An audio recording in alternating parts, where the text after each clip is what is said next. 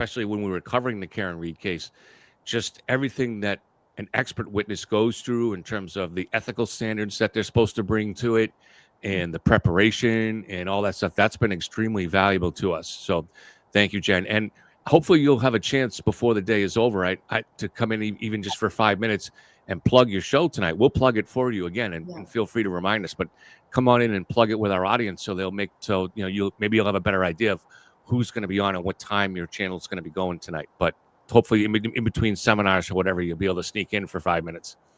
Yeah, no, thank you so much. And I also, I don't want to say on behalf of you, Kevin or Margaret, but I want to say on behalf of this, effort to bring this trial to you, it's funny because I feel like I have too many balls in the air right now, but I feel good for Kevin because I'm glad that there's been a lot of people in his chat, because at the end of the day, you want to chat with people who are interesting and who understand it and, these trials. And then Margaret, she's kicking off her channel, kind of getting up and going and started. And for me, I got to tell you, I really appreciate everybody on Twitter, X, that tunes in. It's been a huge audience, a great audience, and I'm ingratiated to all of you. And then I'm absolutely down in the dumps about my channel with the YouTube. But I understand that there's a lot of gigantic channels that are showing this. And the one thing they do, and I need to figure out how to reset my settings, is they don't have commercials. And so I wanted to personally apologize on my channel if it has commercials, which I know it does because I'm on there with you guys, often watching throughout the day, like when I was traveling yesterday. But I just personally want to say thank you. Thank you for all of you who aren't on those gigantic channels, because we're actually hearing your voice. I read every single thing you all write. And I care about really being engaged with you in YouTube. And then obviously in Twitter, I'm very engaged with all of you. So I just wanted to say thank you. We make up with quality what we don't have in quantity. The group that we have in chat is very intelligent, and they educate us a lot of the time, or at least I know in my case, they educate me a lot of the time. And so that's why I do it. We're not big enough. I wish we were bigger, because the only reason I wish we were bigger is because you could get better guests. Because I'm sure a lot of times a guest will look and see how big the channel is that's inviting them on. But other than that, I'm perfectly happy with the size of what we have, and I work a lot with Margaret. And so we've had good conversations on the channels, on the episodes that we do. And for me, that's enough, good conversation between us and the people in chat. And we're hoping to try to continue to bring more guests that people will enjoy, and from a variety of topics. I mentioned yesterday that I have an interview scheduled on Saturday, December 13th at 4 p.m. from someone who develops software that is used all around the world for drug discovery for rare diseases. It uses AI to create new drugs right down at the atomic level. So I'm interested in different types of things, and hopefully the audience will want to come along with us for some of that. I'm not sure how Margaret feels about it. I love that. I think that's fantastic. I can't wait to listen. I do too. I think that's great. And I love how, as a writer, because that's, to me, and I know I've had you on my show, that is the slant that you bring that is so interesting, because writers typically, especially your nonfiction book, you do writing that requires a lot of research. And that's the interesting slant that I think you bring to all of these cases. It's a different lens than Margaret has as an engineer, or I have as a law enforcement. I wanted to bring up that the three segments I'm working on, I hopefully get here, is Tim Tebow coming on my show. Met with him, had a wonderful meeting, caught a football. I did a 10 and out. Wow. No. Wow. And so just a wonderful conversation with him. I'm hoping he can Yeah. with his presence. The Is he work part of the training going on there, or what's he working on? he was part of a different training I was at. Wow, that's great, Jen. That's exciting. I can't wait. I'm hoping so. And then Elizabeth Smart. Oh my gosh, yeah. you got her Yeah. on? That's Well, wow. that's what I mean. Good. I've been promised, so we'll see. And then Amanda, I spoke with Amanda, and I'm absolutely just salivating to have her on. Oh yeah. So That's really great. those are my 3 that I'm working on. But like I said, right now, at the end of the day, I work basically full time as an expert witness, and I have a lot of cases that are coming up. And so because of that, I've I'm lucky if I get on once a week on my show. And Right. but I really appreciate you guys inviting me to this, and I appreciate your point of views. We're honored to have you. Seriously. Thank Because I feel that, as a legal analyst, you provide, first of all, you're very well spoken. You know the law, and I feel like you're one of the best out there, as far as really explaining to people you have a very nice way about you. You explain things so clearly, and I think the people in chat appreciate that. Your viewers. Well, I have to say this, and I've said this about law enforcement officers. Your law enforcement officer better know and understand the law, because they are the one executing it. And who pounded that in my head was my deceased supervisor, Dick Ludwig, who really became almost like a father figure to me. I loved that man. Respected him so much. He came in under J. Edgar Hoover. I learned more than I will ever learn in the 10 years I worked for him than all the other years of experience I've ever had. And he pulled me in that room when I went to his squad, and believe me, I had things thrown at me, cussed at me. He was old school J. Edgar Hoover style, but he told me, for 2 weeks, you're not doing anything but studying the law. That's all I'm doing. This is MIOG and MAOP, which are the books we operate from in the FBI.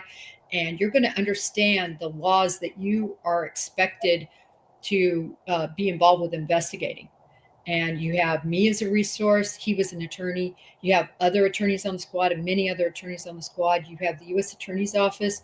But you better know your stuff before you go out there and put hands on and are conducting surveillances and searches. And so I've always taken that to heart. And I always laugh when people say, well, she's not a lawyer. I always say, I am not a lawyer. I have so much respect for lawyers. But believe me, if you're a law enforcement officer and don't know the law, you're in big trouble. Yeah, you're going to find yourself in court testifying.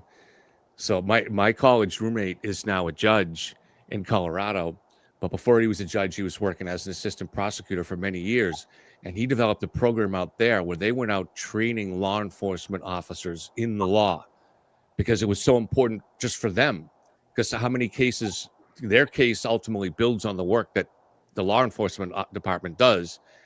And so if they're not dotting their I's and slashing their T's right from the start of an investigation, there's going to be problems. And that's one of the things that we in the public. So what I bring to this is really just, I represent people in chat. I'm the everyday person. I don't have that kind of professional experience. And so I'm learning, I'm kind of coming into it wide-eyed, learning from you guys. And I see how important it is just watching the testimony of these police officers when they take the stand. They have some idea what the law is as they're doing their investigations. So beyond just their regular training as to how to conduct an investigation, for instance, separating the witnesses, which they didn't seem to fully do there's a segue for you in this case here. So that's I definitely, I think you, especially with the FBI, you have to kind of be somewhere approaching a lawyer. You're not quite a lawyer, but you have to definitely be able to walk in those shoes for a while. Well, and when you're in Quantico, which is 17 weeks, sometimes 19 weeks, mine was much longer because I went in November. So I got every holiday, Veterans, Christmas, President's Day. graduated on the Ides March. But anyway, it elongates, you can imagine, the program. So in any event, my point is that we have legal 1 and legal 2. The first 8 weeks is legal 1 and white collar crime, where they just try to wash you out. And they wash a lot of people out on the academic piece of it. And then the next half is legal 2, which are a deep dive into all the other crimes. And this is daily, everyone. And most people, not everybody, but a lot of people are already attorneys, a lot of accountants. And somebody like me, I came in with a criminal justice degree and, had, to me, some of the best instruction that anybody could ever have on case law. Before I ever got there, I remember I took out all my notes from college.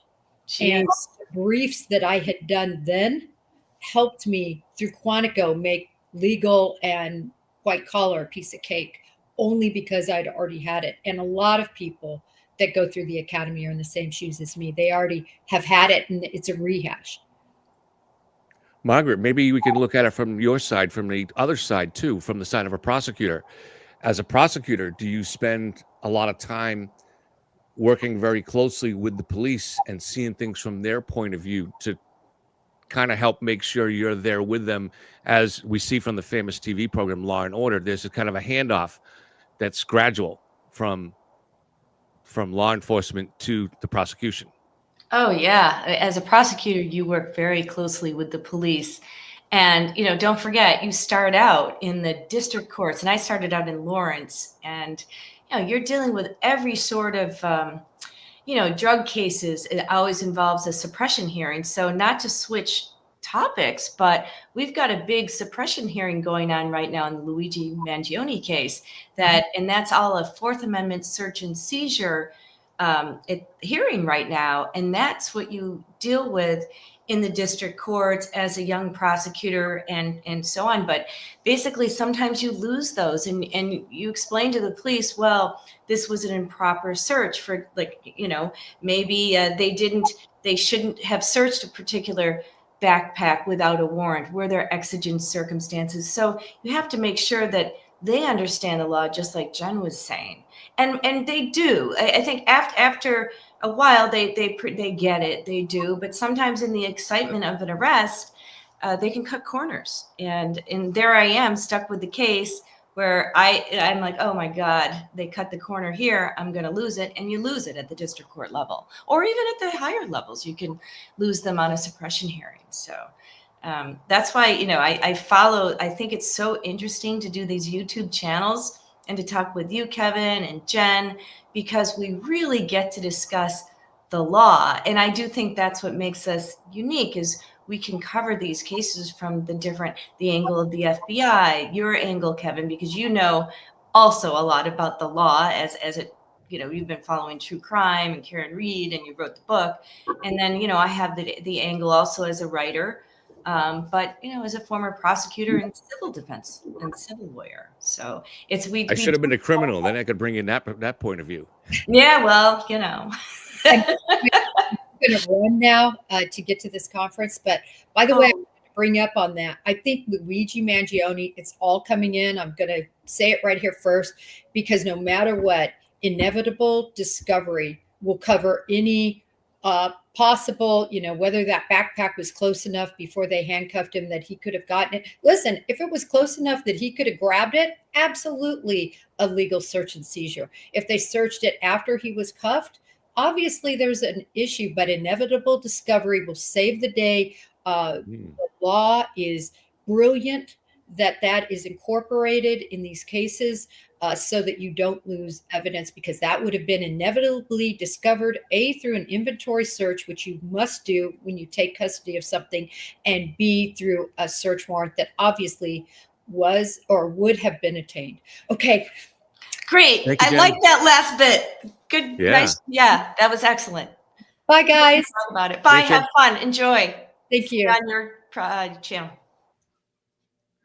That's a good topic. Maybe you can continue on, Margaret. I had never heard of that. Inevitable discovery. Oh, yeah. So basically what's going on right now in the Luigi, of course, people are wanting to watch Brian Walshe, but it's it's a story that's breaking right now simultaneous to this trial. And actually, I got up early to make a short on it, which I haven't finished yet. But, you know, you got to remember defense attorneys in the Brian Walshe case and cases like Luigi Mangione, who's going to be, you know, he's been arrested for shooting the United Healthcare CEO. So it's a huge national case. Defense attorneys need to see what, you know, need to do what they can for their client. So always in big drug cases, they will see, is there any way to suppress this evidence? Can we try for a warrantless Fourth Amendment search and seizure issue? So they have something to work with here. I agree with Jen. I don't think it's going to fly, but they can also appeal it all the way to the Supreme Court because the Supreme Court is constantly looking at search and seizure cases if it's a new issue that they haven't quite come up with yet. So it's very interesting, and I will be doing a short on it later. So you guys, if you subscribe to my channel, you'll find out. It's a crime with Margaret McLean. It's a crime media, yeah. So I'm going to be going to court today as well for the Brian Walshe case. So I will try to hook in with you from the courtroom and give you some flavor. Excellent. What time are you leaving to head out? Well, I don't want to be stuck in traffic. Plus, I have to put my short up on Luigi Mangione. So I'll give it a couple hours or maybe an hour or so. I don't know.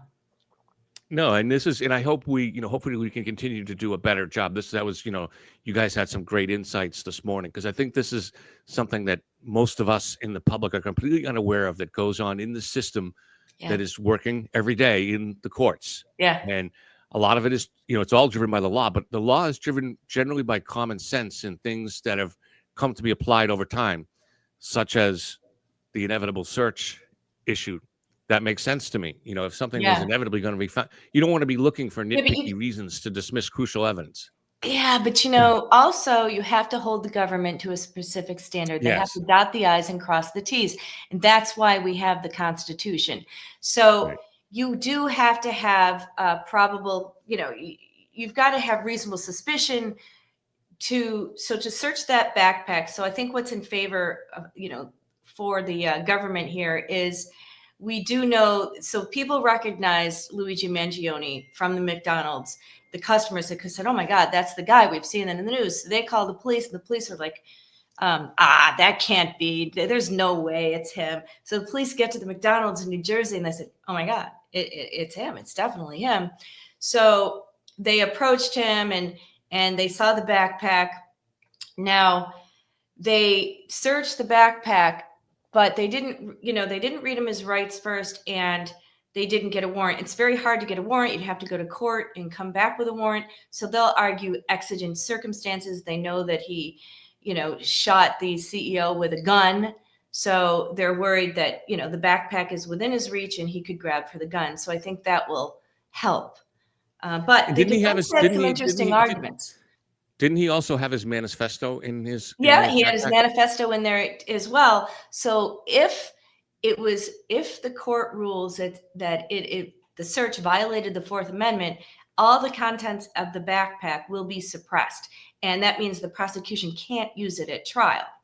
Okay, so the manifesto goes to motive. So they clearly want the gun, the murder weapon. They want the manifesto, and also in the backpack was the clothing that he wore when he allegedly committed the crime in New York. My question is this: did he have that manifesto in the backpack because he expected eventually to be arrested, and that's why he wanted that on him? Well, it doesn't matter. I mean, it was in the backpack. I mean, I imagine, or maybe he thought he would be shot dead, right? And they'd find the manifesto. So I don't know what he was thinking at the time, but still, the government has to dot its I's and cross its T's. But I think there's an exception. In the Fourth Amendment law, there are exceptions to having to go to court to get a search warrant. And that would be, we were worried there were other customers in the McDonald's, he could easily jump forward and grab the gun. The defense will argue, well, he was already being detained by the police. There was no way he could grab anything out of the backpack. So they should have gotten a warrant. Yeah. So I think it's going to go in favor of the prosecution, but again, it can be appealed. So right, and as we see in any case, and as is understandable, the defense is going to it's their duty to try to suppress any particular piece of evidence. Oh, God, yeah. Any case we look at, we're going to see this. They're going to try this, at every particular angle. And like you said, that's to protect. They're doing it to protect their client, but the purpose also has a larger purpose in the sense of it's there to protect our individual rights too. Yeah. So the defense argument specifically, according to their brief here, is that Mangione was detained and the bag was in police control. So therefore, there was no immediate threat that he could open the bag and grab a gun. And therefore, officers needed a warrant unless there was an exception. There's also the body cam that they're using for evidence. On the body cam, the officer says, so basically prosecutors claim that the officer searching the backpack said he searched the backpack to make sure there wasn't a bomb. But on the body cam, this particular officer also says this after the search had already begun.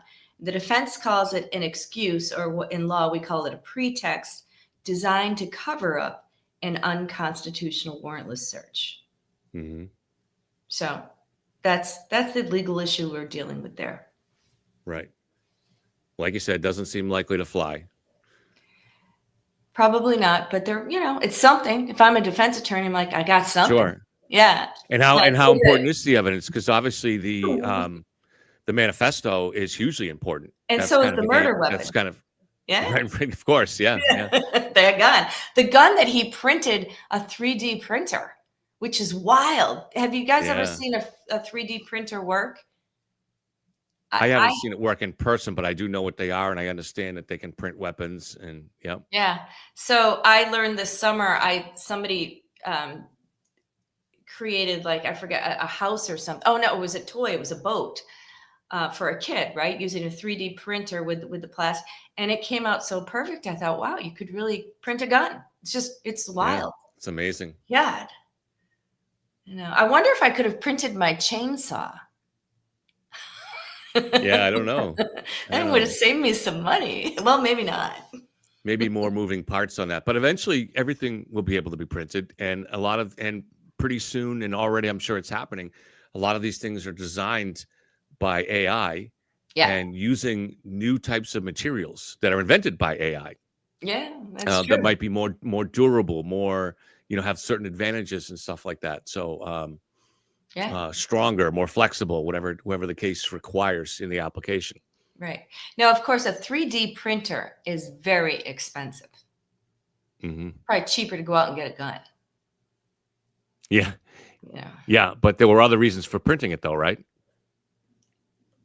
I don't know his reasons for printing it. I don't know. So, well, you don't have to register it, right? I mean, you don't have to. Oh yeah. But as far as I'm curious to see how Mangione was able to get that gun, how who printed it for him or who made it for him. Did he buy it already printed? So I don't know the evidence on that yet, and I don't know if the product's been released. He probably doesn't own his own 3D printer, so somebody had to have done it for him. Yeah, I don't know. Maybe he does. Maybe he doesn't. Yeah, but there's a lot to that case, and it's that's going to be a big one that will come up. Yeah, not for another year. Yeah. So. Well, I mean, there's a section of the population and a particular political party that has tried to turn this into a hero. He was actually last year in California.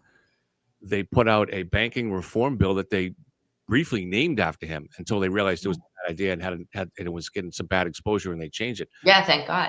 The California state legislature actually named a bill after him. Yeah. And by the way, I'm looking at the chat here. Susie, you say, I can't wrap my head around how a gun could be printed. And I couldn't wrap my head around that either until I saw it this summer. Basically, instead of paper, this particular 3D printed used sheets of plastic. And somehow, you put... It's not your printer at home. it's not like a paper print. I know, because I thought the same thing. But the guy that made the boat... inserted whatever the boat that he made into the program, and then the printer itself used sheets of plastic, and it must melt it or somehow conform it to the shape It's of the spraying. boat. It's Like spraying plastic. little tiny dots. Is that what it does? Yeah, it's Yeah, like so like your plastic. printer is very Okay. rapidly spraying little tiny dots in Of order to make plastic, your well, right? in your printer it's doing it with ink and it's only two-dimensional. Okay. But it's the same concept for 3D. It's spraying these little tiny pieces, but it's building them layer by layer by layer.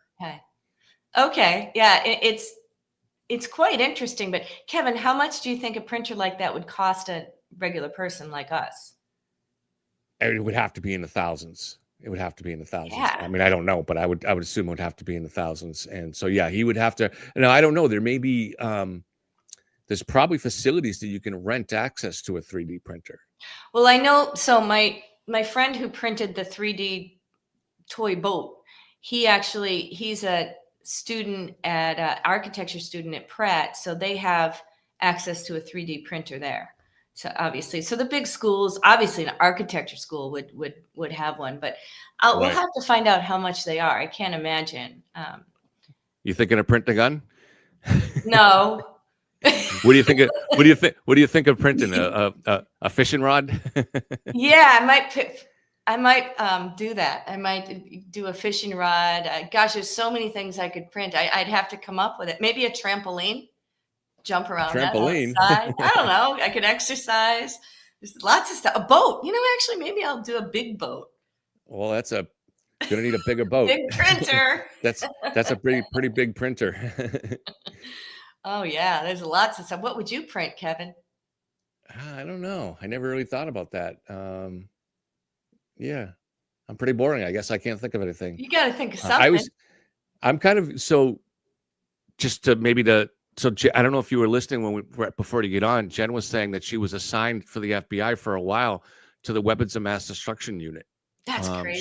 She was a leader on that unit, and they were looking for potential weapons within this country. And so you wonder now if technology like 3D printing could be applied to a weapon of mass destruction. Is that something, and then combine that with the danger of artificial intelligence and things where plans for these things can be developed by an automated system and spread just as easily through somebody with bad intentions. Yeah. And then they use their printer. I'm not sure the bigger danger, I think, they're bringing in the defendant now. The bigger danger would be like viruses, but maybe you could print that too. Could you virus is extra small, but could you print a bacteria that was designed to spread a plague? You're scaring me, Kevin. Yeah. I've only had one cup of coffee. Jeez. No, it is a scary times we live in for sure, especially with terrorism and all that. It's just right. Gosh. No, I know for me, for selfish reasons, I look forward to the medical applications of these AIs and the drug discovery and stuff like that. I'd love that. And I do worry about what that does to the future of my nephews and nieces and stuff like that. The potential for evil and mass destruction that is there with this is just unbelievable. And I do believe, not in some wild conspiracy thing, but that the coronavirus did leak from a lab and it had been tinkered with. I think that was proven. It's pretty much accepted. The FBI believes that now. They now admit that. And I'm not saying that it was leaked on purpose or that it was designed to do destruction. I think it was probably they were doing research because they thought eventually one of these viruses is going to hit and we're going to make a lot of money off the vaccines. Well, they did make a lot of money off the vaccines. They did. That's not to say that it was released on purpose. I don't tend to believe that human beings tend to be that evil on either side, whether it's the Chinese or the United States, but they should not have been doing that research. I know. So everybody in chat, what do you guys think? Do you think about the case so far? We're on day 3, and yesterday we heard about the Google searches, and we talked a little bit about it after court. Do you think he's the schmuck that he's coming across? Look at him, look at the smile, and he's so happy. Oh my God, he's so pure psychopath. He's pure psychopath. He is a psychopath. You're looking into the eyes of a psychopath right now. I do believe that. Yep. Jeez, there he is. And I don't know. It's crazy. Does it bring you back, like, and get your juices going? We'll get off the air in a second, but seeing court in action again, just from your own basis. Well, I'm going to go to court today, remember, and I'm going to try to Yeah. talk to you guys from court.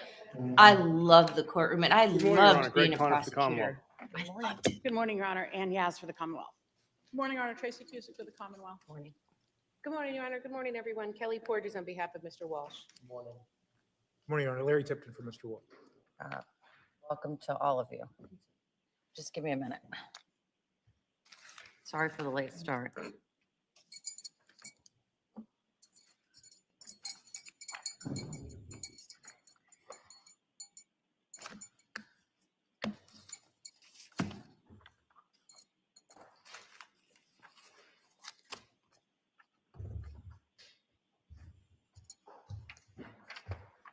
All right.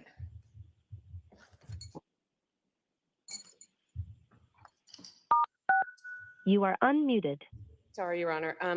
This is a screenshot that the government took from the video they initially wanted to introduce, specifically and solely just to show a particular carpet in the Walsh home. We agreed on a screenshot. However, this screenshot, frankly, is just as inflammatory as the video. There's certainly more ways to crop this photograph. We've also been more than willing to stipulate that the rug in question was originally in the Walsh home in that room. I don't think we need this particular picture in this case in front of the jury to serve the purpose they needed to serve. Okay. Your Honor, I would suggest it's not inflammatory. It simply is, what we've done is after you made a recommendation of doing a screenshot, we took the initial image of the video and put that on there. It clearly shows the rug, the victim. Is there any other part of the video, I don't remember because it's been a while since I've looked at it, that includes Anna without the child? No, I believe it's her with it. Because I remember that the child falls off. There are, He sits on her head. Are there other parts of the video that you can crop back so that you're showing just her in the rug and not one of the children? I will look, Your Honor. My memory is it doesn't work that way because the other two children are there and they're walking in and out of the frame. Okay, but there may be just a picture where it's just her and somebody's feet. Why don't you look at that and see? An alternate would be to, as I did in my chambers, take a piece of paper and just across the band where the child is most dominant, or alternately, I am sure that somebody well above my capabilities, but I'm sure that somebody could edit out the child entirely. So just so we understand, the position is to try and keep the children out of it entirely. I think that the Commonwealth is entitled to show the jury the rug, even if the defendant is willing to stipulate to it. But I want to do it in the least inflammatory way as possible. Okay. And so if there's a better alternative, and I think there might be, but again, I haven't watched it in a while. And by better alternative to me, that's a video or a still, excuse me, that shows the rug and Anna and less of, if not I'll do my any best. children. I mean, Your Honor, if you just even cut that picture in half. Well, you know, if you excise the child from the photo, it just looks like she's on her back doing like a yoga move or something. I don't know. I'll be honest, I don't love that either. And Well, I mean, there's a way just to, even if you crop it, it doesn't need to be a giant photograph, particularly, I understand they have a right to put on their case, but we're not going to cross-challenge or say this is not the rug. So all they really need to do is establish a photograph of the rug in the home. well, said this and I'll say it a couple of times. The Commonwealth has the burden. The Commonwealth, within the rules and within the bounds, gets to show their case, present their case as they wish. And having this visual of her on the rug has an impact. I would like to make it more neutral without the child in there. And so see if you can work on that. I will, Your Honor. While I'm talking about things that you should work on, Madam Clerk, that back. I want you to look at the William Fasto text messages with the following in mind, because it's likely where I'm going to draw the line. although I'll hear from you. I've read your pleadings. I think there is classic state of mind evidence in those, embedded in those. In particular, well, there's different places where it is, but there's probably the most classic is where there's a comment by Anna after she's giving him some parenting advice, and she says, you know, something to the effect of, I shouldn't be giving any parenting advice. My life is completely messed up. You know that exchange? Yes, Your Honor. That's likely coming in as state of mind evidence, but there's a lot of other stuff in there where they're talking back and forth about child rearing things that I think is irrelevant to the jury's fact finding. So I'm going to put it back on the Commonwealth today to pair that back to what you think is relevant and state of mind evidence. Relevant otherwise, and possibly state of mind evidence. Understood. All right. And then the defense can argue with regard to that, but I think there's some pretty classic state of mind evidence embedded in those texts. And it also raises the issue, which we've discussed a number of times throughout the case. What are the reasonable inferences that can be drawn from the statements that Mr. Walshe made in, I think it's at least 3 separate spots of his now play to the jury interviews with regard to what he was or was not seeing. And by that, I mean trying to be as clear with you as I can. He says at least 2 times on this, once on the 7th, at least once on the 7th, or twice on the 7th, and once on the 8th. He is asked about the evening's events, and he ties Anna sending a text message to William Fastow to when Thomas went to bed. And we know from the Fastow text messages that that was sent at 10:07. His memory was good. The kid went to bed sometime between 10 and 10:30. So we know from his own statements that he knew that Anna sent that to Will Fastow that night. So it seems to me that there's one of 2 reasonable inferences that could be drawn from those statements of the defendant. One is that he knew it because he observed her texting the message in the kitchen or in the family room, wherever they were when she sent that message. Could you argue that that's unlikely in light of what the other contents of the evening's texts were? That is, if Anna were having an affair, and she was, with William Fastow, would you be showing your husband the texts that you're sending? The other inference is that he knew of it also because he was, as he said, I'm getting her messages.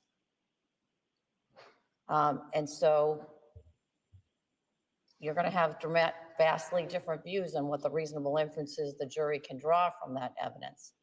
But as an evidentiary ruling as to whether it comes in or not, I want you to be focused on those comments on the 7th. I think there's another comment on the 8th, and either in the earliest of interviews, either the 4th or the 5th, there's a comment with regard to where he says somehow her messages are showing. I don't know how. It's it's a more generalized comment. I know you're going to make the iMessenger argument, and I cut you off from that yesterday, frankly, because I think that's for the jury to decide what that meant, and not for any witness to decide for the jury what that meant. All right, the other things I want to talk about. I have not given this jury a consciousness of guilt instruction. And many times yesterday I was thinking, when? And you're not asking for it, and I understand why you're not asking for it, and I just want to make sure that we're on the same page with regard to why I haven't given it yet. It seems to me that both the Commonwealth and the defense are being scrupulous in your description of the searches, in the sense of you both refer to whoever the user of the device was making these searches. And that the witness has, I presume, been coached appropriately, I don't mean it in any pejorative way, Thank you. to say the user of the computer did these searches and not the defendant did these searches. If it was that the defendant did these searches, the consciousness of guilt instruction would have been given some time ago. Now, what sort of, I don't want to say muddies the water, but the defense opened on the fact that the defendant lied to the police. It seems to me that as soon as you believe that link has been made between the other conduct of either concealing the evidence in this case, the defendant concealing, not the user concealing, the defendant concealing the evidence in this case, or the defendant lying to the police. I know you opened it on it, but the evidence before this jury doesn't include your opening. But when it becomes apparent to the jury that the defendant lied to the police, or the defendant is the person who was doing those searches, the consciousness of guilt instruction should be given. And I'm either going to do that sua sponte or at your urging. And your version of when that becomes apparent and when mine might be different. So raise it with me if you think I'm missing out on something. Do you understand? I do, Your Honor. Thank you. Defense? I understand what you said, Judge. Will be objecting, but I would wonder before you gave it, if you could just either give us a copy or the specific conscious of guilt. Yeah, well, I wasn't going to go fancy. I'm happy to look at it. Why don't you come over here? It's just this.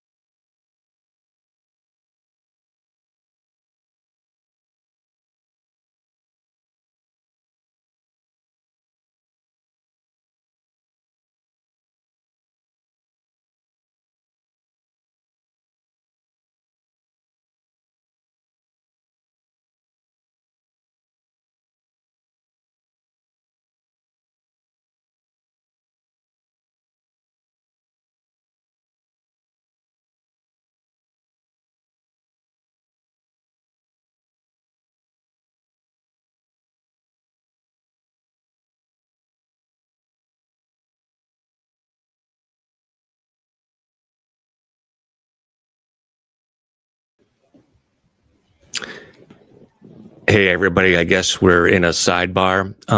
So just as I stream this, it's hard to be in front of the computer all day, every minute of the day, because there are things that come up in life that you have to take care of. So I keep the headphones on, but sometimes I have to go out of range. So I just had to take care of some things, bring some barrels out to the street, and so I was out of earshot and didn't. And now I come back and we're in a sidebar. But so if something goes wrong, like yesterday when the court TV feed got stuck, then hopefully somebody can text me, shoot me a message, and I'll hurry over and get to it right away. I am paying attention about 90% of the time, but there is that 10% when I have to go take care of something.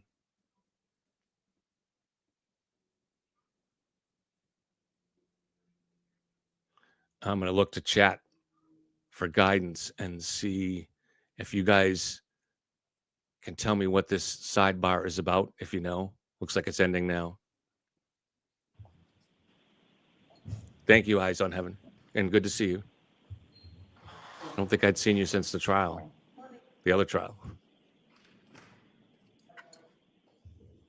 Oh, yeah.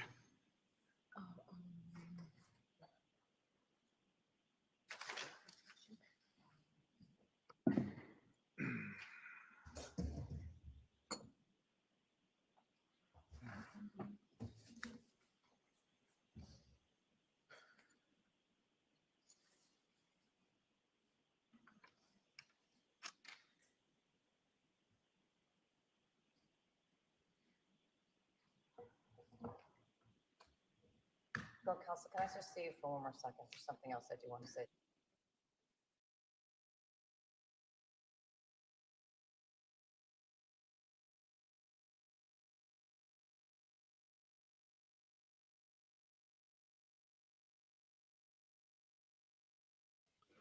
I guess we're going right back to sidebar again. Yeah, I had heard that about the rosary beads, and I didn't know if it was real or people were just kind of saying that that's the way his hands looked because he was handcuffed um, coming into court. So you're saying, though, that he really actually did have rosary beads in court?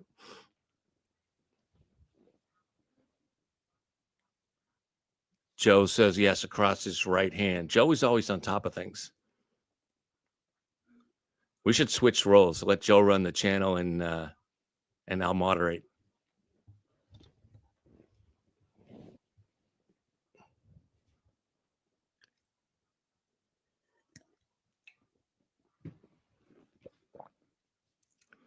Joe, do you want to switch jobs?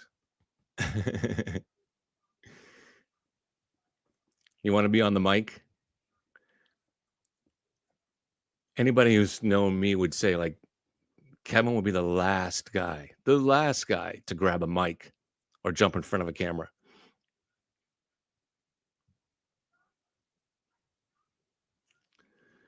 See, I wonder what his lawyers advised to him on that, because would the jury take that as grandstanding? I mean, he's up there. He's, of course, before the jury's brought in, he's doing a lot of smiling up there.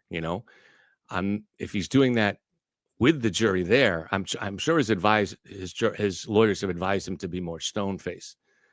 But with someone like Karen Reed, she couldn't control her facial reactions. It seemed to harm her a little bit in court, but then at the end of the day, she was acquitted, so it didn't harm her much.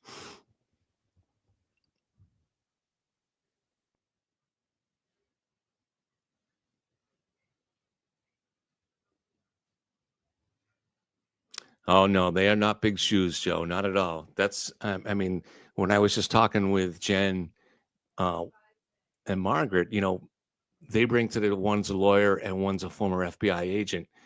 And what do I bring to the table? What I bring to the table is I'm just the every person, like most of the people in chat, although some of the people in chat have a lot more professional experience than I do too.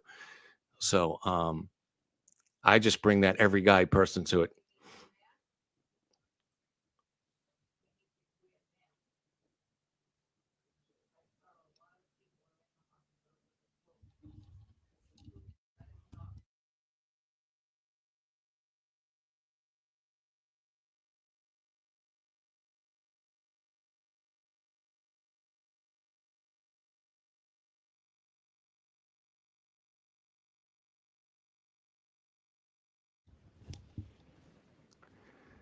Good morning, Ginny.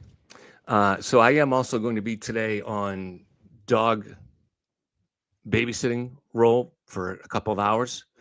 So on those times, I will be listening to the trial, but leave the computer set up here where it is. Thank you, Eyes on Heaven. I appreciate it. I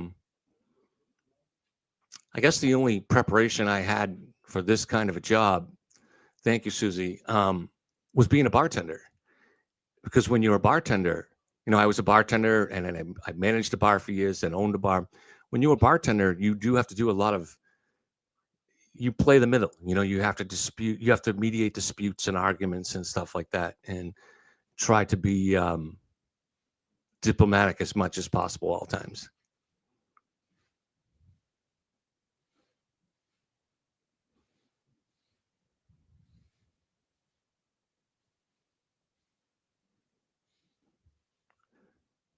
Is that a Maui? Is that the real Maui Swift, or is that a Maui Swift knockoff? Something looks different. Maui is one of our smartest commentators, so it would not surprise me if there were people that were also. She had some knockoff Mauis, people pretending to be Maui. Because was it always Maui Swiftest, or is that a new account? I think the T at the end is new. Do I text with anybody from Court TV? No, I don't have anybody's. I don't have a way to. I don't have. So my contacts with Court TV are managers and stuff like that who reach out and set up the show. I don't have any direct contact with Vinny at all. Nick Rocco, I had a few Facebook messages with him, maybe during the first year. I wanted to have when I met Nick Rocco in person during the first trial in Dedham, we were very civil to each other. And I liked him and I felt him to be genuine. But when he began on Court TV calling me Plevin and things like that, I'm like, you really can't sometimes you just can't have a respectful relationship with some of these people.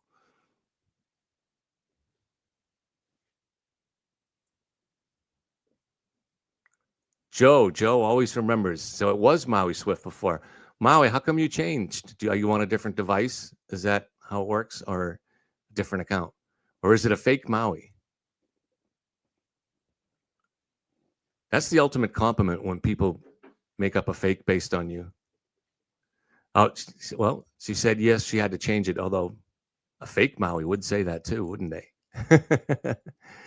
There was, and haven't seen it for a while. I'm not sure if it's still there, but there was a fake Yellow Cottage Tales account on Twitter that was really good because and I tried to fill out forms to get rid of it. I never could.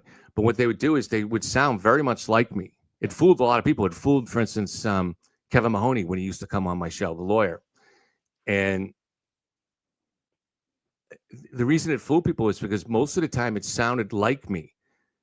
But then it would put in just something that they wanted to say on the FKR side. And that's why it would fool people. It was very, very effective, and I couldn't get rid of it. It would get a lot of hits, probably more than me. Kate's still around. I still talk to her. Kate actually did me a favor here Monday when I had to go to her doctor's appointment. She helped run the channel for about a half hour.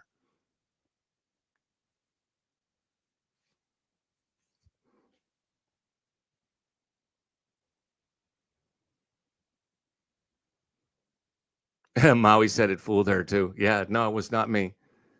Liz said she reported the imposter. I tried several times. I went, it was a lengthy, laborious process.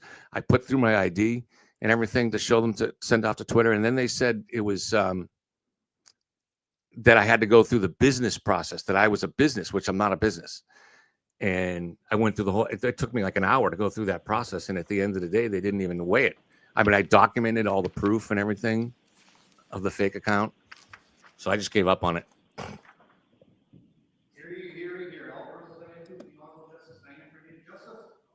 Okay. Time to remove So for any of you out there that have my phone number, while I've stepped away, if you ever see the screen freeze, please text me right away. Good morning, jurors, and welcome back. Jurors, will start today with the 4 questions. Jurors, were you able to comply with my order that you not go on any social media and that you not go on any news media?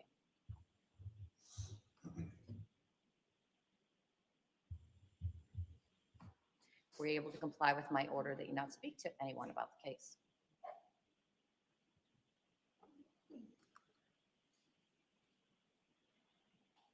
And were you able to comply with my order that you not do any research about the case?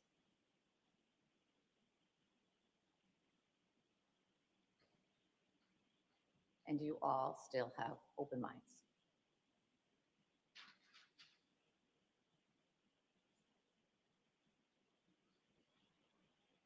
Those 4 questions all answered in the affirmative by all 16 jurors in the box. We're ready to begin today's work. We can have the witness back on the stand. Trooper Guarino.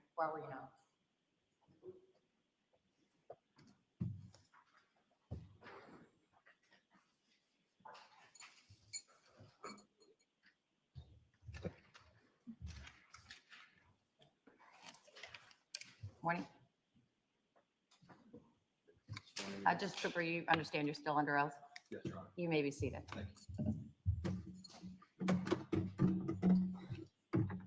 Thank you. And you may proceed.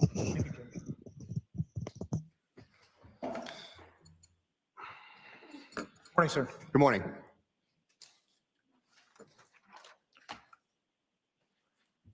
So just a couple of recaps here. That binder that's been marked as Exhibit 79, the binder of the history that you included of the MacBook Gray device, we can all agree it contains 3,677 records as you defined them yesterday. Yes, well, half technically because they're duplicates. Shows the first one from the parsed and the second one from the carved, but they're the same record. So it'd be about, what, 1,800-ish, realistically. I don't understand your answer.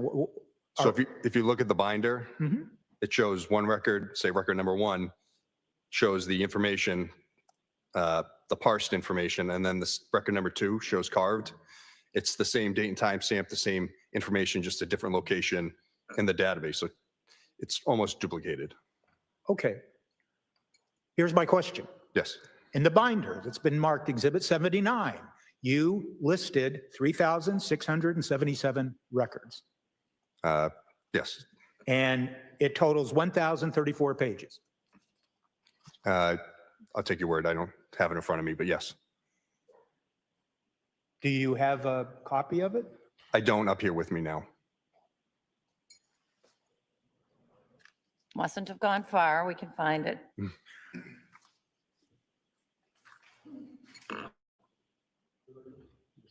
Sure. Thank you. Yes, it is. Thank you. Yesterday, you testified to the binder that was admitted as Exhibit 80, and that was regarding the iPad mini. Yes. It involved 2 separate extractions. Same extraction, but 2 different versions of the software. Yes. Wasn't it labeled Extraction 1 and Extraction 2? I didn't label it that, but that's how it is labeled. Yes. In any event, it's clear now, isn't it, based on your forensic analysis, that the searches that were found on the iPad mini were not conducted on the iPad. Yes, that is correct. That you used the term sync yesterday, right? Yes, that is correct. And you used the word sync in the context of the searches based on your forensic analysis originating on the Gray Mac. That is correct. And when we say sync, and when you say sync, it means that, in part, that no one manipulated that iPad mini with regards to all the searches that this jury's heard about. That's correct, yes.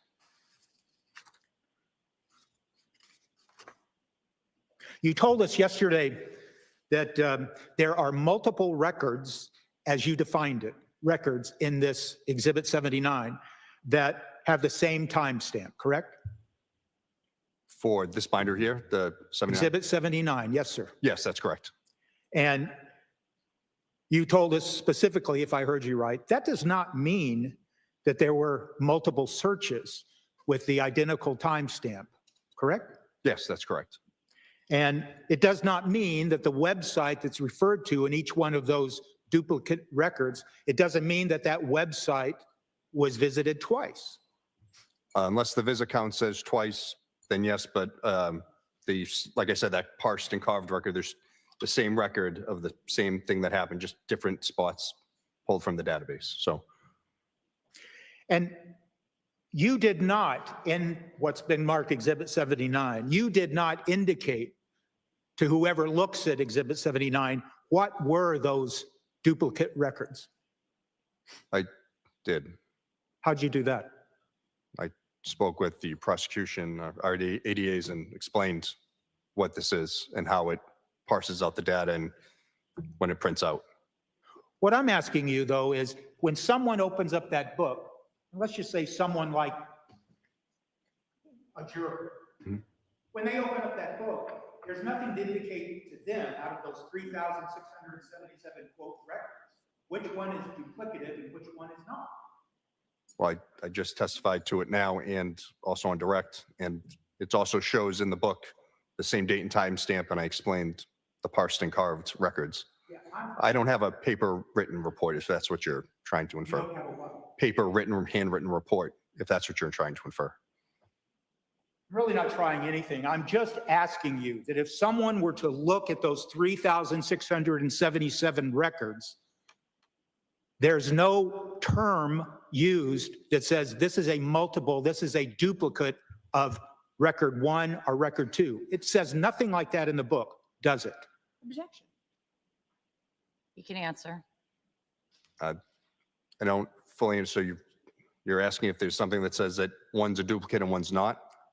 I've asked, yes, Yes. that's what I'm Okay. asking. By the same date and time stamp on the record, and as I explained, the parsed and carved, but I don't know if there's anything, like there's no key guide that says what it is, Okay. if that's what you mean. And yesterday you also told us about something called redirects, correct?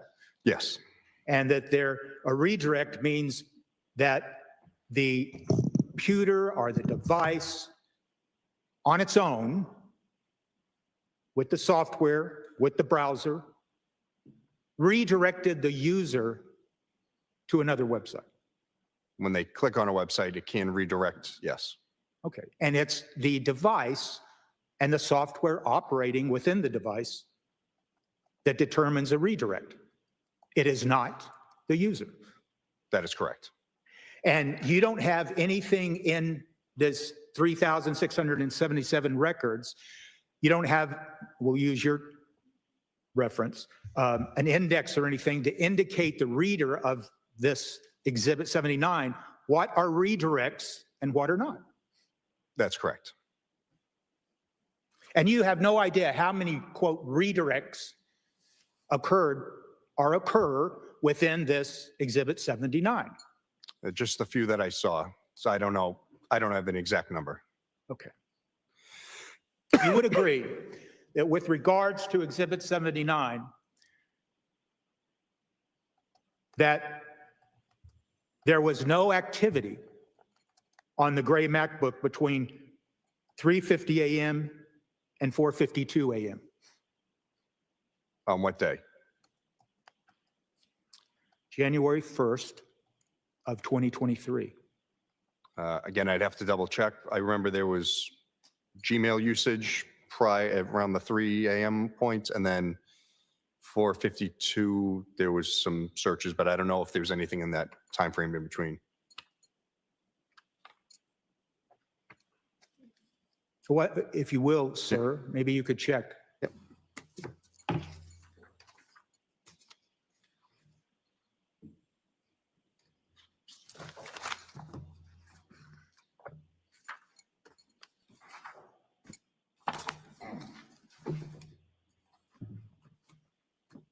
Counsel, can I see the side of the bench?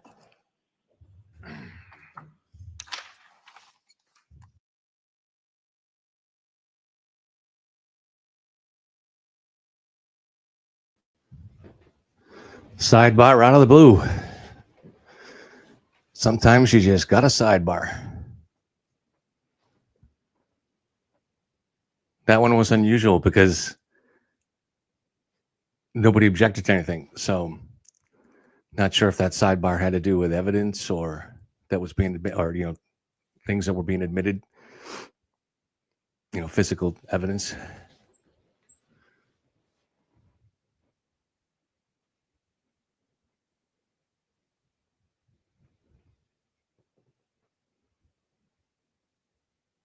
So one of the things we've been talking about is on this, the unique, somewhat unique thing about this case is now that he's pled guilty to dismembering and disposing the body, can you convict him of second degree or first degree murder when you don't have any idea what happened and there's no indication of any premeditation? For instance, there were no Google searches before that night that she went missing that were suspicious. All the Google searches came after that night or after that time when she was presumably killed. So if you don't know what happened, and we really don't know, did he get into an argument and in a sudden rage kill her? We just don't know. So is the logical thing to do to convict him of manslaughter, even if that's an option? And I have not been able to get talking to the lawyers and also to my friend Caroline Erskine, the judge. No one seems to know exactly, well, the people that I've talked to don't seem to know the exact answer to that question as to what the options are here. But I hate to say it, but it almost does seem to me that manslaughter might be the logical way to go. I don't know. I guess you could definitely make the case for second degree murder. Good morning, YT.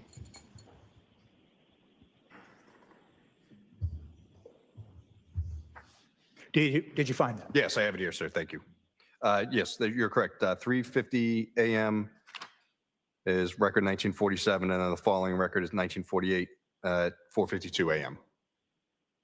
Yesterday, you testified that you recalled, or you thought you recalled, references to William Fastow within the MacBook data. That's correct. Do you know where that is? No, I don't. Can you indicate, well, you just said no, you don't. Trooper Guarino, if I represented to you that there is absolutely no reference to William Fastow within these 3,677 records, would you agree with that? I don't know. I don't remember. I remember seeing it somewhere, but I don't know if it was in the MacBook. There's, like I said, a lot of data. It's fair to say, isn't it, that your examination of exhibit that's contained in Exhibit 79, there's no indication that that MacBook and any user of that MacBook ever accessed Anna Walsh's iMessages? Her iMessages? No, I never saw any indication of that.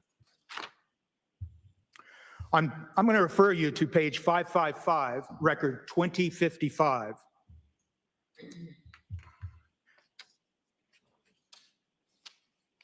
What record number you said? 2055? 2055. Okay, got it. And that search query is what is disposal of dead bodies? That's correct. There's no reference to murder in that query, correct? That's correct. And that query occurred at 6:36:18, correct? Yes, that's correct. I'm going to refer you to stay on that same page, page 555, record 2057. Okay. That occurred at 6:36:22. Yes. And it regards body disposal options. Yes, No reference to murder, the word murder, correct? that's correct. Turning to the next page, 556, record 2059. That occurred at 6:36:30, correct? Yes, that's still correct. The search query involves cool ways to be buried, correct? That's correct. There's no reference to murder, correct? That's correct. Page 557, record number 2061. Okay. That occurred at 6:36:33, Yes, and it's a query of above ground burial options, correct? that's correct. And there's no reference to murder. Yes, that's correct. Yesterday, you did testify to some search queries that did include the word murder, correct? That's correct. And you would agree that these searches that we're talking to the jury about today, they began at 4:42 on January 1st of 2023. 452, but yes. 4:52. The first time the term murder was introduced in these searches was at page 596, record 2185.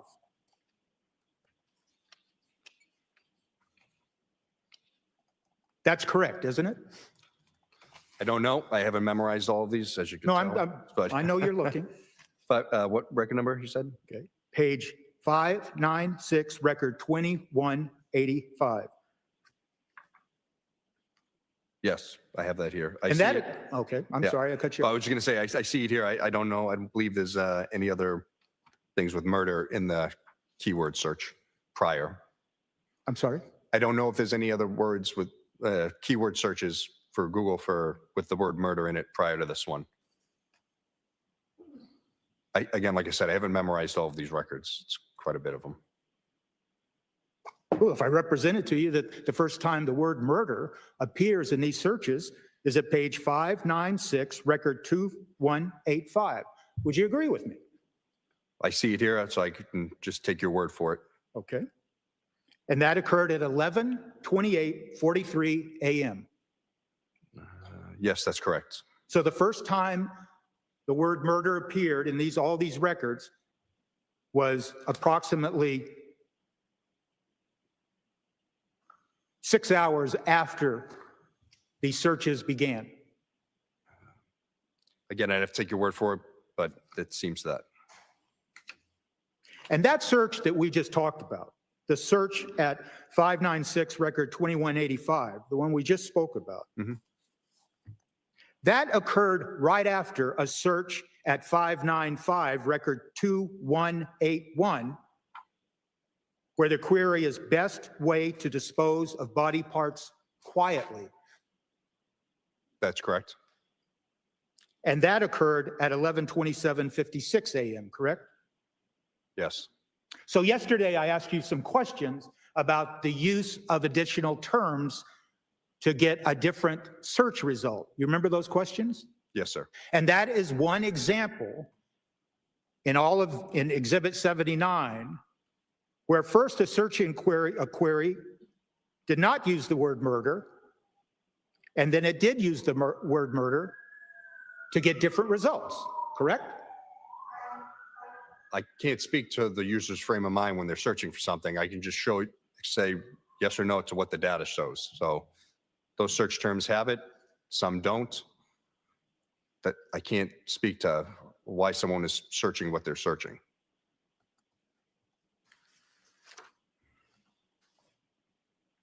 You testified yesterday, and I'm going to give you a cite, page 694, record 2507. If you can turn to that. Yeah, sorry. Page 694, record 2507. Okay. And that has to do with a query about hard drive removal. Yes. Correct? It's fair to say that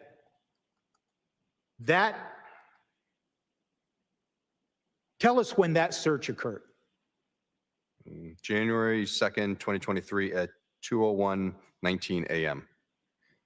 Now, you're aware of the fact that certain devices, all made by Apple, were first turned over voluntarily to the police on January 6th of 2023. No, that's not true. You would agree that certain devices were turned over to the police on January 6th of 2023. Yes, certain devices were. And When those devices were turned over, those devices were examined, correct? Yes, they were. And all the hard drives were intact in all those devices. Well, yes, they were. And there was no evidence that any of the hard drives had been tampered with, correct? Well, the products that we were Was given- there any evidence that the hard drives in any of those devices turned over on January 6th had been tampered with? They don't have standard hard drives that a PC has. They have different hard drive types. They're soldered onto the motherboards of these devices. So there was no evidence that anything had been tampered with. That's correct for these chips. And then you're aware of the fact that then on January 8th, strike that. Let me ask that again. Those devices that were turned over on January 6th were returned to Mr. Walshe on January 7th. Yes, that's correct. And then those same devices that were first turned over on January 6th were seized on January 8th or thereafter. On January 8th, yes. And additional devices were also seized on January 8th. Yes, they were. And one of those devices that was seized on January 8th was this gray MacBook, correct? Yes, sir. The gray MacBook whose data appears in Exhibit 79. Yes, sir. And there was no evidence after a forensic examination of all the devices now in the possession of the state police that none of the hard drives had been tampered with. Like physical tamper with, sir? Like physically or like trying to take them apart? That's one Yes. question. We'll do it that way. Physically? Other than the damage to the devices, no, there was no tampering, like screws missing that I saw. And when you say the damage to the devices, are you talking about the one iPad mini that was cracked? Yeah, well, and the screen on the gray MacBook, the display itself was not broken, but the LCD screen had like a flicker. It didn't work perfectly. And none of that affected the data within those devices. No, that's correct.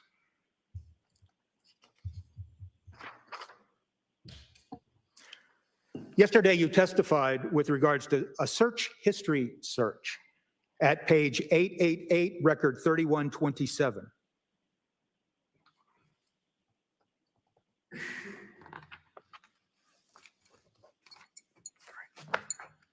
All right, I have 888. Which one? Record 3127. Okay. That search occurred on January 3rd of 2023, correct? That's at 7:30 p.m. At 7:38, correct? That's correct.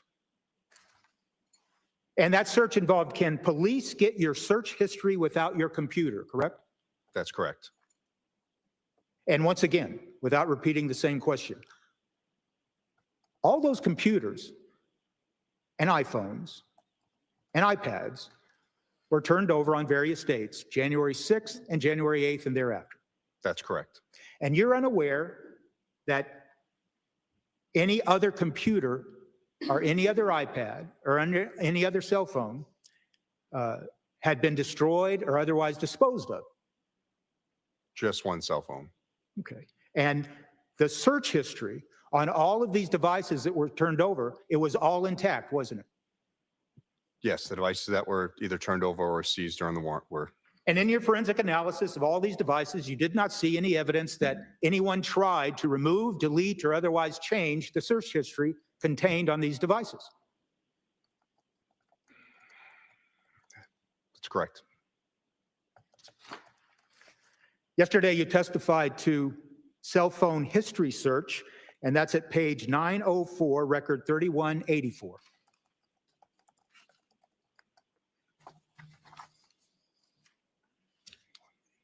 Yep, I have it. And you're aware of the fact that Mr. Walshe was interviewed beginning on January 4th, correct? I don't remember the exact days. I got involved in the case on the 6th, but I know he was spoken with prior to that. That query, that search query that we just talked about, page 904, record 3184, that was conducted on January 4th at 8:55 a.m., correct? That's correct. But as you sit here today, you're not sure when Mr. Walshe was first interviewed by the law enforcement at his home. That's correct. Are you aware of the fact that he was not just interviewed once on January 4th, but twice? Are you aware of that? Were you ever, I guess your answer is no. That's correct. I don't know. Are you aware of any dates that Mr. Walshe was in fact questioned or interviewed by the police at his home prior to his arrest? I just know it was prior to the 6th.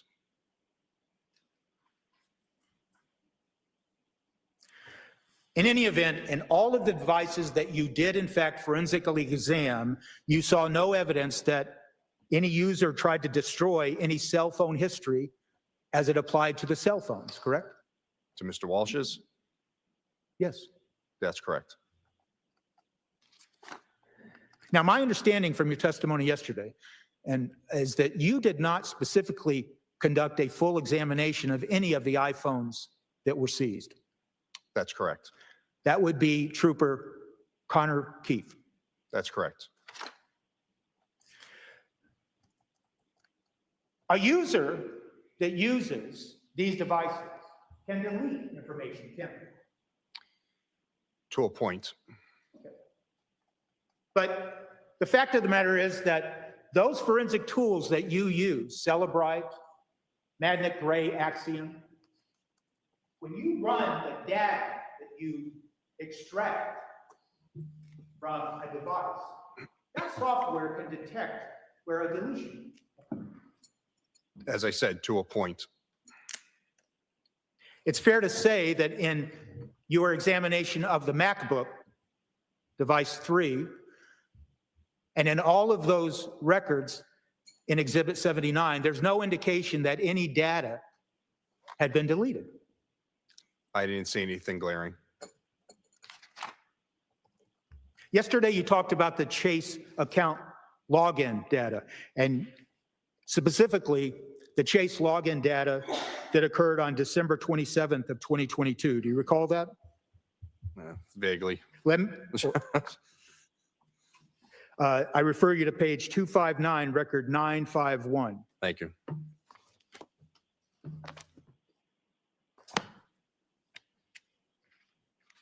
What was the page again? 259, you said? 259. Thank you.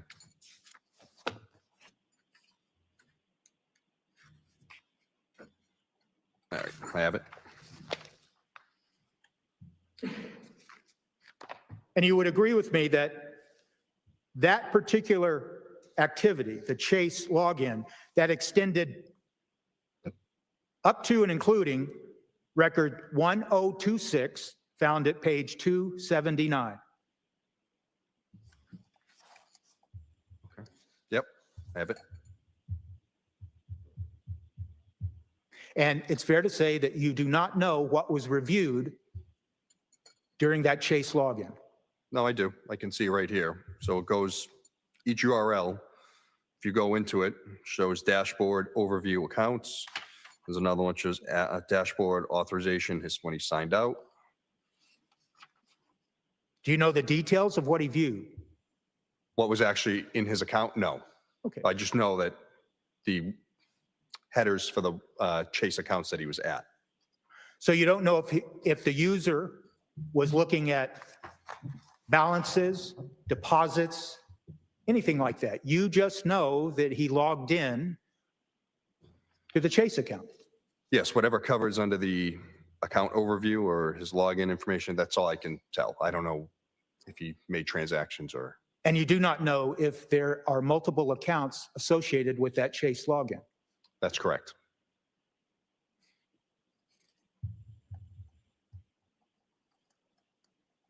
I'm going to refer you to page 906, record 3195.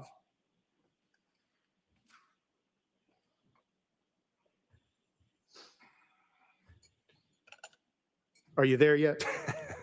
No, you got me going from one end to the other.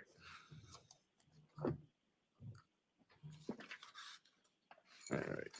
Do 195. 3195. Okay. 319. Okay, have it. That's another Chase login, isn't it? That's correct. Occurred at 3:58:26 p.m. on January 7th, correct? Yes, sir. And now I'm going to refer you to record number 3292 on page 930.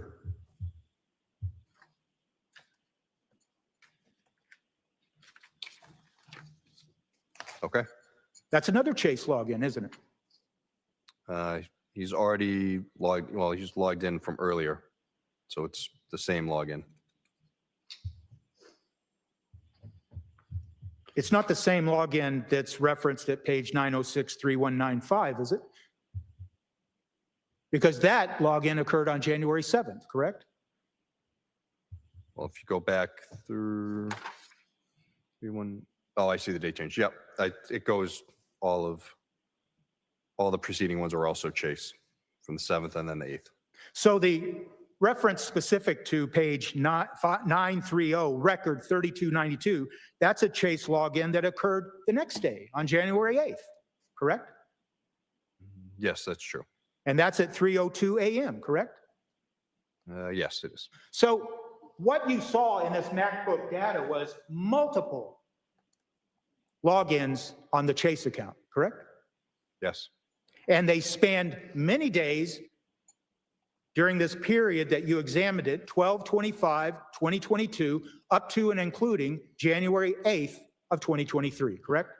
Yes. So there were many Chase logins apart and aside from the Chase login that you testified to on direct examination yesterday that occurred on December 27th of 2022, correct? Yes. You'd also note, and I'll focus your attention on page 948 at record 3362.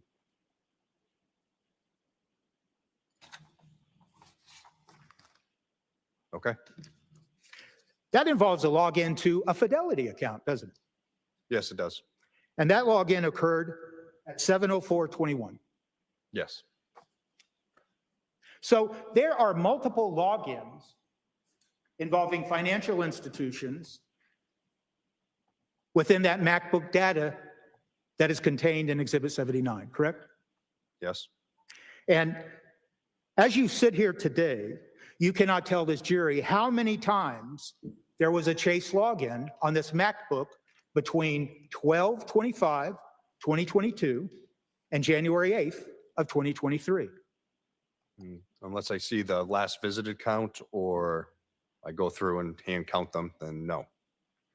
And the same question, you can't tell us how many times the Fidelity account was logged into between December 25th, 2022 and January 8th of 2023. That's correct. And of course, you didn't examine any data on the MacBook prior to December 25th, 2022, so you have no idea how many times Mr. Walshe or anyone else logged into the Chase account prior to December 25th of 2022. Yes.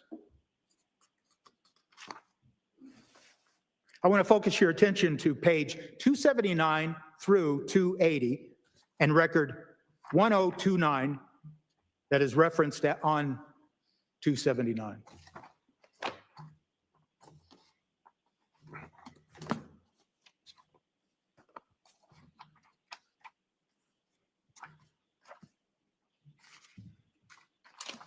All right.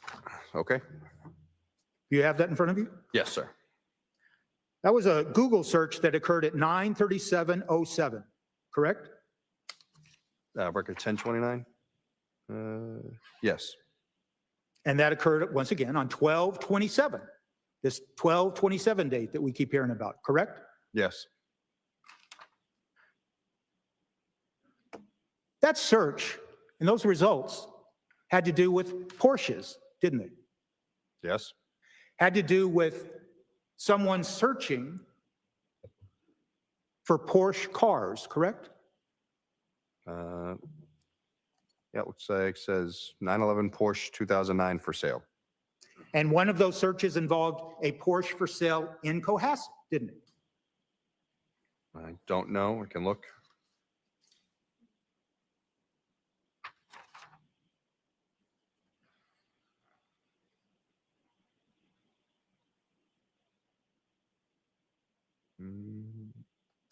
Oh, I see it. Yep. That's a On yes? Car Gurus, yes. Okay. That search that I just asked you about that occurred on 12/27, that search happened right after those chase searches that occurred on 12/27, didn't it? Yes.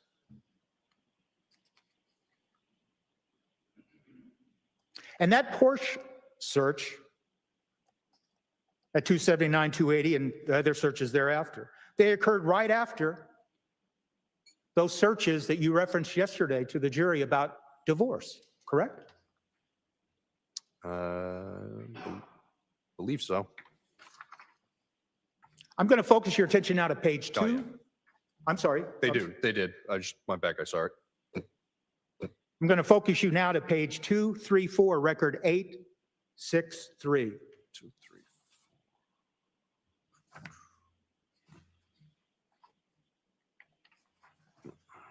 Okay. That is a search that occurred on 12/27, once again, and it occurred around 8/23/13, correct? I have 8/23/08, but yep. Okay. And I'm going to ask you to go forward to record 870 and ask you to look at those records that run from 863 to 870. They all involve searching for a diamond ring, don't they? Yes. And one of the specific queries is a 4-carat diamond, correct? Yes. And there's a specific reference in the search at page 236, record 870, that it references BlueNile.com diamonds, correct? That's correct. These searches that you just testified to regarding searching for diamonds, they occurred just before the searches that you told us about regarding the divorces yesterday, correct? Yes. Talking about those divorce searches now, the divorce searches that occurred on 12/27, they start actually with a search at page 240, record 887. And the search involves Katie Holmes' divorce. Yes. Katie Holmes is an actress, do you know? Yes. And so that is the first search that appears on 12/27 that includes the term divorce, correct?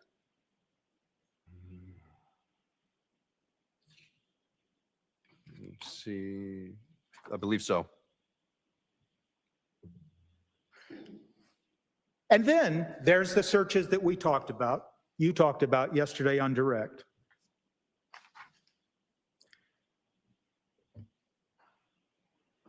And it's fair to say, isn't it, that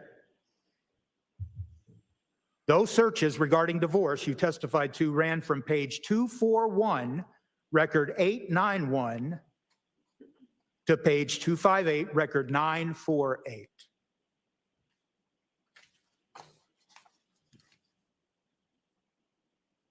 Is that the question?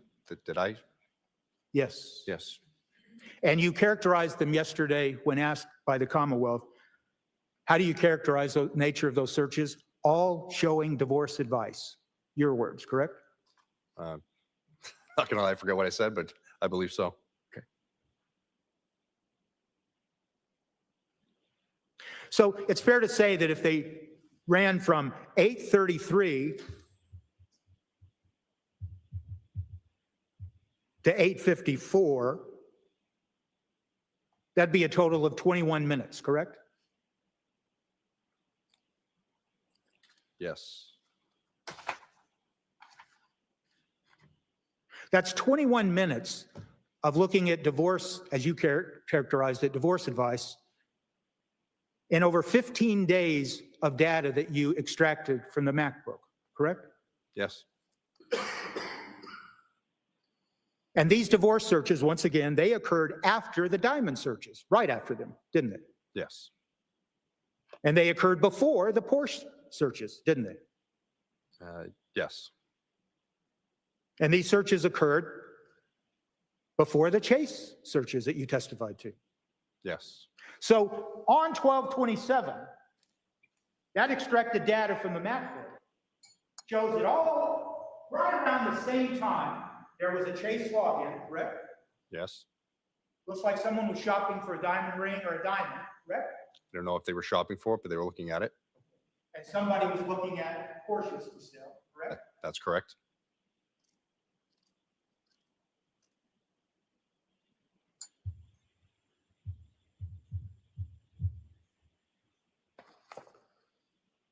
And there was no divorce-related searches that occurred in the data you looked at from 12/25 up to and including, up to the 12/27 divorce searches. Not that I saw.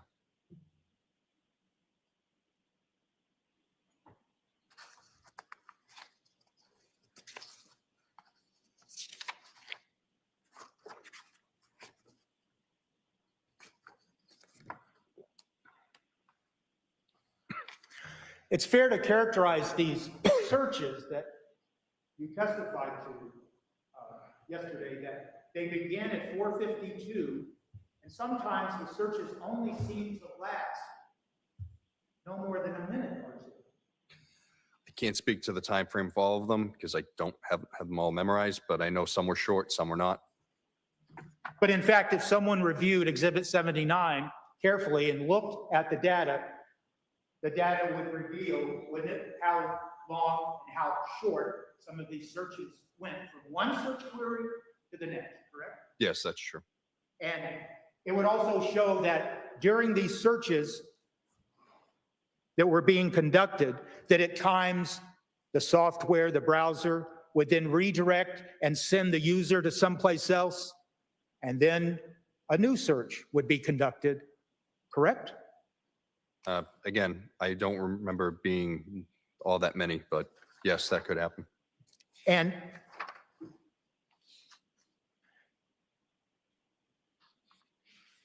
there are searches that include searches of what detergent to use to clean up, correct? Clean up what? Clean up a wood floor? You recall that? If you don't, that's fine. I remember it having something else in that search string, but I don't remember just how to clean wood floors. Okay. Do you remember, as you said here today, anything about searches for concrete floors? Yes, Okay. All of these searches, they go on not just for one day. These searches go on for at least 3 days, don't they? I believe they go from the 1st to the 4th. Okay. And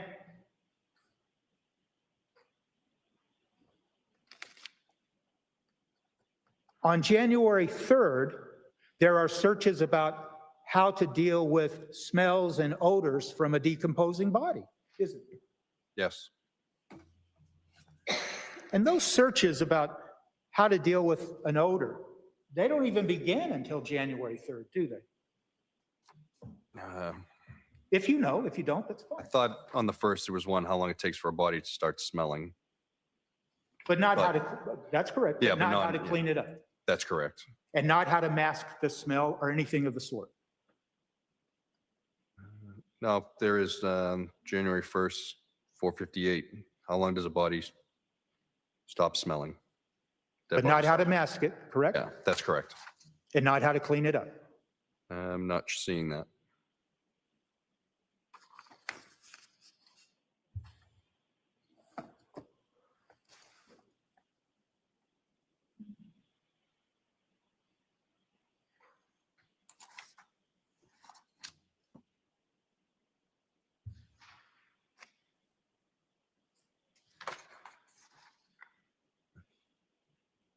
You're not seeing it. I'm not seeing it. I'm just seeing the beginning ones that I've already talked about. That's all I have. Redirect. Very, very briefly. 79.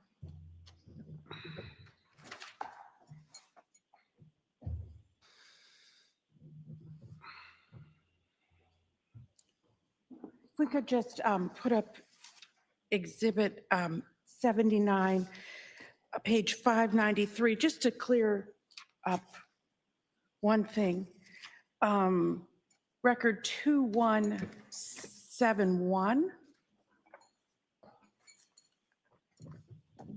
If you could just read that title, please, Trooper.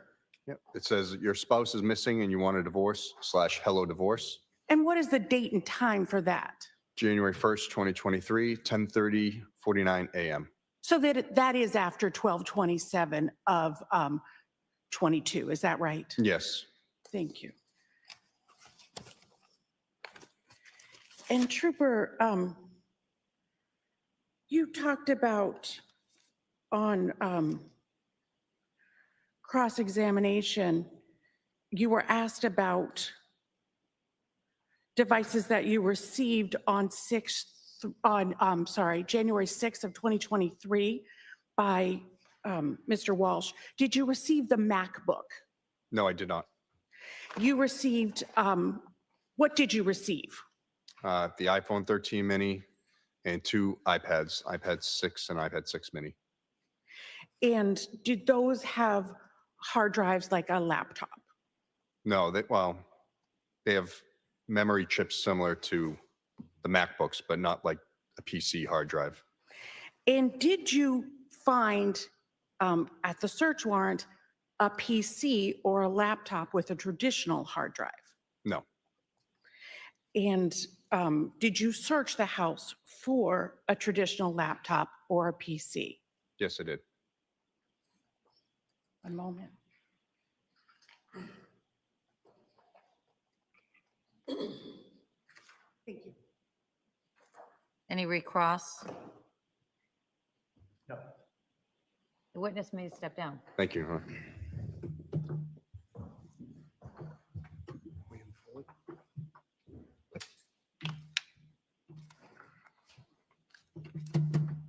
Commonwealth may call its next witness. Thank you, Your Honor. Commonwealth would call William Foley.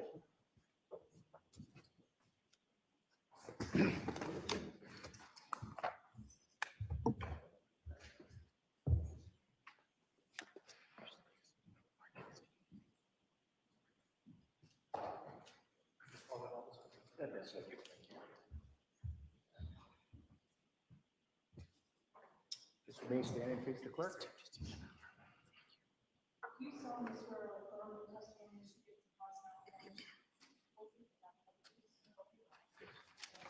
Step right up here, sir. Just watch that, sir. Thank you. You may proceed. Thank you, Your Honor. Good morning, sir. Morning. Could you state your name and spell your last name for the record? Yes, my name is William Foley, Foley. And where do you work, sir? I work for U.S. Customs and Border Protection. What does the U.S. Customs and Border Protection do? The U.S. Customs and Border Protection inspects arriving merchandise, cargo, and travelers traveling into and out of the United States. And how long have you been with U.S. Customs and Border Protection? With U.S. Customs and Border Protection for 13 years. And what are your responsibilities there? My responsibilities are mainly to inspect documents of individuals that are traveling into and out of the United States. Are you familiar, as a result, with a system known as TECS, T-E-C-S? Yes, Can you tell us what that is? sure. So TECS is a law enforcement tool that basically stores arriving and departing records for individuals that are traveling into and out of the United States. And who has access to it? U.S. Customs and Border Protection. And how are entries in TECS generated? They're mainly inputted by the airlines when passengers travel internationally on aircraft. Now, are you familiar with another system called APIS? Yes, Can you tell us what that is? yes. So APIS stands for Advanced Passenger Information System. It's a system used by the airlines to transmit travel data of passengers traveling into and out of the United States. And what interaction does that have with TECS? Once a record is inputted into APIS, It's transmitted to text within 72 hours of a traveler's arrival or departure into the United States. And what would someone who's traveling in or out of the United States need to give in order to have their information go into APIS? A passport. And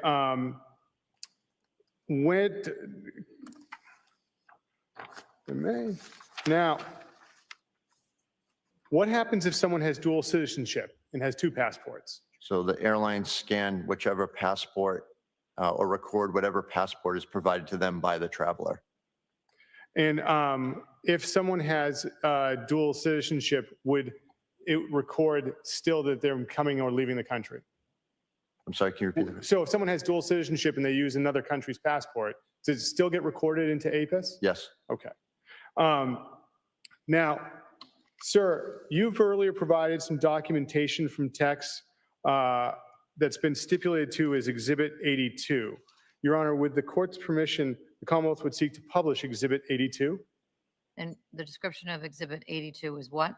a two-page text document having the name Anna Walsh. Is it from one of these two systems? It is from the TECS system by U.S. Customs and Border Protection. All right, the 2 pages of TECS documents are now admitted into evidence as Exhibit 82.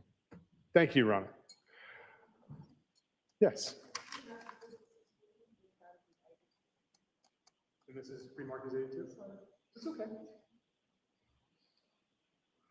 We're literally on the same page. So, Mr. Foley, can you see the screen, sir? Yes, sir. Okay. Now, I'd like you to walk us through this document. The date at the top left-hand corner in time, what is that, sir? July 8th, 2025. And underneath that, encounter date to start and encounter end date, what are those two dates representing? Those dates are the travel records from January 1st, 2022 and ending on July 7th, 2025 for pertaining to Anna Walsh. And what is the date of birth? Date of birth is April 12th, 1983. And scrolling down, sir, there is 2 lines of entry with Anna Walsh's name. Can you walk us through what those 2 lines represent? Sure. So the bottom line shows that Anna Walsh departed the United States on November 23rd, 2022 and returned to the United States on December 7th, 2022. So on that bottom line, after November 23rd, 2022, there is a UA under carrier code. What's that mean, sir? That stands for United Airlines. And what does the O in the next column mean, sir? That stands for outbound. And now, sir, it says on board. What is the significance of that? That shows that the airline confirmed that she was on board the aircraft. Now, on the top row of data, right above that, what does LH mean under carrier code? That stands for Lufthansa Airlines. And what does the I mean, sir? Inbound. Now, underneath that, there is a legend. And can you just run through the legend for us as far as what the codes and values are next to them? Sure. So DUB is Dublin, Ireland. FRA, Frankfurt International Airport in Frankfurt, Germany. BOS is Boston Logan International Airport. And IAD is Dulles International Airport in Washington, D.C. And sir, other than those 2 entries, were there any other records of Anna Walsh traveling outside the country from January 1st, 2022 to your July date in 2025? No, sir. Nothing further with Mr. Foley, Your Honor. Any cross? The records that have been admitted as Exhibit 82, they're not public records, are they? No, sir. Any redirect? No, Your Honor. The witness may step down. Thank you. Patrick Graver.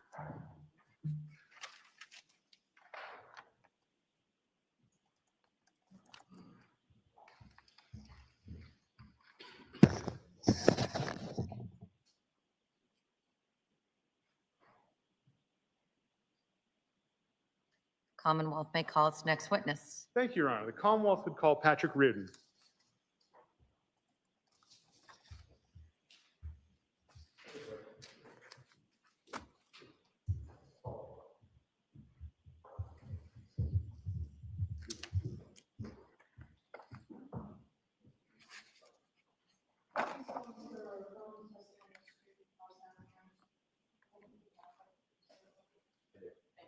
Right this way, sir.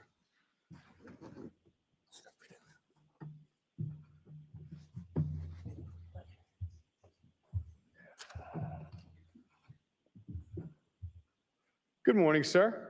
Morning. Sir, could you state your name and spell your last name for the record? Patrick Reardon, Reardon, Where do you work, sir? Cohasset. And what do you do in Cohasset? I am a sergeant and a canine handler. How long have you been, you say sergeant, so I'm assuming Cohasset Police Department. Yes, How long have you been with the Cohasset Police Department? about 18 years, And how long have you been a sergeant? about 3 years, And how long have you been a canine handler? about 15 years. And in January of 2023, what was your canine's name? Einstein. Now, what type of dog is Einstein?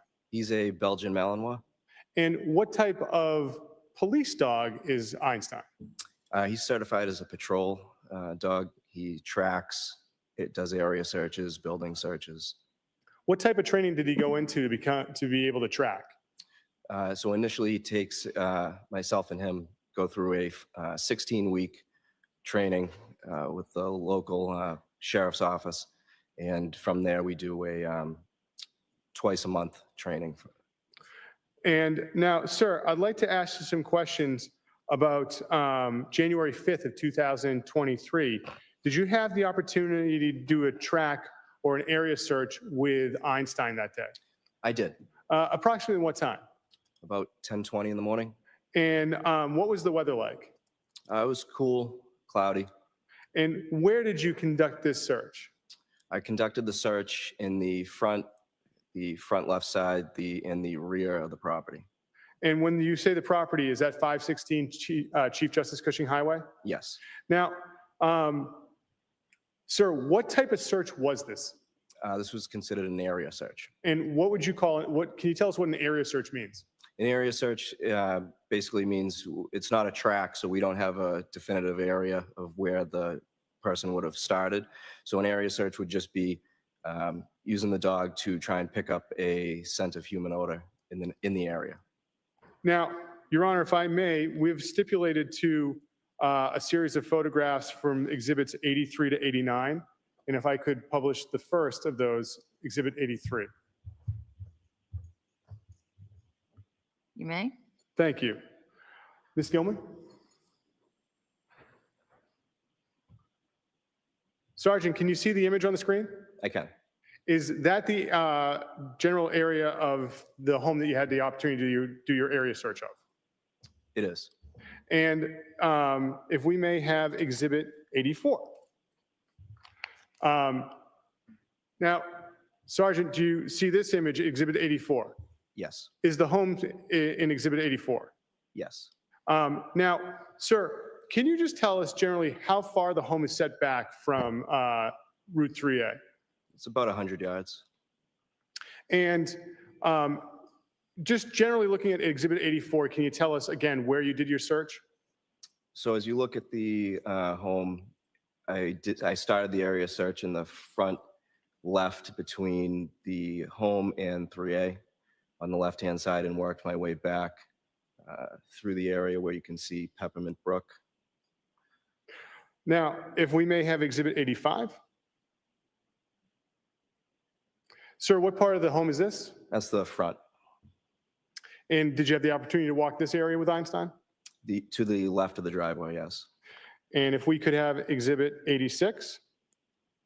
Do you recognize this area, sir? Yes. And that was also an area you got to walk with Einstein? Yes.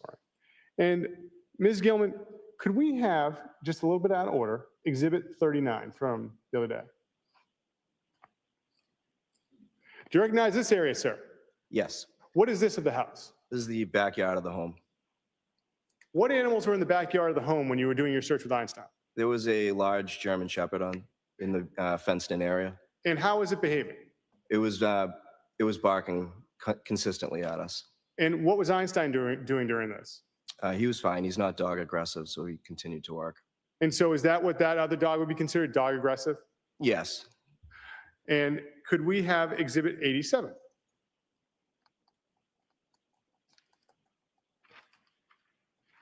Do you recognize this area, sir?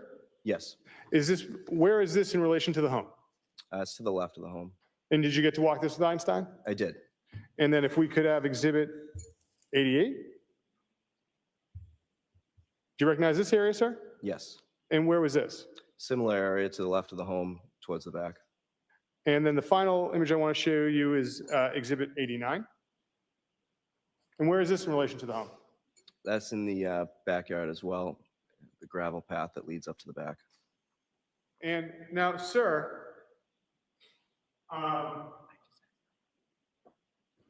what, if anything, did you find? We didn't find anything. And how long did you do that area search with Einstein? It was approximately 25, 30 minutes. And did you go inside the fence where the dog was? No, I did not. Why not? Because the dog was there and it wouldn't have worked out. All right. Nothing further, Your Honor. Ross, No questions. the witness may step down. Thank you. Thank you.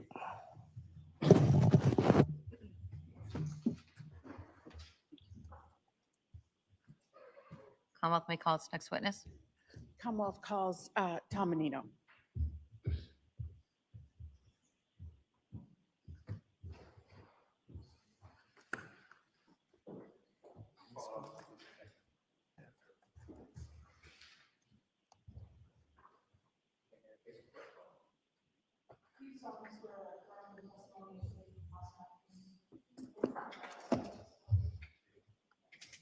Right this way.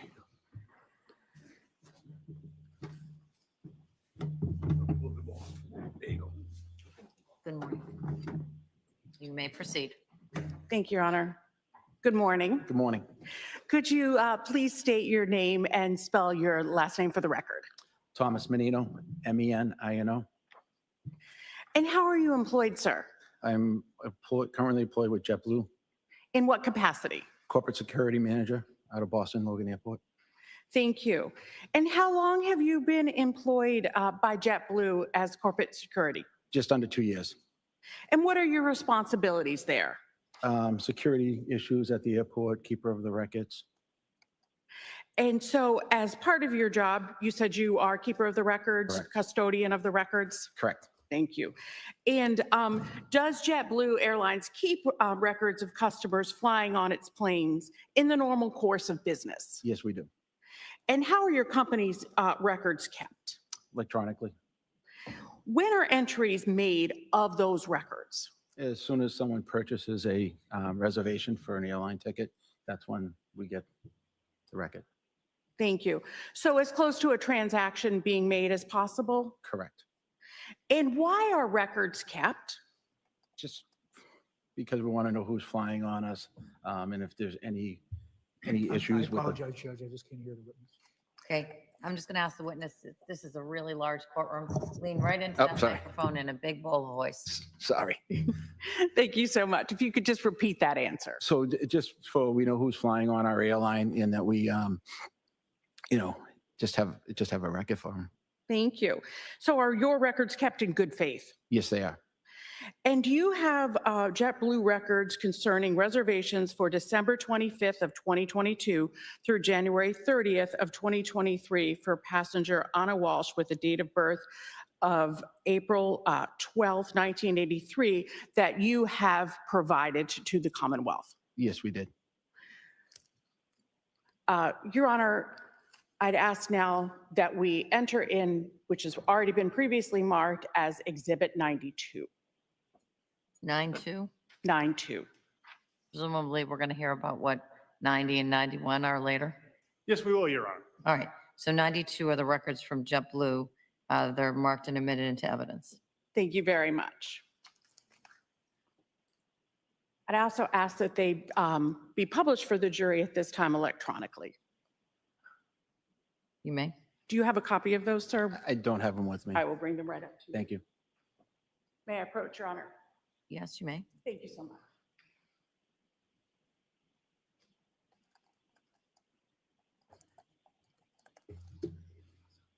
Thank you.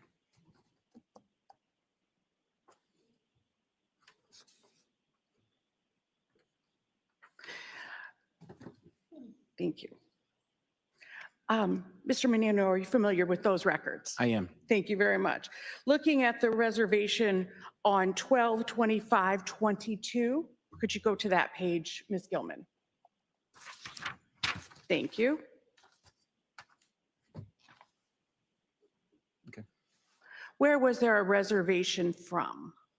This reservation was from DCA, which is Reagan National Airport, to Boston. So, and the code for Boston? BOS. Thank you. And what time was that reservation for? It was for 6:30 p.m. And can you tell if Ms. Walshe took that flight? No, that flight was refunded. Okay, so you can tell that she did not take that flight, is that correct? Correct. And where do you see that flight was refunded? Where it says STAT, STAT, it says RFND. And what happened to that flight? Do you know, did that flight go that day? That flight went, but that was a refunded ticket. Okay. And when was that flight purchased? Looks like it was issued on December 20th of 2022. Going to the next record on 12/27.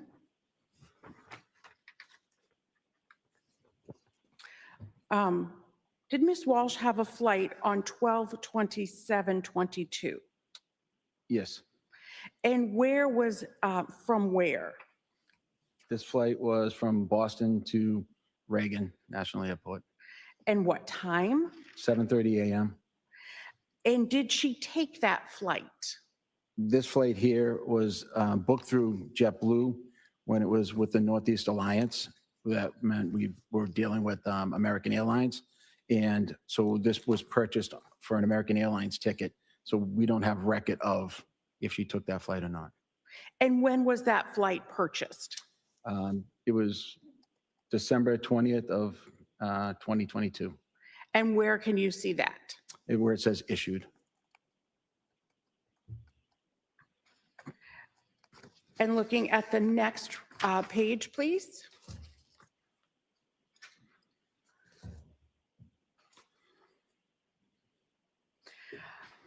Did Ms. Walshe have a flight on 12/30/22? Yes, she did. And from where to where? That flight was from Reagan International Airport to Boston. And what time? That was at 6:30 a.m. And did she take that flight on December 30th of 2022? That ticket was used. And when was that flight purchased? December 20th of 2022. And what's the difference, if you know, between created and issued? Yeah, so it's created. That's when the ticket was created, was that date, and it was issued, the ticket was issued on the second date. So yeah, that was created on November 5th of 2022. And then it was issued? Yes. Okay. correct. So created is the day it was purchased? Correct. Thank you. Ms. Gilman, if you could just go back to that. Thank you. So created is the day it was purchased? Correct. Thank you. And was there a flight on January 3rd of 2023? That's correct. And from where to where? From Boston to Reagan, And what time? that would be at 6 a.m. And was that flight used? And Ms. Gilman, if you could go down now. No, that says it was no-show, so it meant that the person did not show up for the flight. What's the difference between refund and no-show? So refund is you can cancel your ticket prior to your flight, and get your money back. No show means you just don't show up for the flight. And looking at the next document, please.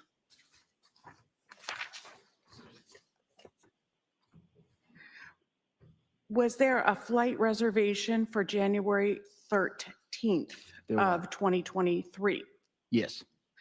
And where was that flight scheduled from?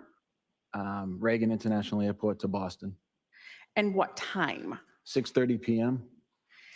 And did Miss Walsh take that flight? That was a no-show on that flight as well. And if you could go down, please. And and where do you see that? Right there, it says CMP2. Hold on, let's make sure I get the right one. The third, sorry, it's CMP1. It's the lower one. Thank you. And going back up, when was that? That was created on November 5th of 2022. Okay. And looking at 116, did Miss Walsh have a flight reservation for 116 of 2023? Yes, she did. And where was that flight scheduled from? That was from Boston to Reagan, And what time was that flight for? 6 a.m. And did she take that flight? That was a no-show on that flight. And when was that flight purchased? Going That's- up, please. November 5th, 2022. And Ms. Gilman, could you go up in the record so we could see that, please? A little bit more. Go up, please. Thank you. And going to the next document, please.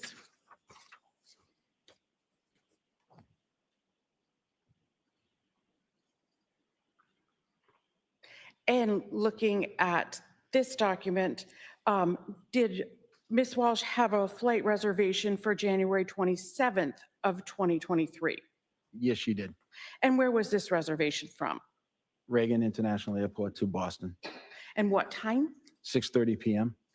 And did Ms. Walsh take that flight? That was a no-show for that flight. And when was that flight purchased?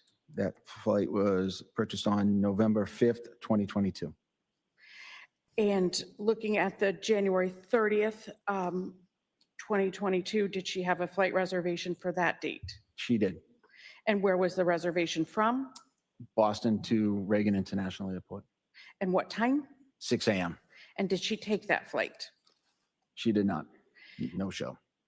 And when was that flight purchased? On November 5th, 2022. And the final page, please. And what is this document showing, Mr. Menino?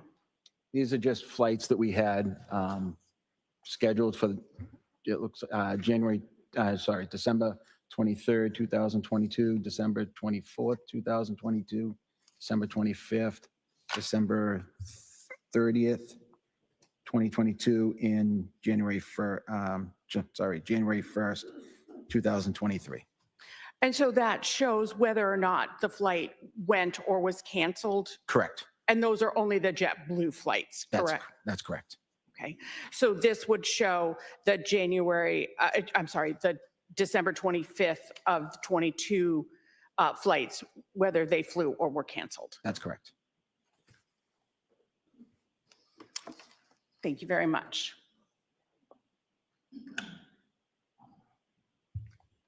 Any cross-exam?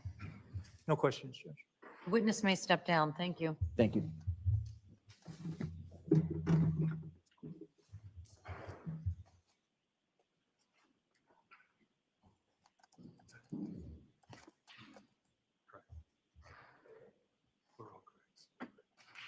Commonwealth may call its next witness. The Commonwealth would call Greg Lawrence.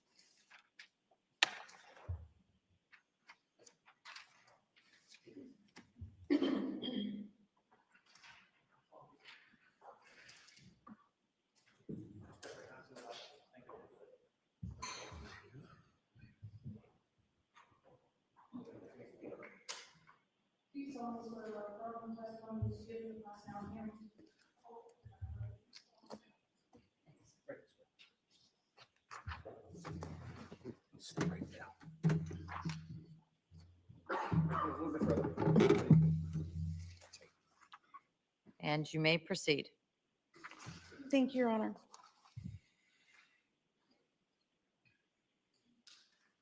Good morning. Could you please state your name for the record and spell your last name?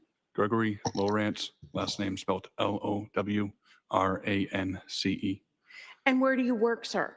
The Cohasset Police Department And how long have you worked there? since 2018. And what are your rank and responsibilities? Currently, I am a police officer assigned as a school resource officer to the elementary school in town. And what were your responsibilities in January of 2023? I was working as a patrol officer. In what shift were you working on January 4th of 2023? The 8 a.m. to 4 p.m. shift, And how were you dressed for that shift? regular department uniform. And where were you dispatched at approximately 11:44 a.m. on January 4th of 2023? 516 Chief Justice Cushing Highway in Cohasset. Sir, can you keep your voice up, please? I'm sorry. Lean right into that microphone. You can also move that a little closer to you, the microphone, if you want.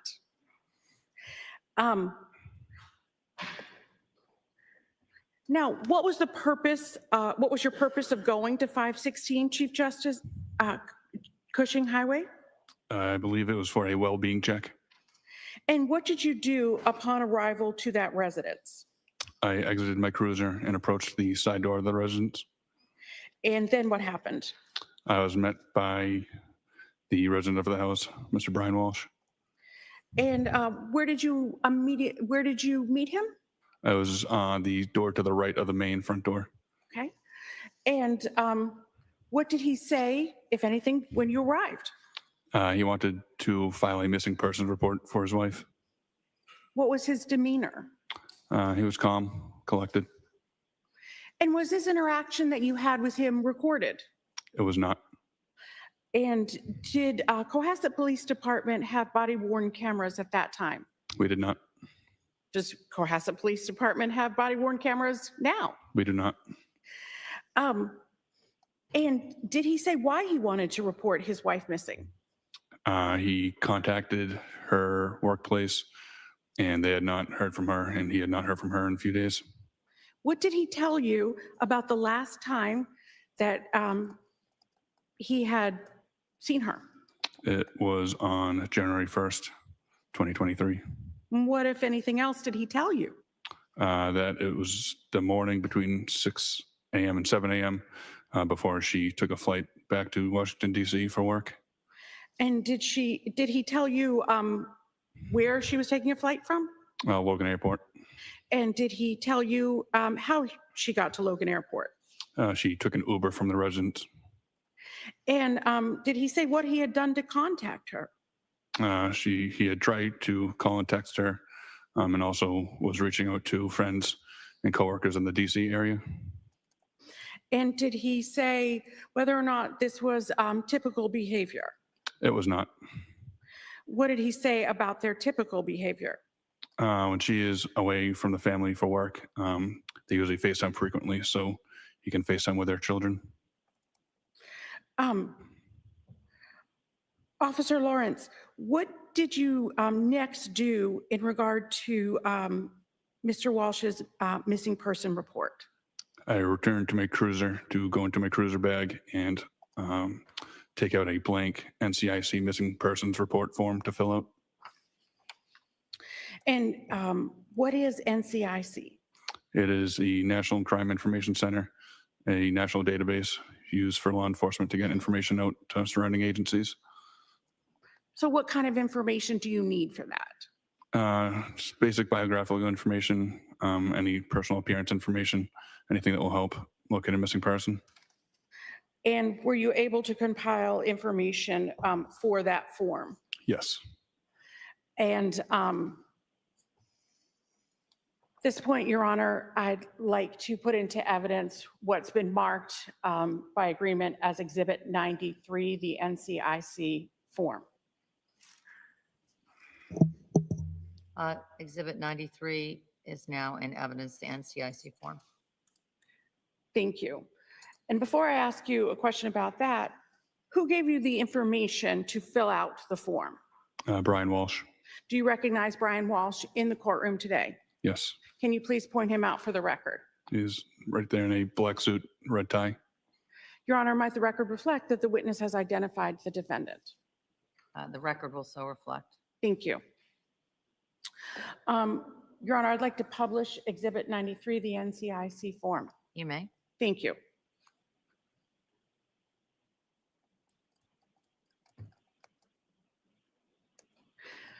What did the defendant tell you was the name of his wife? Anna Walsh. And what did he say was her date of birth? April 12th, 1983. Where did he tell you she was born? Belgrade. What information did the defendant tell you about where Anna Walsh lived? They owned a townhouse in Washington, D.C., which she stayed at when she was down there for work. Ms. Gilman, if you could go down. And what did he say was the address? 5334 43rd Street Northwest. And did he give you the Washington, D.C. and the zip Yes. code? Yes, ma'am. And did he say what her car was? Yes.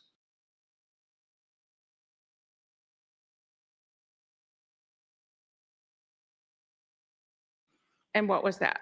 A 2022 gray Volkswagen Taos. And did he give you a physical description of her? Yes, ma'am, he did. And what was that physical description that he gave you? About 115 pounds in weight, 5'2" height, brown hair, brown eyes. And did he provide you any information about her phone? Yes, he supplied me with her cell phone number. And well, why is the cell phone number important for you? Then we can conduct a ping of the cell phone to determine its last known location. And what number did the defendant give you did he also, besides her cell phone, did he also give you his cell phone number? Yes, he did. And what number did he give you? 617-939-8646. And did the defendant tell you what airline Ms. Walsh was going to fly? He said that she was flying JetBlue. And why is that information important? Then we can contact Logan Airport and determine if she boarded any flights for JetBlue that day. And after obtaining the information from the NCIC form, where did you then go? I then returned to the Cohasset Police Department. And I should ask, did you go inside the house at that time? I did not. How long were you at the house? Probably around 20 minutes. And at some point, did you go back to the house that night? I did. And why did you go back to the house that night? I returned to the residence around 6:30 p.m. For a recorded interview with Sergeant Harrison Schmidt. I might have one moment, Your Honor. Yes.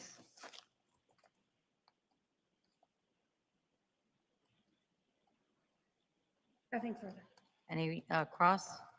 Two questions. Had you ever been to that house before? No, sir. And you started working at Cohasset in 2018? Yes, sir. Thank you, sir. Can I see counsel at the side of the bench? The witness may step down.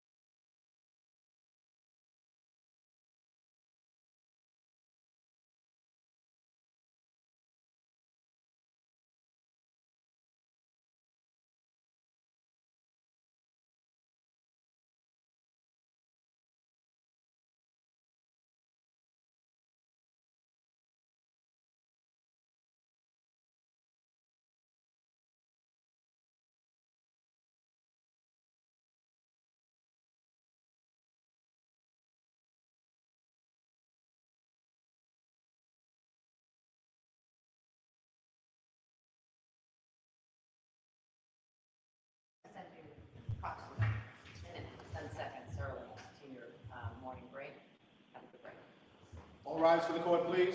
Close your notebooks.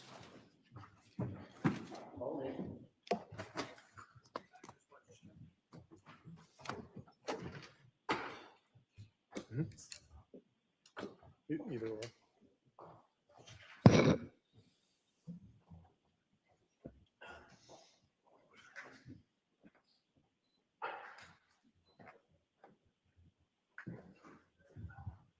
That's makes it easy.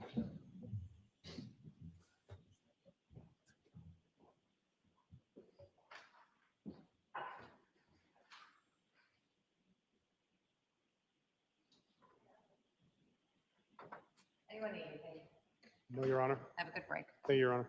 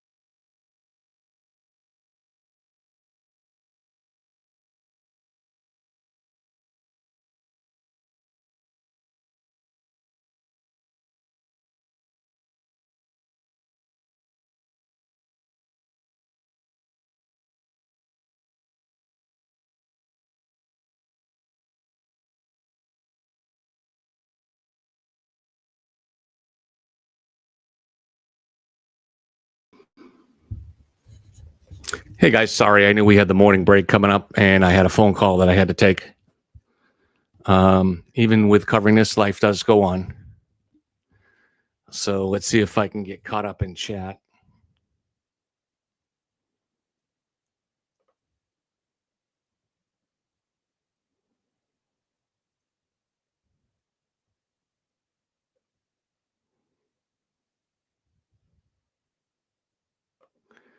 All right, let's see. So somebody with the name @2646 says, "Good morning, Kevin. I see people concerned over any suicide claims by the defense that's not possible since the defense claims natural cause of death." Yes. No, you're exactly right. I mean, they could have in theory claimed that before, but as the defense lawyer said in his opening statements, their claim is going to be, and Brian Walshe is going to take the stand himself, that their claim is going to be that she died of natural causes in bed with him. You know, the problem is of course, if you waking up to your loved one having died, that's not hard to believe. That happens in real life all the time. But why you don't call 911 and why instead, you know, this happened to somebody, a very good friend of ours, many years ago, but someone that we grew up with, and he was only 28 years old at the time and married, and his wife woke up and he was blue, completely blue, and not breathing, and he was 28 years old, and it turned out that he had a heart defect. And he was in great shape. He was a firefighter. So he died in his sleep, essentially. But when his wife woke up, she did see him blue, and the natural thought is to save him. So she obviously called 911, and the ambulance came.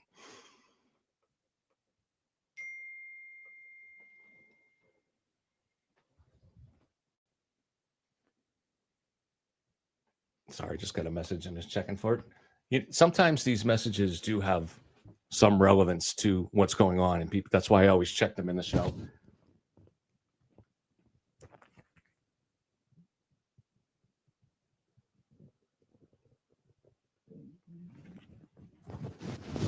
Okay.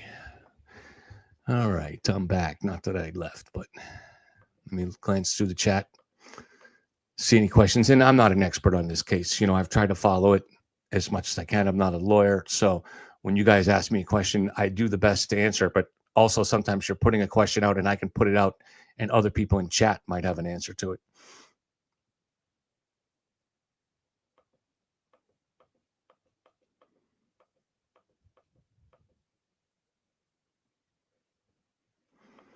Yes, Joe, court's in recess. They'll be back in about 20 minutes.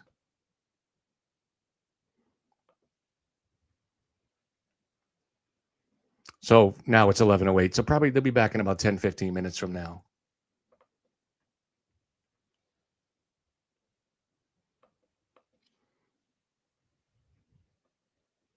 Francesca says that Brian is kind of like Murdaugh in that he probably thinks he can talk his way out of a conviction. Yeah, I think that's the thing with psychopaths. They can be very articulate, and they usually are, but they overestimate their own ability to articulate things and to their ability to fool people. And one of the reasons that a psychopath is able to fool people is not necessarily because they're more intelligent or because they're that good at what they do, but because most people are nice people. And so it's easier for someone like a psychopath to take advantage of that. And that gives them the false impression that the other people are stupid. But no, I make that mistake all the time. I get burned all the time in life. Not because I am naive or foolish or can't see what's coming. Someone's going to use me. I can see it. So if you're one of those people that do use me and you happen to be listening now, yeah, I could see it. I just try to give you the benefit of the doubt that you're not doing that. And so then when it happens, you might tend to think, well, that guy Kevin was an idiot. It was easy for me to take advantage of him. But it's not really the case. Actually, I generally know. It's just in the back of my mind. I'm like, all right, is this person using me? All right, but I'm going to give them the benefit of the doubt and just hope that they're not. Because most people are good too, so it is worth giving people the benefit of the doubt in the hopes that they aren't using you.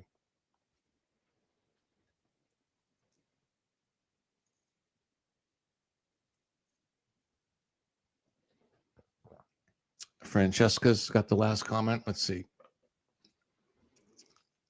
Oh, I accidentally hit Joe's. I wondered about blunt force trauma too, but wouldn't they have found cast off spatter if he beat her? Well, that's a good question, Francesca. Could he also have cleaned it? He spent a lot of time cleaning. So could he effectively have cleaned blood spatter? He did. I don't have his. We went over his Google searches yesterday. I can pull him up again. In fact, I think I have him on this laptop. But some of those searches did involve how to get rid of blood. So, you know, that blood could have been on clothing, his clothing, but it also could have been. Let's see. I already got these right in front of me now. But it also could have been spatter on the walls, right? Let's see, one of his first questions. No, that was not a first question. How long before a body starts to smell? How to stop a body from decomposing?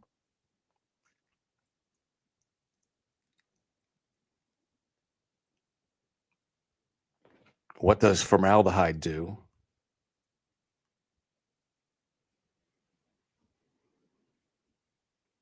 How to clean blood from a wooden floor?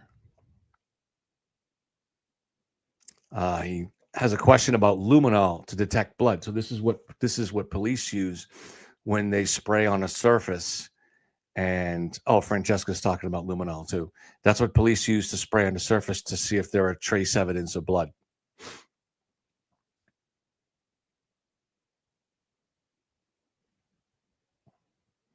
Is it better to throw crime scene clothes away or wash them? So let's look at that question. Why would he be asking that question? And one, I don't know what you guys think, but one reason that comes to mind for me is that, let's say he's wearing a certain type of clothing. He's wearing a red flannel shirt that he got for Christmas. So it looks pretty new. And so he's wearing this. It's New Year's Eve. And they did have a guest go over. What was her name? Jenna, I forget. That it was with him just hours before. So that person may remember what he was wearing. And they may remember, for instance, this is a hypothetical, that he was wearing a brand new red flannel shirt that looked like he had just got it for Christmas, or a sweater. And do you just wash that if you've got blood on it? So he must have got blood on the clothing. Well, that's not necessarily true. He could have been worried about DNA on the clothing. But let's assume he got blood on the clothing.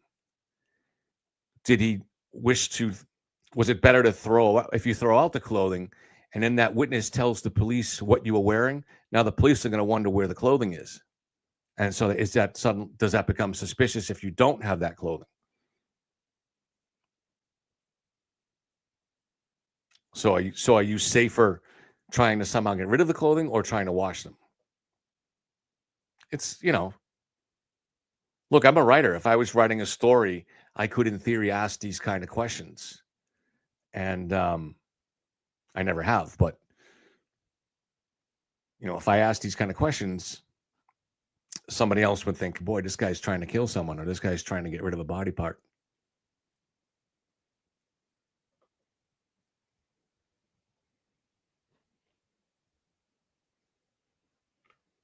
Another question he asked was, can you identify a body with broken teeth?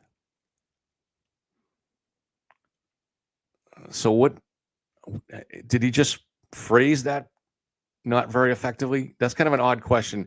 So in the Whitey Bulger case, Whitey Bulger used to remove his victims' teeth so they couldn't be identified, because we know that dental records can be used to identify a body. But he didn't ask the question that way. So,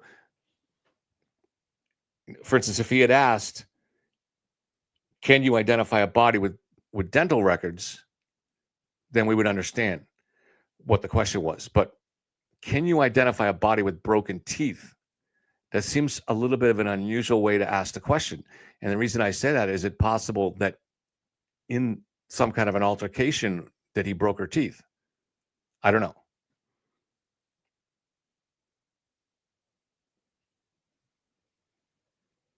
Or was this, or was he removing the teeth? But again, would you call it broken teeth? Was I don't know. Was he removing? I would think that if you're removing the teeth, the question would be, can you identify a body with removed teeth? What do you guys think? Francesca says, so he did break her teeth, beating her, or deliberately break them post-mortem. So it does sound like that, doesn't it, Francesca?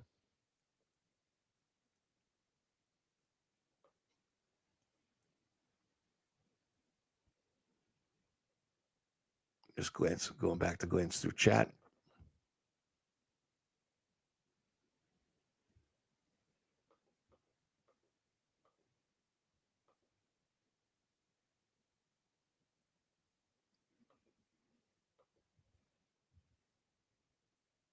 Liz, that was a big factor for her, the broken teeth.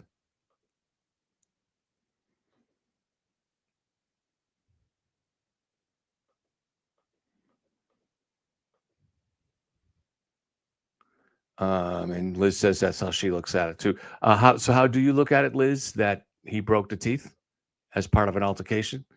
That's a pretty violent altercation, but obviously, he must have killed her, so it must have been a violent altercation. It's just so hard to even imagine punching a woman so hard that you break her teeth. It's just disturbing.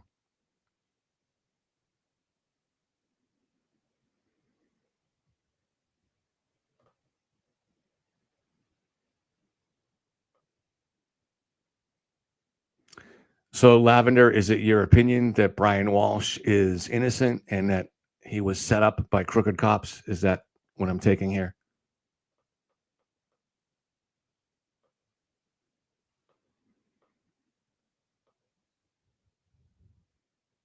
Francesca says it's not clear if he did it, and she's talking about the teeth post-mortem or during the killing. Yeah, Liz says broken teeth sounds more specific than missing teeth, and I agree. So I'm trying to understand why. And I don't know why you would break teeth post-mortem unless you were trying to remove them and didn't know how. And so just kind of ended up breaking them instead of removing them, right?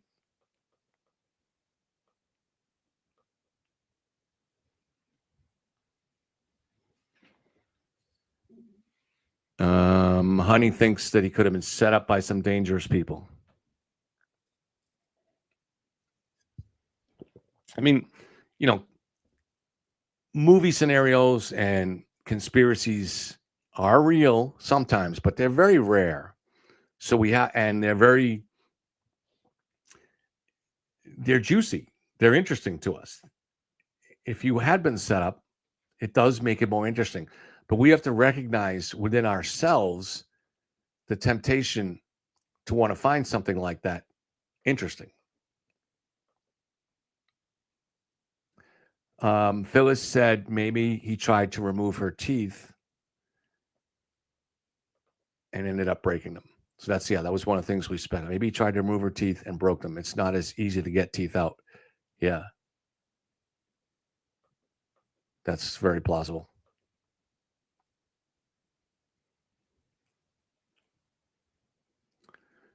Ronnie suggests broke her teeth so she couldn't be identified by the dental records. Yeah, I mean, I guess that would do it too, right? But you'd have to break every tooth, wouldn't you? But is that easier to break the teeth as opposed to removing all of them? It's just amazing. This guy, this is with his wife, the mother of his children, and just hours before she's alive. And now here's a guy who's not a trained killer, not an experienced killer, and here he is doing this to his ex-wife. It's stunning to think of.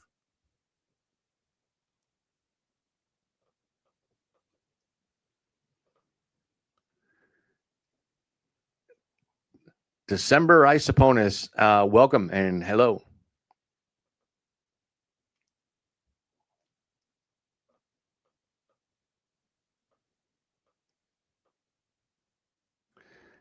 He took a plea to dismembering and disposing of the body. And I'm not sure that he gave details on the actual dismembering, but he did admit, at least according to the newspaper article, so that I don't think that's come up yet in a trial, to putting her body parts into bins and I believe incinerating them. So,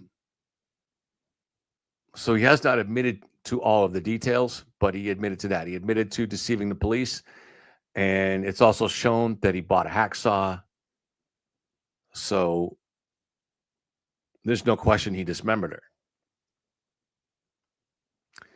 Honey says, I heard there was an email threatening her life. Seems like I didn't hear anything like that. And that would have really definitely helped the state's case in terms of first degree. And I have not heard anything like that, though.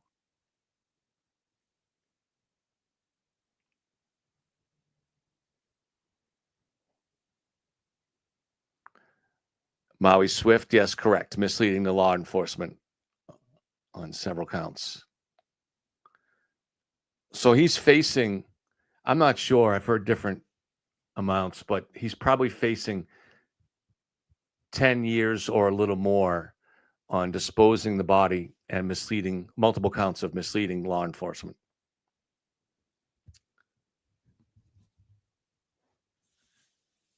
I guess maybe a best case scenario for him here might be, I mean, because they don't know what happened. First degree, Margaret's, I think, en route to the courthouse. And then she'll be here, she'll be reporting on from the scene, from the courthouse. But I think a best case scenario for him would, I don't, you know, so I haven't, like I said earlier this morning, we haven't been able to get a clear answer from any of the lawyers or judges that we talked to as to whether there would be a way to convict him on the lower charge of manslaughter. There seems to be some confusion on that because he hasn't been charged with that. He's been charged with first degree, which means premeditation. And there's no evidence of that. There's really no evidence of any kind as to how he killed her. But there's no, for instance, he didn't make any of these incriminating searches before her disappearance. Email about kidnapping. No, I just have to plead ignorant. I don't know, Liz. I don't remember seeing anything like that. Can somebody run a search? It's hard to do it with one hand. All right, let me run a search on that. Hold on a sec.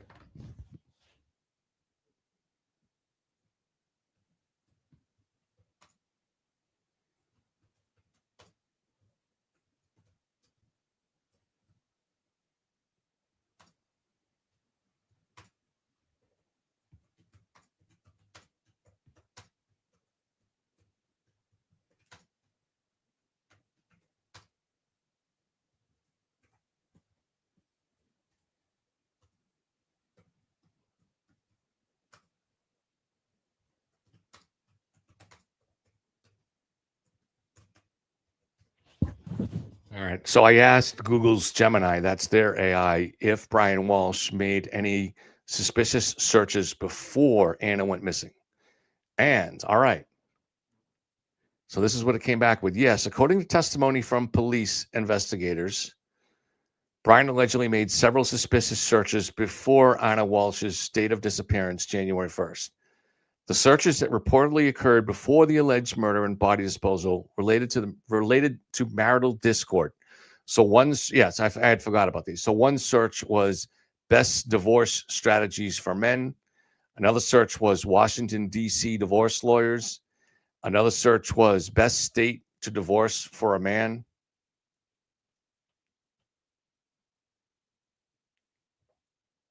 So I don't see anything in here about kidnapping. And that's the first I heard of that too. So according to Gemini, which is a pretty good research tool, and according to my memory, which is not always a good research tool, I don't remember anything about kidnapping, any searches about kidnapping.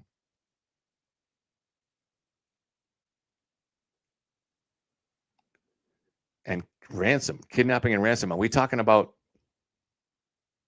The John Benet Ramsey case? Do you have a link to anything like that? If you can link me to any source on that, Liz, my email is leitskev@gmail.com.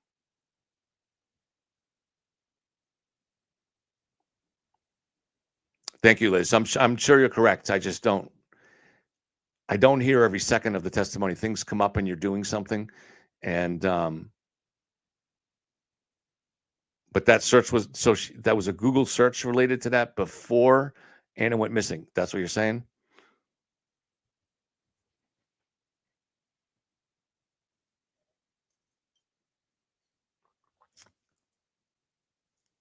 Thank you, Joe.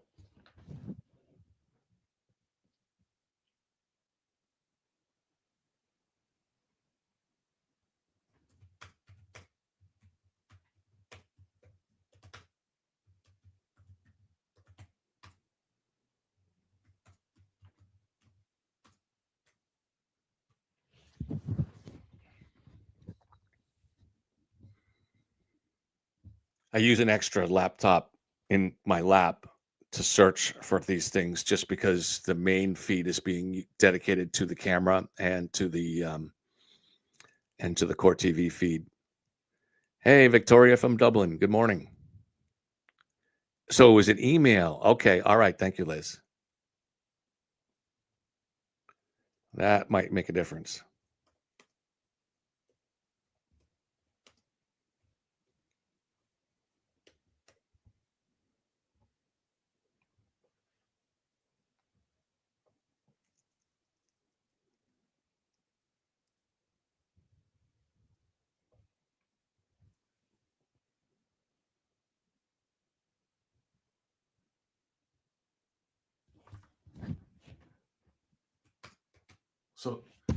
So who did he email that about?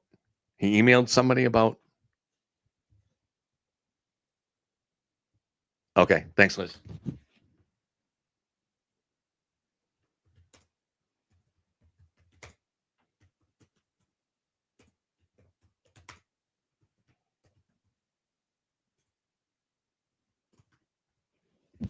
Let's see. 11:27, and we're still on break, but that's how it went yesterday too.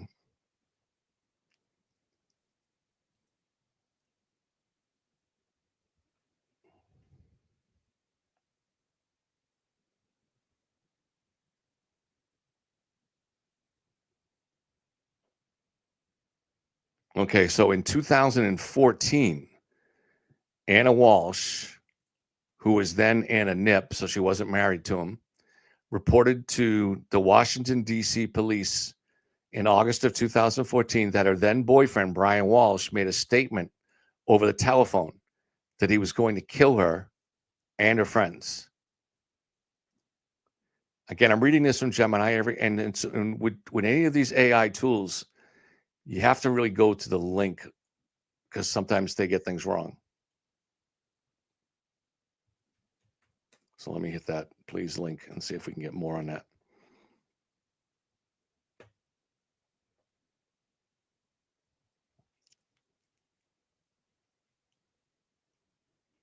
It said a police report was generated for a potential felony threats offense, but no charges were filed because Anna refused to cooperate with the police investigation at that time.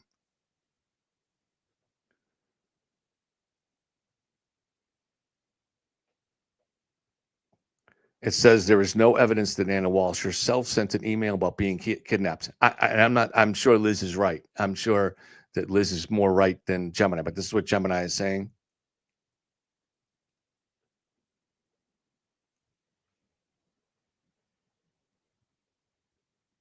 All right. So a Cohasset detective received an email. So this could be it. All right. A Cohasset detective received an email on January 7th, days after Anna disappeared, from an unknown individual identifying himself as Richard Walker. The email claimed, "We have the so-named Anna Walshe with us here. We have her here with us. And if she doesn't pay the money, then she'll never be back." It asked for $127,000. So that's apparently what we're talking about. Looks like we're going back to court. So yeah, I missed that yesterday. Thank you, Liz. That's really interesting. And it looks like the email may have nothing to do with Brian Walshe, I guess.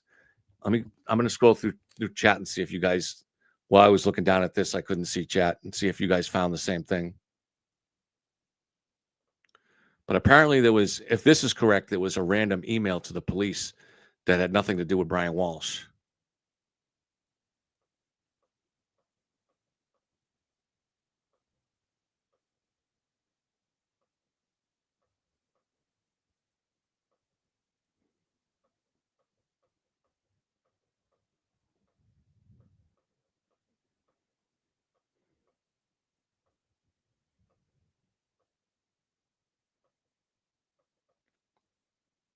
So Liz, look that up yourself. Oh, I'm going to look it up and research it more too once the trial begins again, and see if you find the same thing that I'm finding, and we'll get to the bottom of it.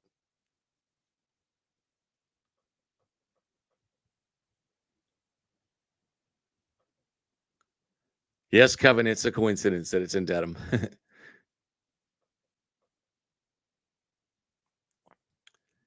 Yeah, it does seem to be a red herring, Francesca.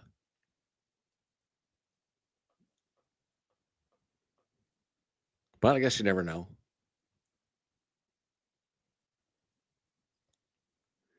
The state and the defense stipulated, so they agreed, that Brian Walshe did not write the email. Thank you. By music by Brian. So I'm guessing that, Brian, you're a musician. Feel free to come by and play on the channel anytime. Demonstrate what you can do.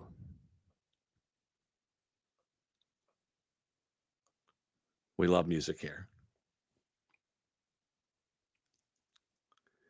And he or she, oh yeah, Brian. So he says, or more accurately, they stipulated that the Commonwealth wasn't alleging that he wrote it.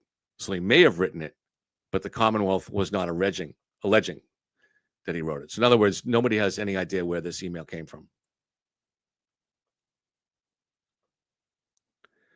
And so Francesca is suggesting it was a red herring sent by Brian Walshe to throw off investigators. That's possible, and that seems to be similar to John Benet Ramsey.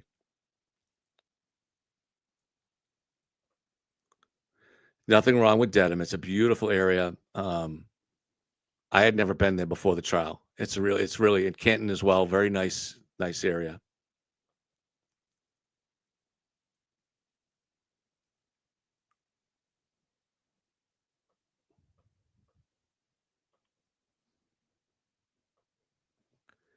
He has a chance, Mark, of getting away with this to a degree, because the state has the problem of proving beyond a reasonable doubt how he killed Anna. And all we know is that he disposed of the body.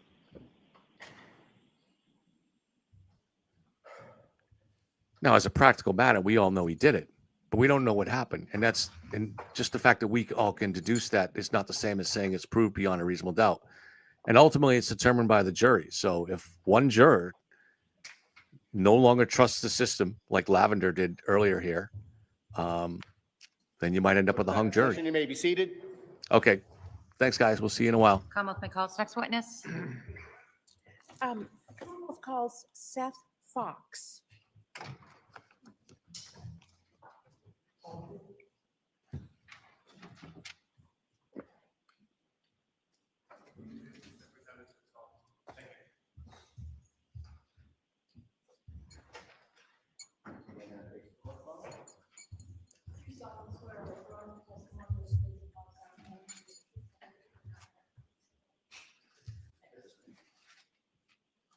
Watch your stuff on me. All right.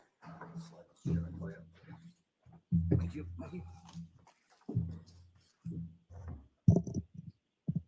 You may proceed. Thank you very much, Your Honor. Good morning. Good morning. Could you please state your full name for the record? Seth Fox, And how do you spell your last name? Fox. Thank you. Mr. Fox, what is your occupation? I'm a subpoena compliance specialist with Lyft. And what is a subpoena compliance specialist? My job is to intake and respond and review subpoenas that are served to Lyft by law enforcement And how long have you done that job? for 2.5 years, And how long have you worked for Lyft? since 2018. And what are your, as part of your specific responsibilities, are you a custodian of records for Lyft? Yes. And as such, what are your responsibilities as the custodian of records? To collect, search for and collect records that we are subpoenaed for. And when are entities made on business records at Lyft? At the time they're created, And why are they made? for purposes of privacy and security and maintaining data. And are they made in the normal course of business? Yes. And are they made in good faith? Yes.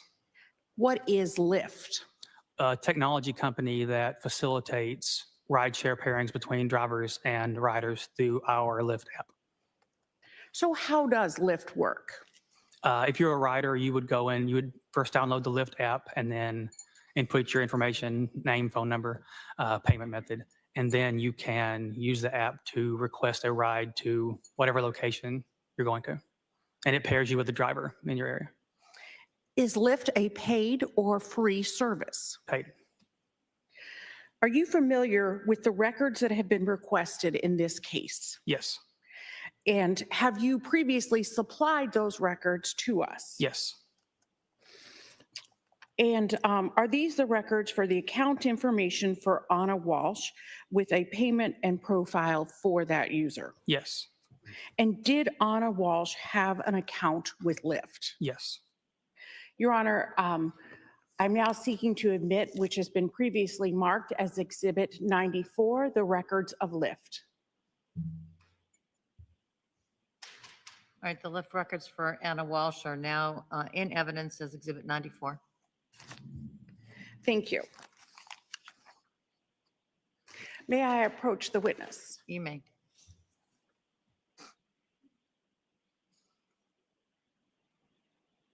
Just going to show you these so you can reference them Okay. during your testimony. Thank you.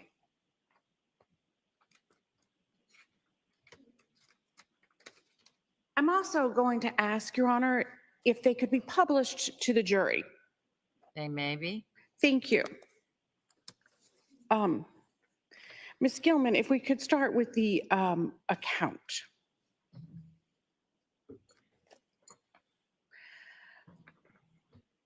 Mr. Fox, when was this account created? This was created on May 16th of 2022. And what phone number was associated with the account? 617-599-7966. And how is the phone number used with Lyft? It is, the app is through your phone, so you have to download it to your phone, and that phone number is how you create rides or request rides. And does Lyft keep other information about the account holder's phone? We keep information such as the IP address at the time the account was created, the phone carrier, and the app version that was used, and the operating system on that phone. And why is that? For data purposes, for privacy security.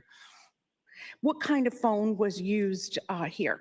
It was a iPhone 14.4. And who was the carrier? Verizon. In addition to keeping that information, do you also keep payment method? Yes. Ms. Gilman, I'd ask you to go to the payment document. And can you tell me about the payment method in these records? It was a Visa card, last four digits, 5421. And finally, sir, Ms. Gilman, if you could go to the cover, were there any rides between December 30th of 2022 and January 8th of 2023 that were used by this rider? No.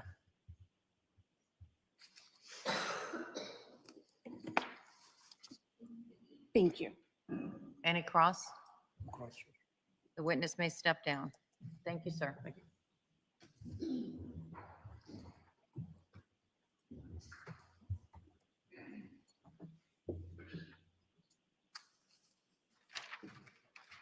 Commonwealth may call its next witness. The Commonwealth calls Alyssa Wimmer.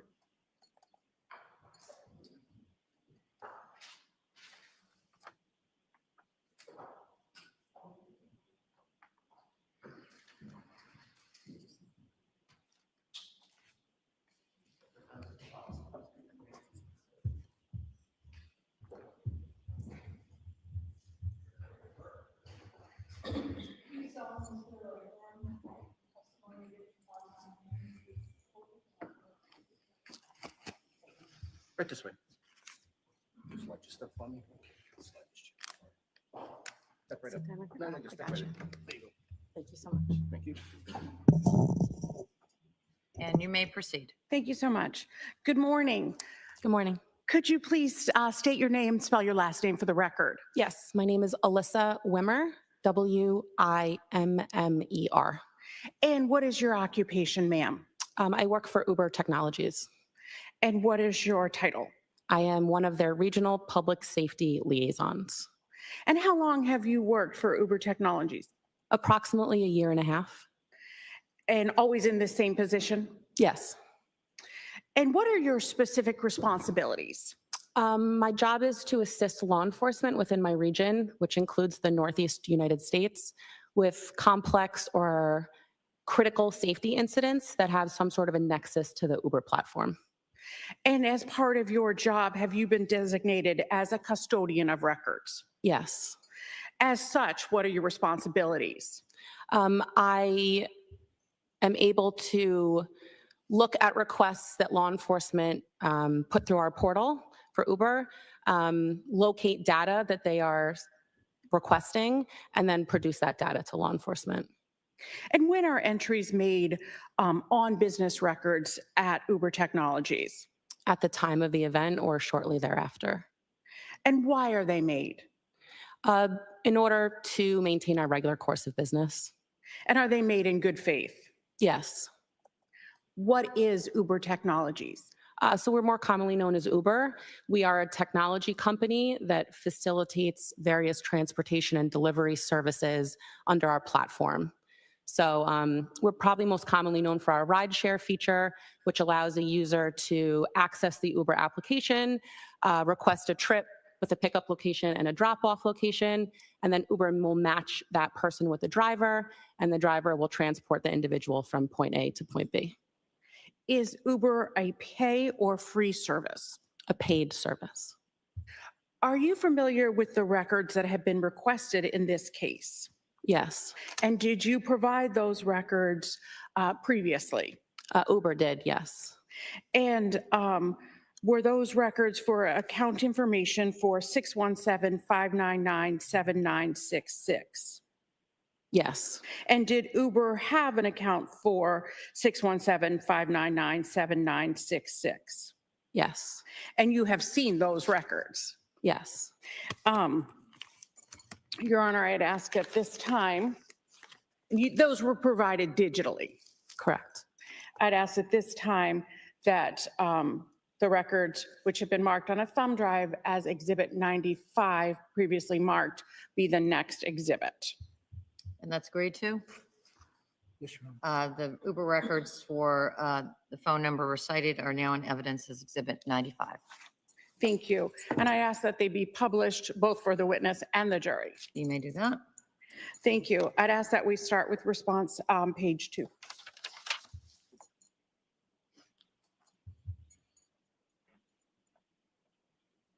So why are records based on a phone number for Uber?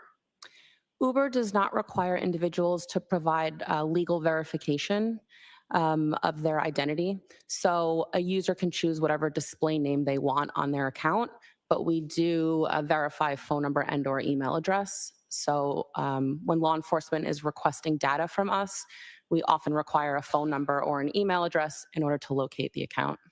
And what name was associated with this account? Anna Walshe. And what email is associated with this account? It's ANCILI83@yahoo.com.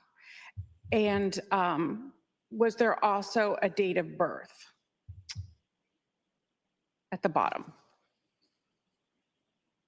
So that date of birth was provided by law enforcement to Uber and as an identifier in order to search for those records. And that date of birth was April 12th of 1983. And were there, going to the next attachment to the response, please?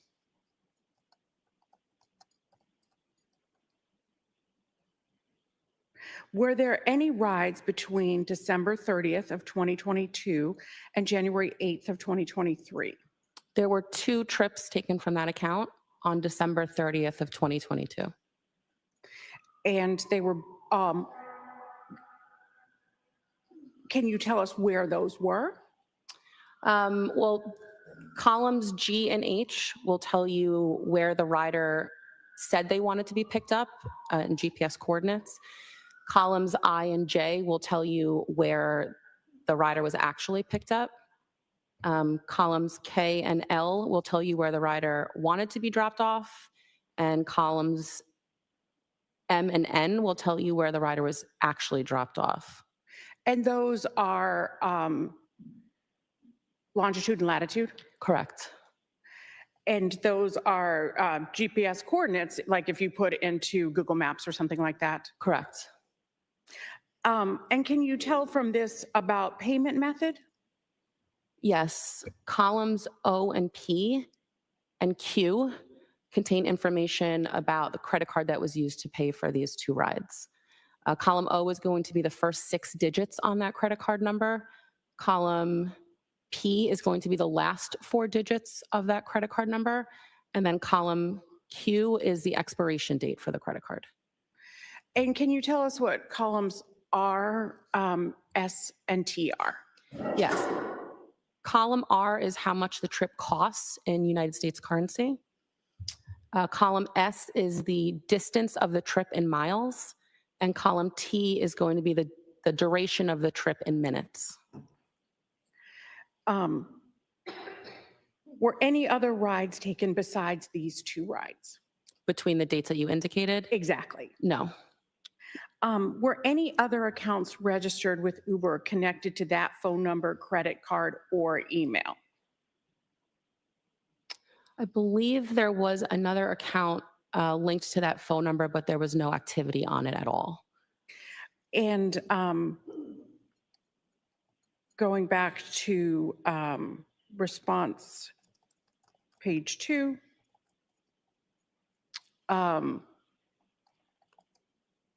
where do you see that? Is that somewhere there?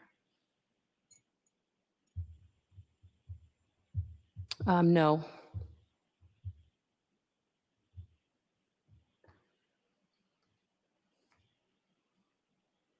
I believe this request was also related to information about trips that were taken. And this account had trips on it. Whereas I believe there was another account linked to this phone number that was never used, never had any trips on it at all. And So there were no trips for that date? Correct. So no information was supplied? Correct. Thank you. Welcome. Cross. Question. The witness may step down. Thank you. Thank you.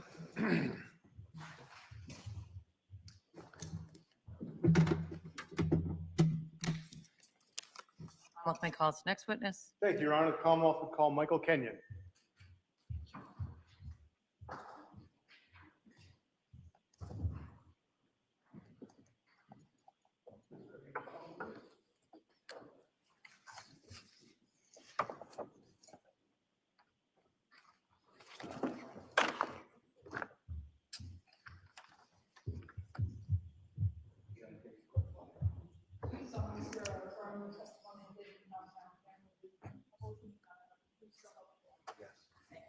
Right this way, sir. Just watch your step. Right. You may proceed. Thank you, Your Honor. Good morning, sir. You, I'm very good, sir. But my first question to you is, what's your name? Michael Kenyon, Swampscott Police Department. And can you spell your last name for us? Yeah, Kenyon. And sir, you said Swampscott Police Department. What is your rank there? I'm an officer And how long have you been an officer of how long have you been with the Swampscott Police Department? since 2020. Now, I'd like to ask you some questions about January 9th of 2023. Were you working that day? Yes. What time do you think you might have got to dispatch to 330 Paradise Road? Sometime right around 3 o'clock. Can you describe 330 Paradise Road for us in Swampscott? It's an apartment complex on Paradise Road in Swampscott. And why were you there? I have been advised by my OIC to go up there and assist some police agencies.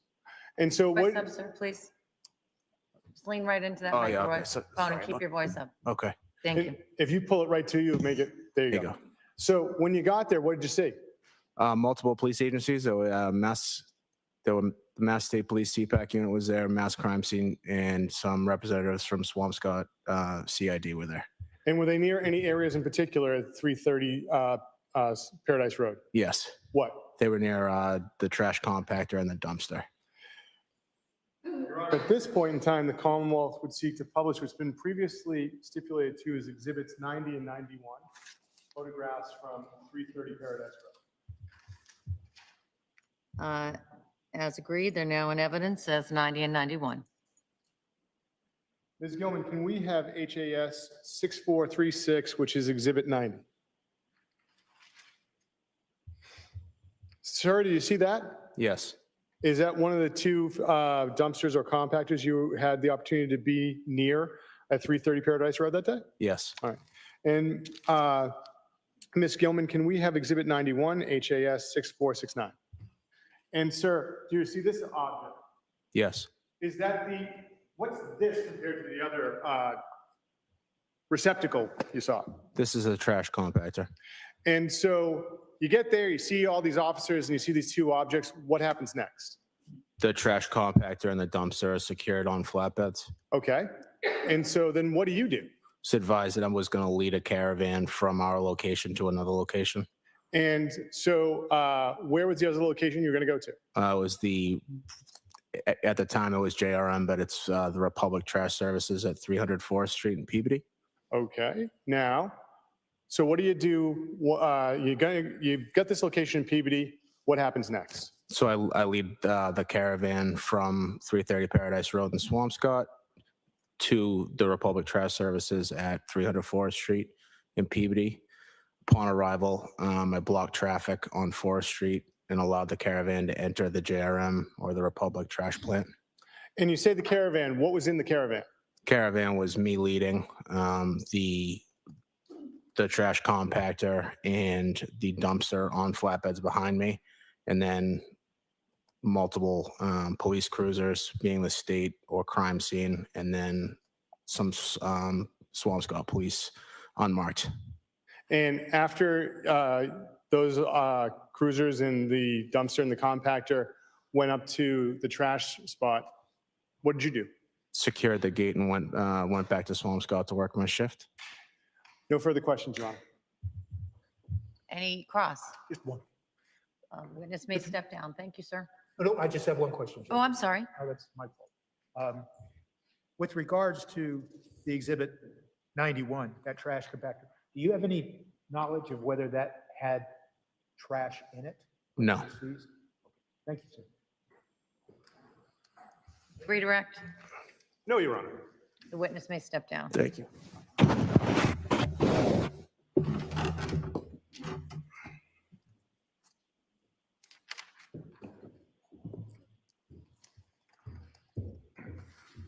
Commonwealth may call its next witness. The Commonwealth calls Sergeant Amy Waterman.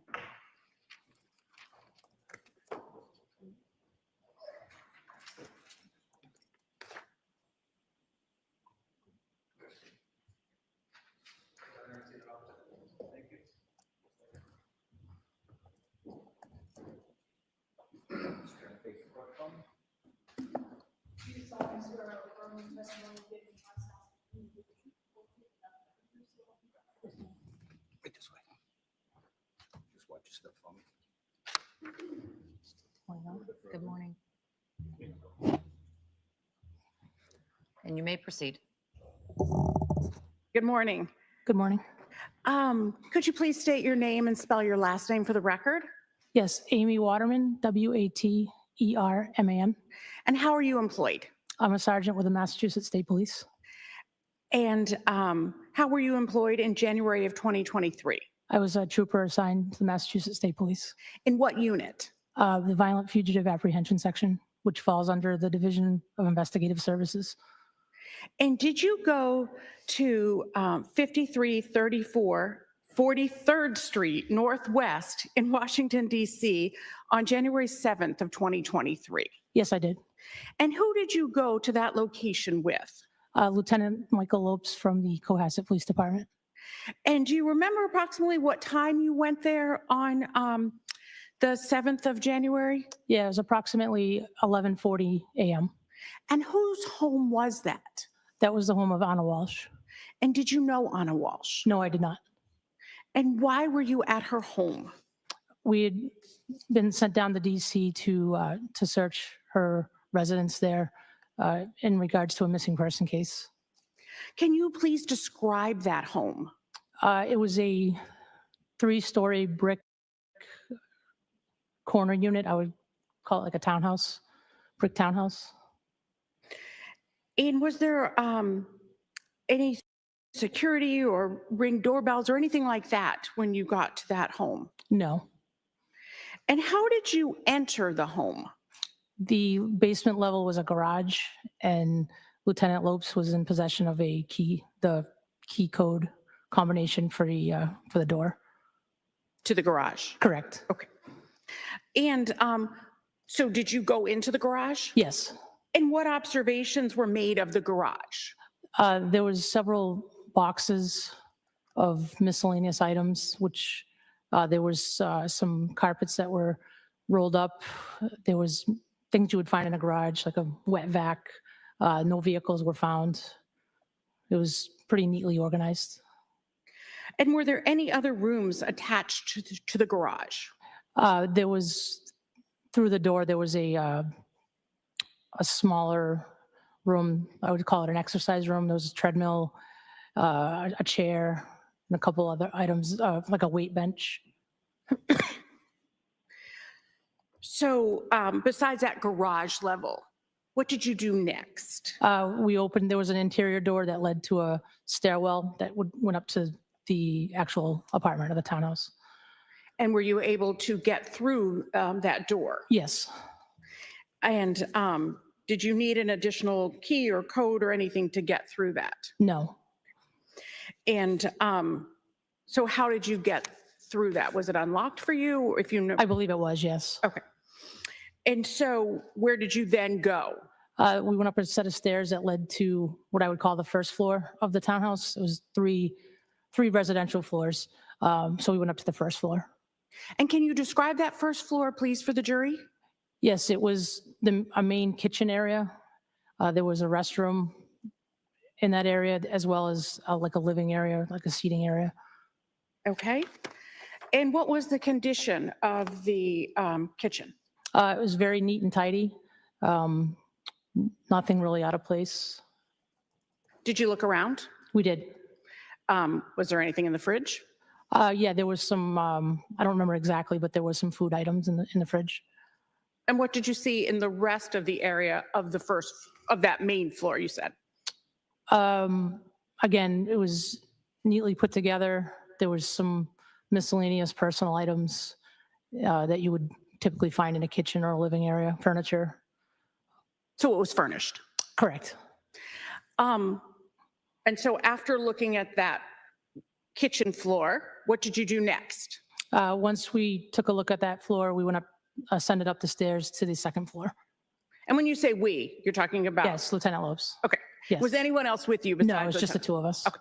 So after you finished looking at the kitchen, you said you went up to the next floor? Correct. And what was on, and how did you get to the next floor? We took the stairs up, and there was another interior door that opened up into a larger area. And what did you see there? I would describe it as the primary bedroom. Essentially, the whole floor was one big bedroom.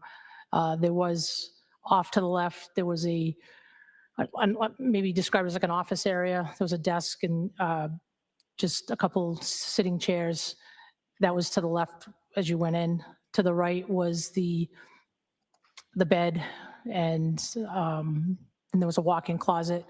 And right before the walk-in closet, there was a door to the left, which was a bathroom. Did you make any observations of the bed? The bed was made. There was a couple female clothing items that were on the bed. Did you make any observations of the closet? The closet was full of clothing, shoes, sunglasses, handbags, miscellaneous things. Did you make any observations of men's clothing in the closet? Yes, there was some men's clothing. And what about the bathroom? Can you describe the bathroom? Like the rest of the house, it was neat and tidy. There were personal items such as hair products and toothbrushes and soaps and things like that. Was there another floor? Yes, there was a third floor. And how did you get to that floor? We ascended up the stairs. And what was on the third floor? The third floor consisted of another restroom, another bathroom, and there were 3 smaller bedrooms. And what observations did you make of the 3 smaller bedrooms? They appeared to be rooms for children, all contained kids' furniture, all very nicely kept and neat. There were various toys and clothing that would tell us that it belonged to the children. And how were the beds in those rooms? They were made. And what size were those beds, if you remember? I don't recall. Okay. What was the general condition of the home? Again, very neat and tidy, well organized.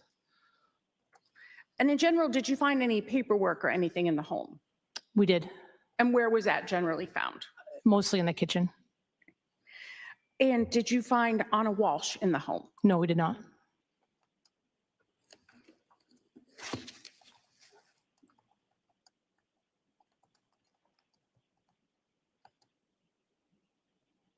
Nothing further, Your Honor. Cross exam. Thank you, Judge. Good morning. Good morning, sir. You've used the word neat many times Correct. because that's the way the townhouse Yes, was well organized. correct. So you said that you found the paperwork, documents. Yes, sir. You used the word primarily. So what was the question? Oh, primarily in the kitchen. Yes. Where in the kitchen? Like, I don't remember exactly. I believe it was, there was a countertop with some shelves underneath it. I believe that's where it was found. okay, did you, you mentioned what, I thought I heard you say, you mentioned something like a study or a desk or something in one of the, in the Yes, primary in the bedroom? primary bedroom, there was a desk. And did you go through the drawers looking for other documents? I don't recall if we did or not. So when you left, did you take all the documents that you've found that you thought were significant? We took some, yes. Okay. And how did you know what kind of documents to look for, the significance of them? Based on the address, personal documents for travel was kind of what we were looking for. Okay. And you said that you saw some men's clothes Yes, and they were in the closet? yes. There were no other men's clothes anywhere else that you can recall? Not that I can recall. All right. Thank you very much. Thank you.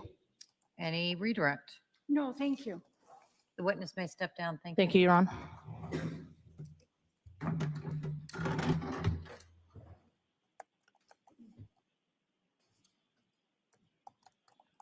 Commonwealth may call its next witness. Your Honor, before we call, can we approach? Sure.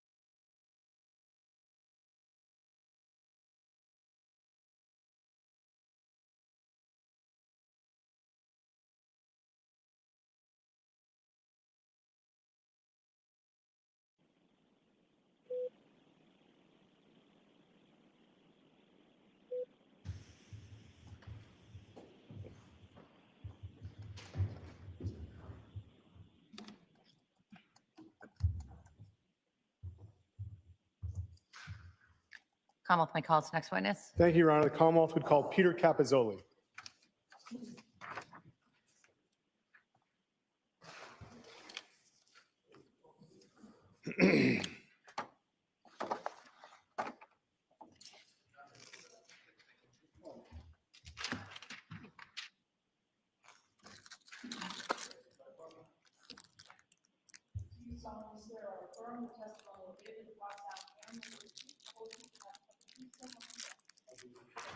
Right this way, sir. Step up, just watch your step. Go over here. A little bit further. There you go, sir. Thank you. And you may proceed. Thank you, Your Honor. Good afternoon, sir. Good afternoon. Sir, I'm going to ask if you pull that microphone closer to you because it's going to amplify your voice and everyone will be able to hear you. Can you state your name for the record and spell your last name? Peter Capizzoli, Capozzoli. And sir, by the way, that is perfect as far as the volume. Are you familiar with Cohasset Imports? Yes, What is Cohasset Imports? it's a used car dealership, sales and service. And how are you familiar with it? I'm the owner.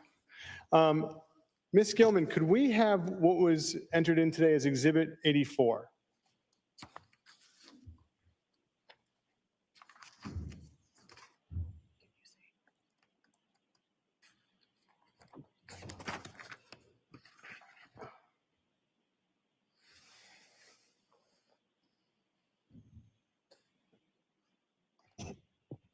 Thank you, Ms. Gilman. Sir, I'm showing you what's been previously marked as Exhibit 84. Do you see at the bottom where it says Cohasset Imports? Yes, Now, sir, where is your home in relation to Cohasset Imports? to the right up the driveway. And sir, are you familiar with 516 Chief Justice Cushing Highway? Yes, How are you familiar with it? I own it And how long have you owned it? since September 2019. And do you see 516 Chief Justice Cushing Highway in relation to this photograph that has Cohasset Imports on it? Yes, I do. And can you point it out for us, sir? Right there, In the middle, sir? right here. Oh, Yeah. I can't see where your finger Oh, is. in the middle, All yes. right, thank you, sir. Now, sir, is that your primary residence, 516? No, What do you do with that property? I rent it. And so, sir, are you familiar with the Walsh family? Yes, And how are you familiar with the Walsh family? they were the last tenants that we rented to. And now, when did you begin renting to the Walsh family? I believe it was March of '22. And what was the initial terms of the lease? The first 6 months, I took less per month, I believe 4,800 a month to have them pay up front. Yes, sir. That was something they wanted. Okay. And so, in how many months was the lease for? The first one was 6 months. And did you ever have to have another lease with them? Yes. And when was that? So we extended it for the full 5,000 per month for another 6 months, I believe. Now, during the course of the Walsh family at 516 Chief Justice Cushing Highway, how many times did you have the opportunity to see Anna Walsh? 3 or 4 times. And how many times would you have the opportunities to see Brian Walsh? He brought the check every month, so I would see him each month once and then maybe another 5 or 6 times in between that. Now, sir, do you see Mr. Walsh here today? Yes. Could you identify him with some article of clothing he may be wearing? A tie with a black jacket. Your Honor, if the record may reflect that the witness has identified the defendant. The record will so reflect. Now, sir, as far as any kind of fixes to the property or anything like that, who would perform repairs to the property? I did. How often did you have to do that? Just 3 or 4 times. What type of things would you have to fix? The first time was a dripping faucet. I went in, figured the problem, went back, ordered some parts, got the parts, came back and fixed it. And besides a leaky faucet, anything else that you had to fix? One time, there was a loose hinge on a hutch in the kitchen, and I came in on a Sunday morning and worked on that and corrected that. Was anyone home when you fixed the hitch? Yes. Who was home? Anna was home and the 3 boys. Now, besides making those 2 repairs, any other significant repairs to the home? Yes, one other one, in the middle of July, the AC stopped working. So I went over at night, looked at it for a few hours, checked everything I could, knew what I had, knew what I didn't have. So then I had an electrician come in the morning. He showed up, I think, at 8 o'clock. And he had, after 5 minutes, he said, "Where's the shutoff switch for the heater AC unit?" I said, "I didn't know. It was upstairs." So it was upstairs in the entryway coming in the side door, and the switch had been flipped off. That's why the AC didn't work. All right, so pretty basic fixes. Yes. Now, sir, as far as the basement of the house, when you rented it, what was in the basement? Just a few small things and a dehumidifier, maybe a small table, and 2 refrigerators that were not hooked up. Now, and Ms. Kilman, if you could just take down that exhibit, thank you. In late December of 2022, what did you do as far as going away on a vacation? I went to the Caribbean over New Year's. And during that time, did you ever receive any calls from Mr. Brian Walsh? Yes. When? I believe it was Thursday of the week that I was there, if I'm not mistaken, somewhere in the late afternoon timeframe. And can you tell us about the conversation? What was the conversation you had with Mr. Walsh in this phone call? Yes. So he had asked me if I had security on my building. And I said, no, not at this time. We were still in the building process. And so I said, why? And he said, well, my wife is missing. She took an Uber this morning, or was supposed to take an Uber this morning to go to DC for work. And we haven't found her, and she didn't show up in DC. Did he tell you what time she left? I think in the 4 to 5 range in the morning. Now, and you said that your building was under construction. What building was being worked on? Cohasset Imports. And did you tell him about any other places that might have cameras? Yes. So next door, north of me, there's a home, and I thought he might have security. So I mentioned the name and said you could check with him. Now, sir, on the lease you had with the Walsh family, are you familiar with that lease? Yes. One moment.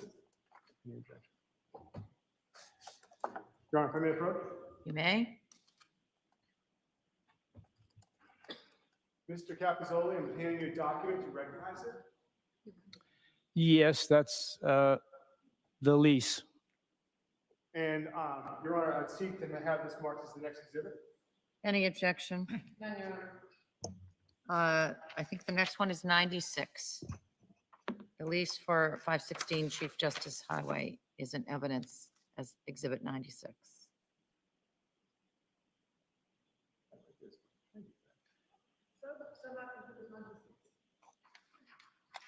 Directing your attention to page 4 under tenant. Can you state who the tenant is of the lease and the address affixed to that? Yes, Diana Walsh. And the address is 330 Paradise Road, apartment 1320 in Swampscott, Mass. And counsel. Your Honor, approach one more time. You may. Thank you. Mr. Capizzoli, I'm handing you a photograph. Sir, do you recognize the room of the photographs taken in? Yes. Do you recognize the person in that photograph? Well, I think it's Anna. Okay. And the room, is it a fair and accurate depiction of the room that you recognize? Yes. And what room is it that you recognize? It's the living room or den. Yep. The Commonwealth would seek to have Ms. Mark as the next exhibit, Your Honor. Any objection? Photo is now in evidence as Exhibit 97.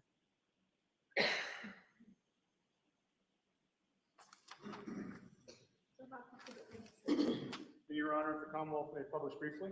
Yes? Thank you. Ms. Gilman, can we have still 3?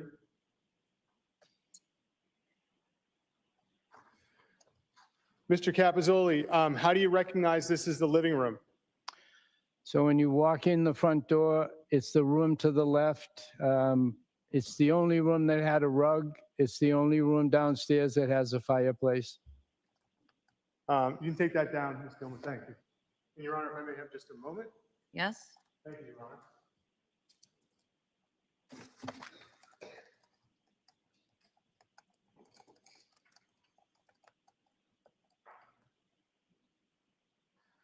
Now, sir, I neglected to ask you this.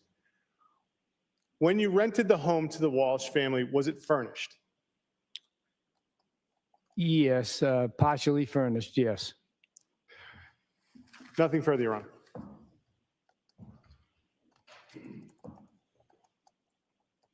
Good Cross. afternoon. Sorry, Judge. Sorry, I was in my typing mode. Go right ahead. Okay, hello. Hello.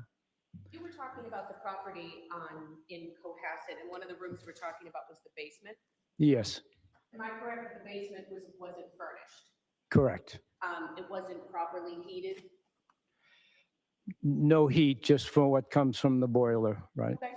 And there wasn't a washer and dryer down there? No, There wasn't a playroom for kids?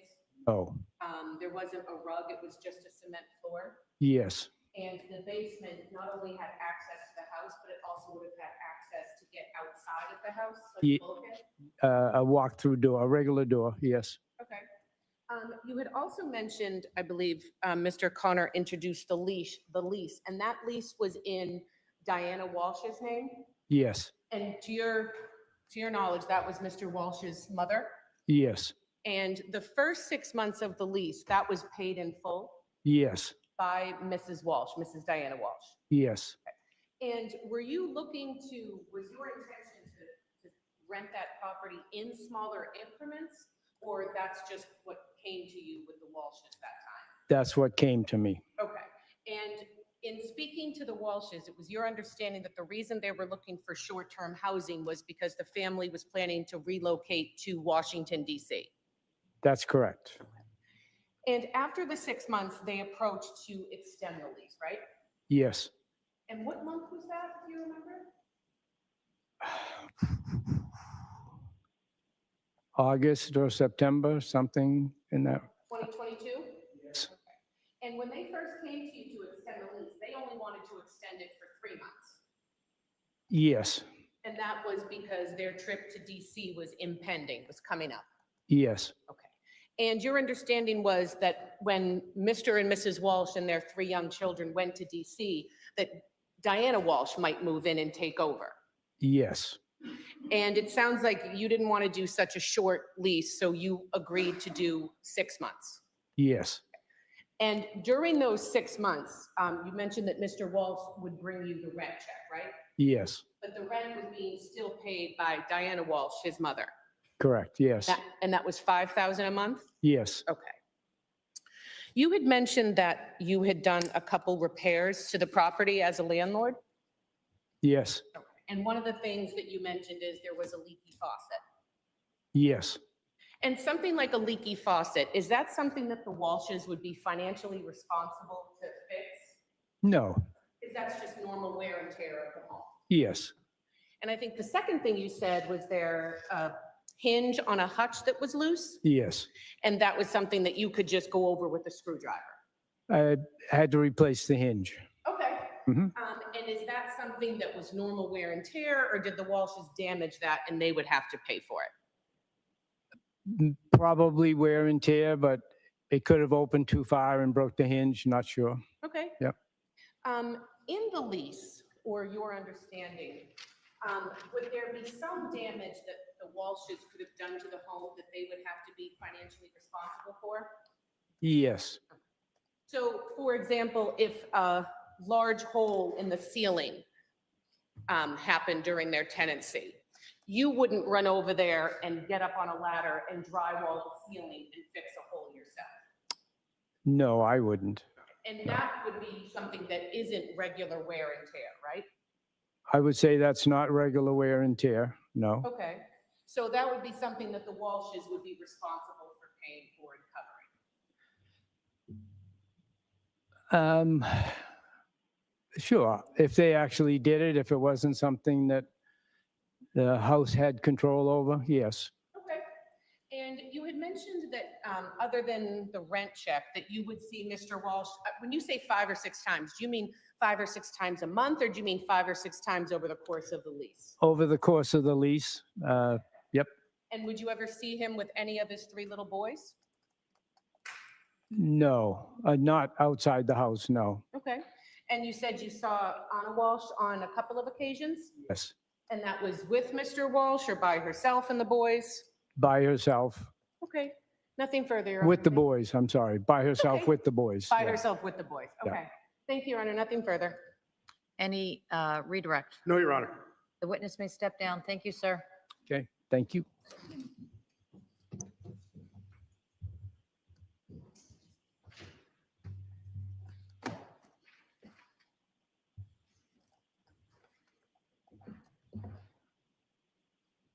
And the Commonwealth may call its next witness. Thank you, Your Honor. The Commonwealth will call Mark Salvaggi.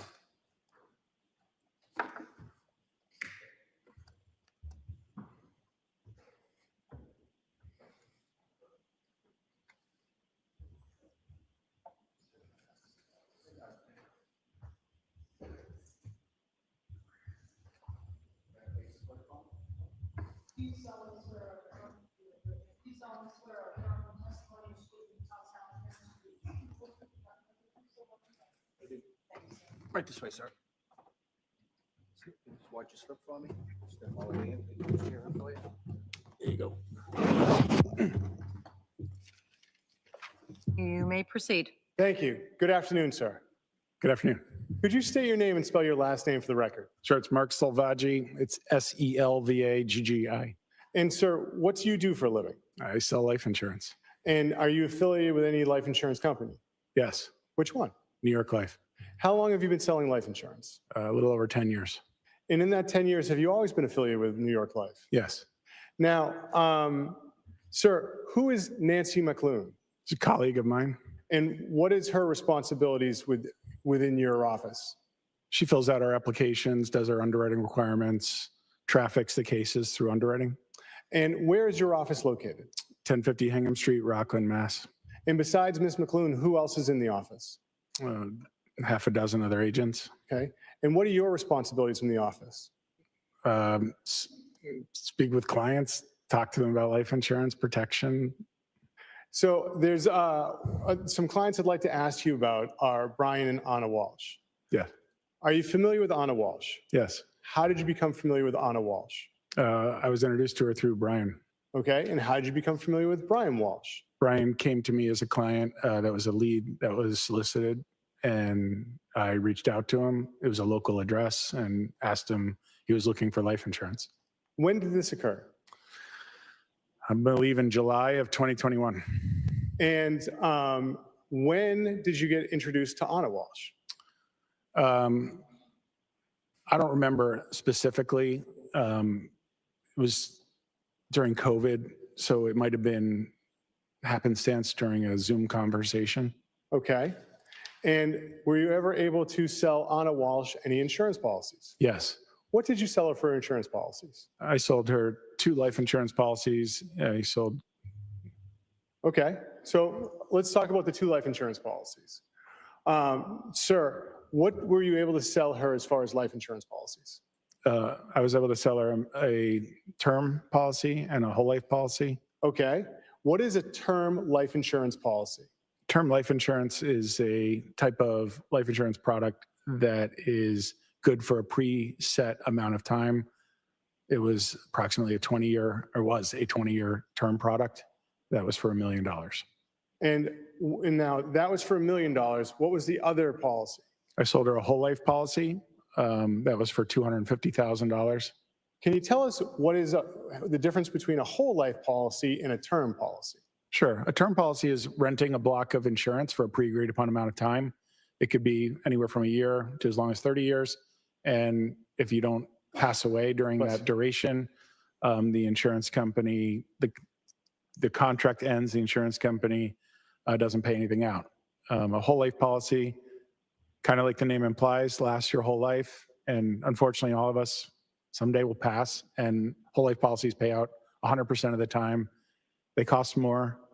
They can be paid up during your working years and have it last the rest of your life. But you also have the opportunity to access all the cash value that the policy accumulates and can use it as a deferred savings vehicle. And Your Honor, at this point in time, I would like to offer two policies and the attachments that were included with them from New York Life in the names of Anna Walshe. They are manila folders. They are policies ending in 8840 and 5836. No objection, Your Honor. The New York Life policy ending in 8840 is now marked in evidence as, and is in evidence as 98. And the policy, New York Life policy ending 5836 is now in evidence as Exhibit 99. Your Honor, may I approach the witness with Exhibits 98 and 99? You may.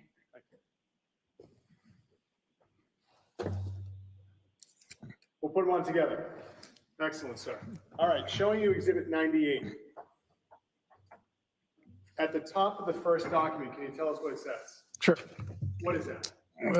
This is a term policy. This is a policy brief for Anna. Okay. And does it have, for Anna, does it list the amount of the term policy? Sure. It lists the face amount of $1 million. And on the fourth page, does it list who the beneficiary is of that policy? It does.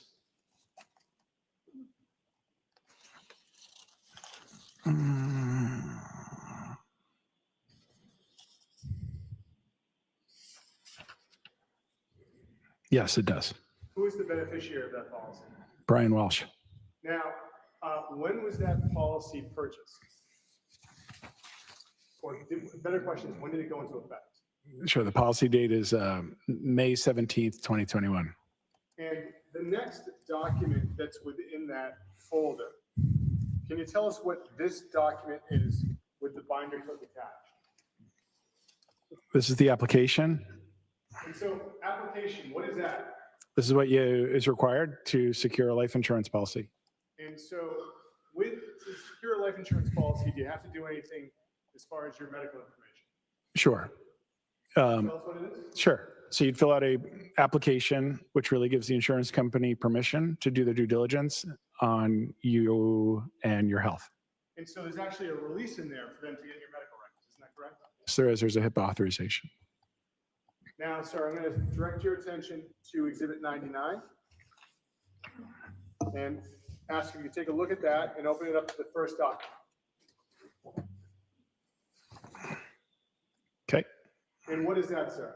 This is a policy brief of the whole life policy for $250,000 on Anna Walshe. And for Anna Walshe, when did this policy go into effect? The policy date is June 28th, 2021. And sir, regarding that policy, does that also list who the beneficiary is? Yes, it does. And could you tell us who the beneficiary is? I can. It's Brian Walshe. Now, sir, in addition to that first document you referenced, is there also a similar document within the file with a binder clip for those records? Yes. And what is that document, sir? This is a life application. And so is that just like the application you just told us about for the other policy? Yes, it is. And with that application, is there also a release of documents to New York Life from medical providers? Yes, there is. Now, was there any difficulty in obtaining Anna Walsh life insurance? No. In Your Honor, may we approach about one small issue? Sure. Thank you.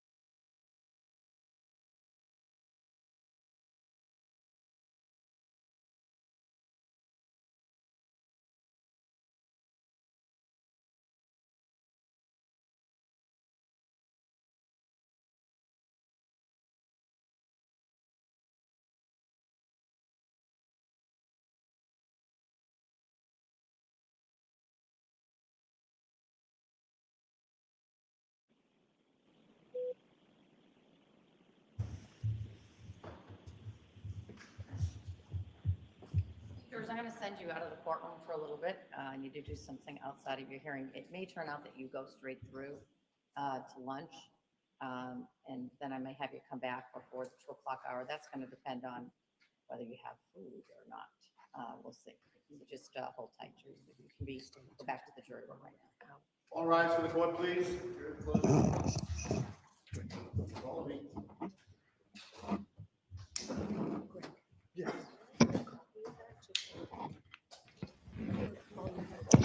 Yeah, how about that?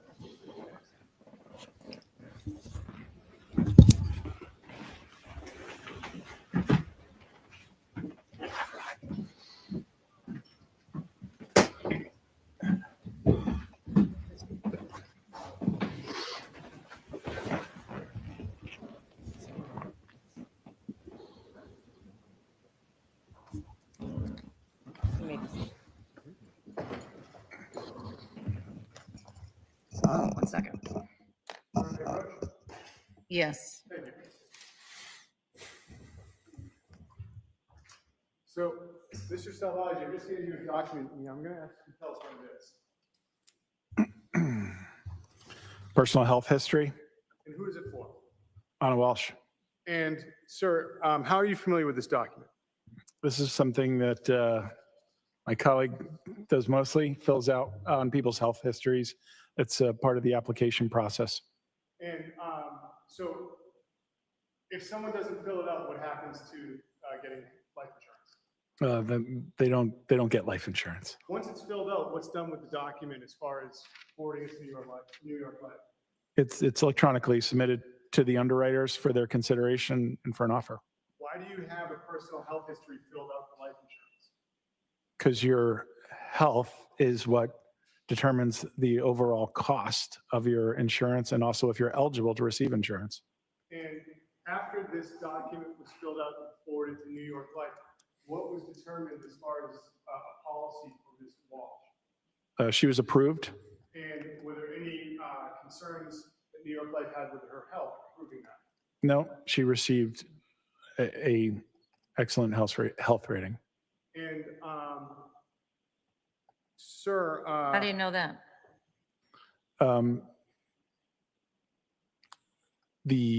Every policy receives a health rating. Basically, Your Honor, we rate everyone's health on a scale from 1 to 37. 1 is as good as you can be. 37 is as poor as you can be and still be accepted. And she received a number 1 health rating.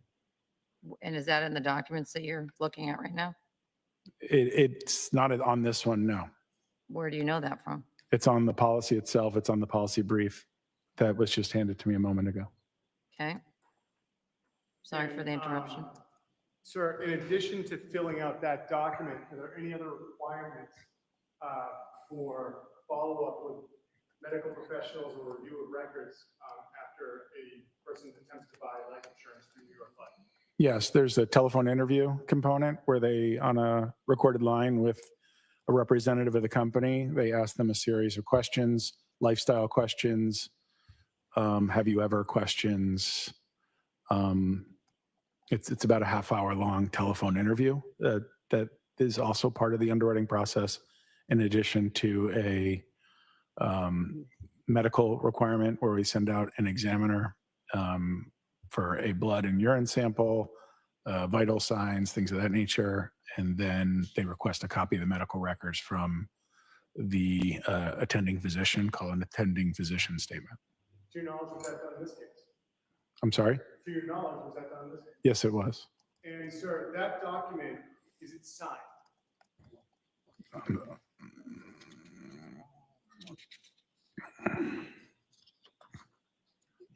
This is voice signed by Anna Walsh, yes. And so what does it mean to be voice signed? It means at the conclusion of the interview that she conducted over the telephone, she consented to an electronic signature. I have nothing further, Your Honor.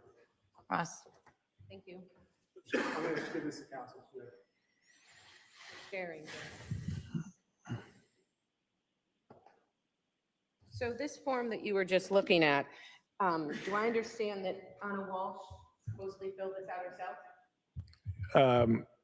I believe it was done through a telephone interview. I wasn't part of that. Okay, so when you say a telephone interview, you mean someone interviewed purportedly Anna Walsh about these questions? Yes. So it wasn't a doctor that was reporting this information to you? No. And I think you had just said that if you don't go through this process, you can't get life insurance, right? Correct. Okay, so this information on this form came from reportedly Anna Walsh over the phone. Yes. Okay, and these records don't have any attachment from a medical doctor signing off that she was in, as you say, great health in March of 2021. It doesn't have any medical records attached to it. So no medical corroboration to the assertions made purportedly by Anna Walsh in March of 2021. Correct. Your Honor, I have nothing further. So you said earlier that that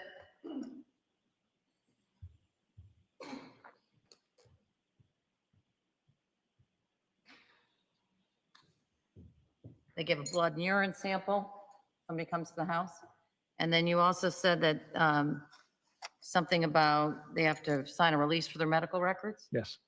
And can you tell based on the documentation if that was done in this case? It was. And then once you have that release, what happens? They How do you write, access the medical records? the company does it through a third-party vendor, and they receive a copy of the attending physician statement. We call it an APS. And where does that go? It goes to the underwriter. And is that records that you have? I don't. I don't mean, do you have them with you now? I mean, do you keep those records? We're never privileged to that information, Your It Honor. all goes to the underwriter? Correct. Different entity than you? Correct. And you mentioned earlier in your direct that there's a woman that works with you. I got the phonetic as Nancy McLean. Yes. Might be about 75% correct. Is she the person that you said you didn't do this over the phone with Anna Walsh, but that somebody else did? She's not the person, no, Your Okay. Honor. Is there another person in your office that does that? No, it's direct from the underwriter, from the home office of New York Life. There's to make sure it's sort of the best information it could be, they do it themselves. All right. Anything else anybody wants in on after I've asked these additional Your Honor. questions? All right, so I'm not going to allow it in right now Yes, sir. on this record. If it becomes relevant on a rebuttal case, depending on what the defense, if the defense puts on a case and what they do, in order to get this in, you're going to need to, well, you probably honestly would be asking to get in something else, which is like our medical records through a doctor and not through this way. But I'm not going to let it in right now. Yes, Your Honor. All right? Thank you, Your Honor. So all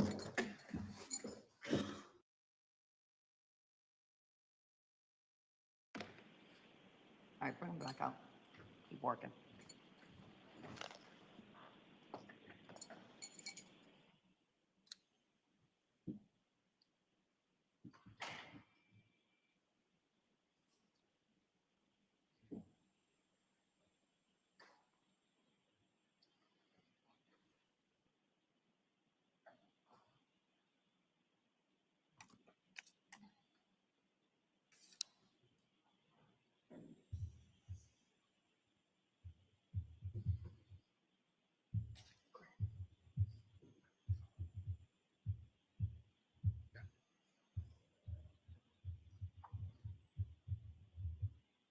Your Honor, would I be permitted to ask the witness on the jury about the medical rating? About the what? Medical rating? Yeah, that's on the form. It's already in evidence. You can object, but it would seem to me that that is already on a document that's been admitted. All right.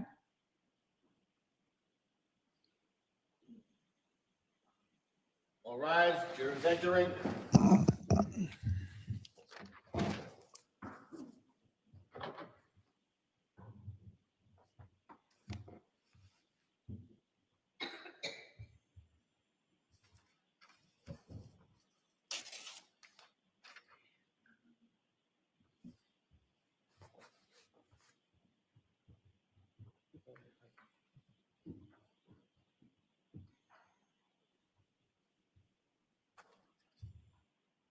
Court is back in session. You may be seated.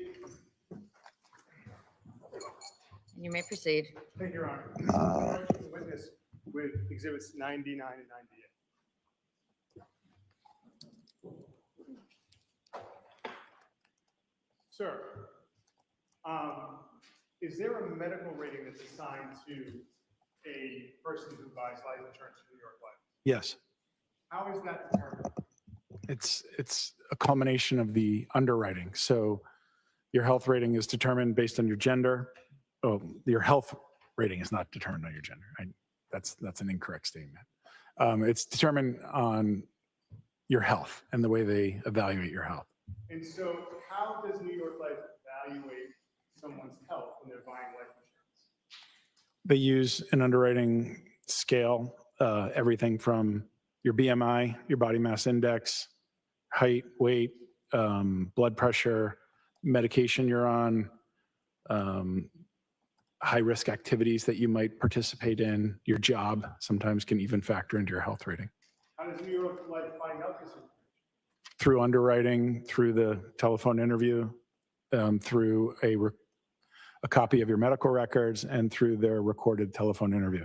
How do they get the medical records of someone purchasing life insurance? They request them through a HIPAA authorization that's in the application from the person's primary care physician and any other physicians that they're under the care of. Is there a scale in which someone can be rated by New York Life for their health rating? Yes, What is the scale, sir? it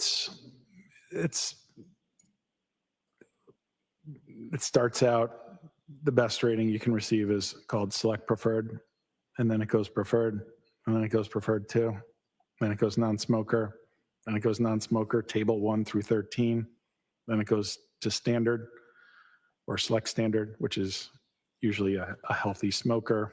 Then there's standard, which is a smoker, and then there's standard, table 1 through 13. And all of those, if you think of it like a ladder, like 1 through 37, every single rung represents a higher risk class, and it subsequently changes the cost of your insurance. So the healthier you are, the less you have to pay for insurance? Yes. And what was Anna Walsh's rating on those policies for the health rating for New York Life? Select preferred. And what number would that be? That's the highest level you can receive. So she was the healthiest. Correct. May I have a moment, Your Honor? You may. Oh, in addition, sir, when collecting information, does New York Life, through its underwriting process, get any samples from someone who's applying for life insurance? Yes. What do they get? They'll send a professional, I forget what it's called, paraprofessional, something like that, to do a blood draw, a urine sample, and vitals, height, weight, blood pressure. Does New York Life give life insurance if that's not performed? Yes. Was it done in this case? Yes. Nothing further, Your Honor. Any recross? I think it's just cross. Oh, sorry. Good afternoon. Thank you. You were just talking about the health rating. I just want to talk to you a little bit about that, okay? So the health rating, that's a New York Life health rating. Yes. And so is that like someone in risk assessment and underwriting determines the scale that you just talked about? Yes. So it's not a medical professional or a doctor reviewing this information and giving this arbitrary number to someone who's applying for insurance? I don't know who that person is, so I can't tell you. You had mentioned that when Ms. Walsh applied for life insurance, part of it is this health assessment, right? Yes, And this was in March of 2021? I believe so. Do you need to look at the record? Would that help? Probably. I think they're right in front of you. Okay. Take your time.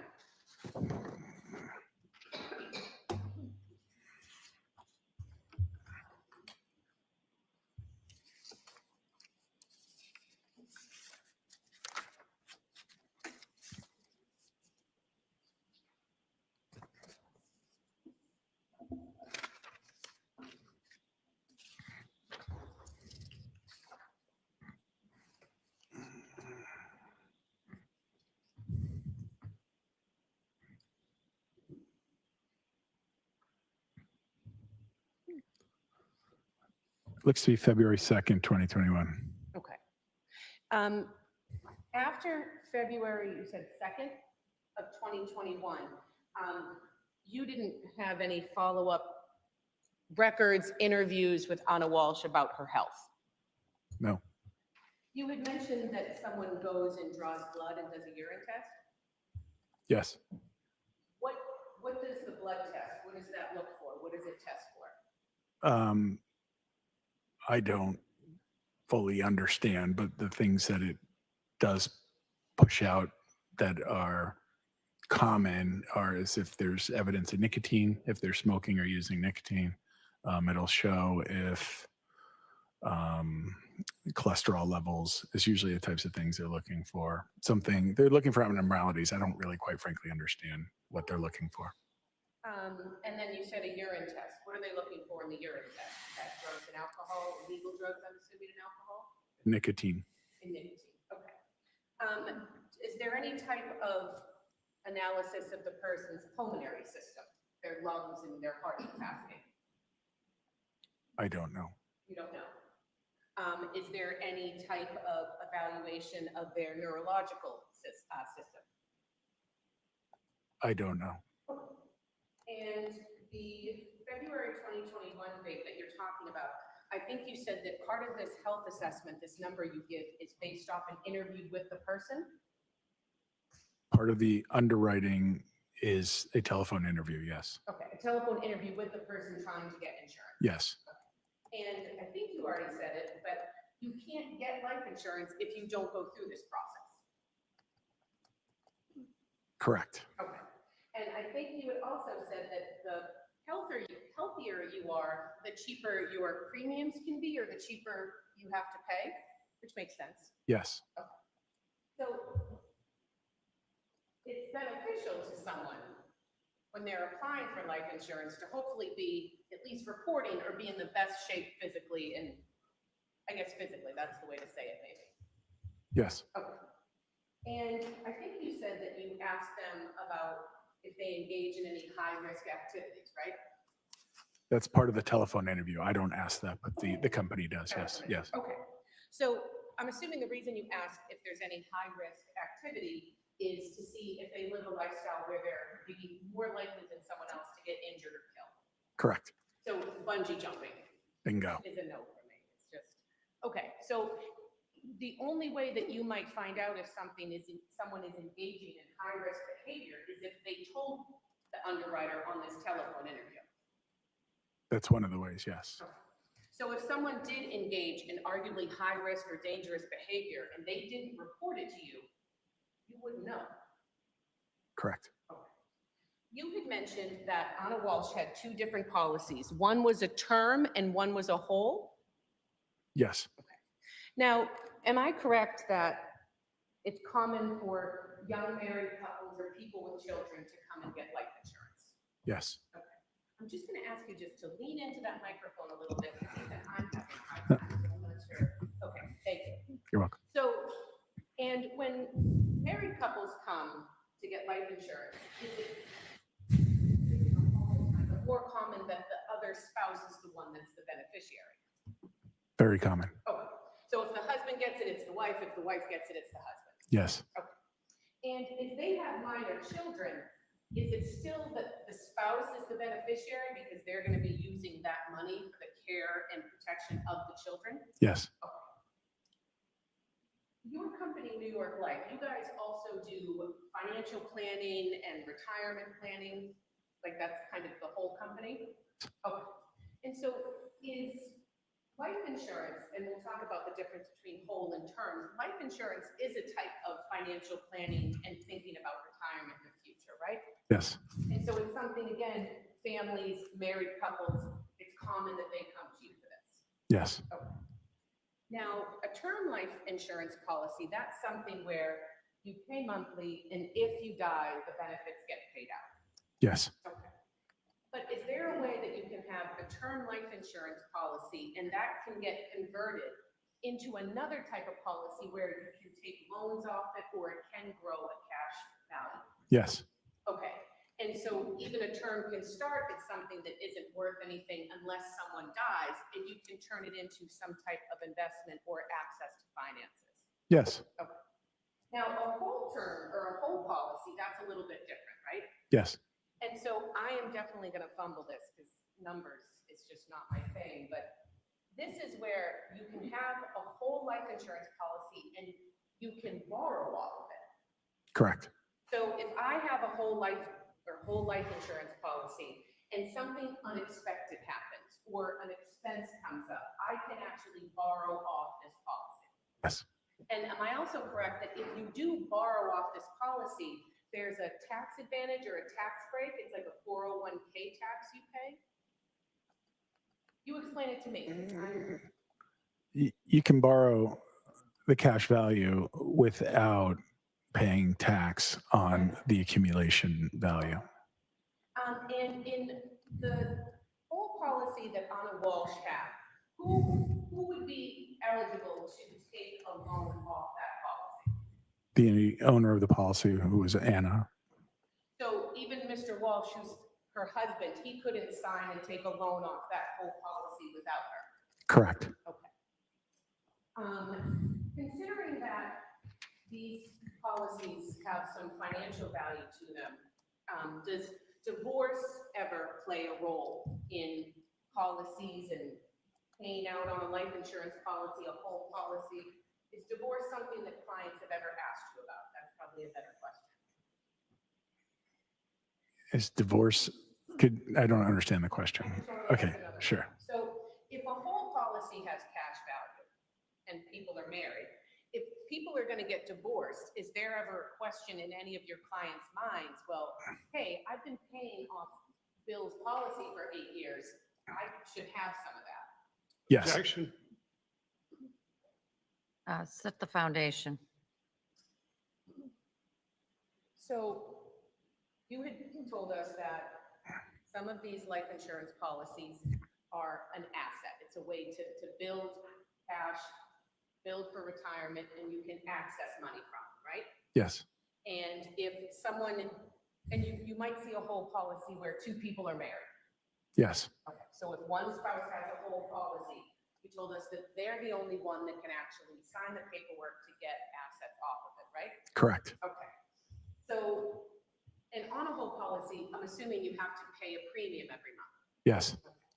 And so, have you ever had to talk to a client or a prospective client about how divorce could affect who owns access to that policy, or is it a non-issue? Objection. You can answer. Have you ever discussed it with another client, any client? Yes. You had mentioned that Anna had a policy.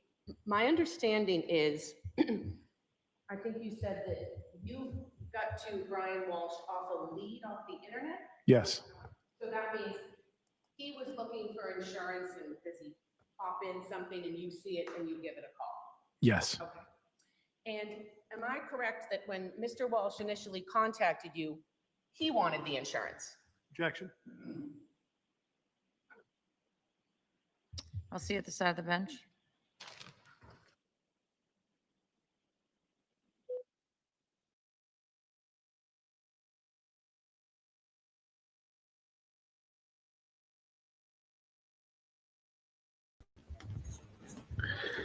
I would imagine they'll be breaking for lunch, probably right out of this sidebar.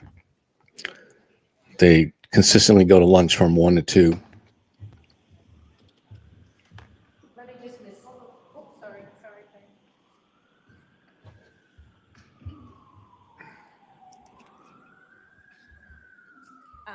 So initially, when you followed up on this lead, I guess not. Mr. Walsh had applied for health insurance through you.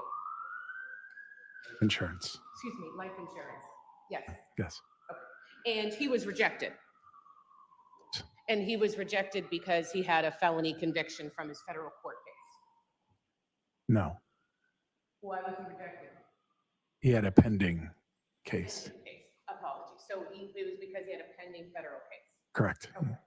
And you didn't just stop at that one application. Am I correct that you applied to several other policies or companies to try to get him life insurance? Yes. All right. And I think at one point, did you even reach out to other colleagues for help and how to get him life insurance? Yes.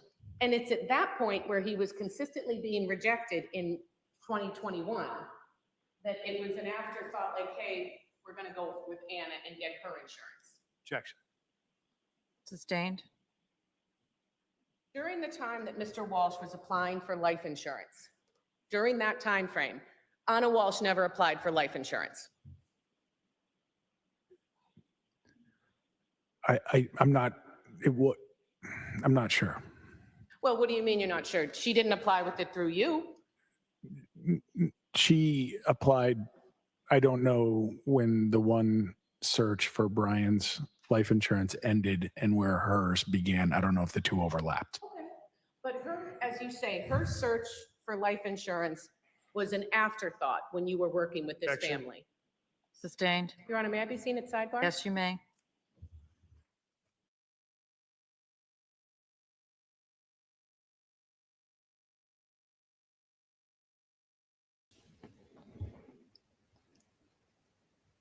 You know, they've been pretty consistent about making sure they go to lunch right exactly at 1 o'clock. So I'm surprised they haven't.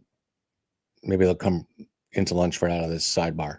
But I think the purpose of the life insurance is to show that she was healthy enough and was given a very high, the highest possible grade by the life insurance company,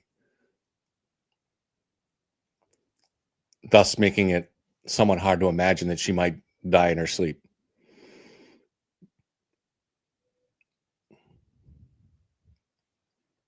Which is what the defense is going to claim.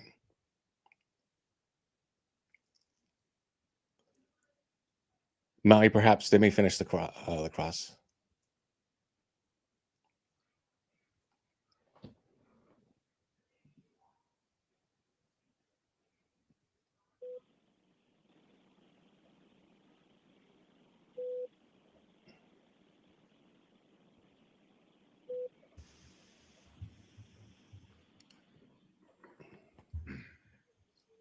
So you were a life insurance salesperson? Yeah. Okay.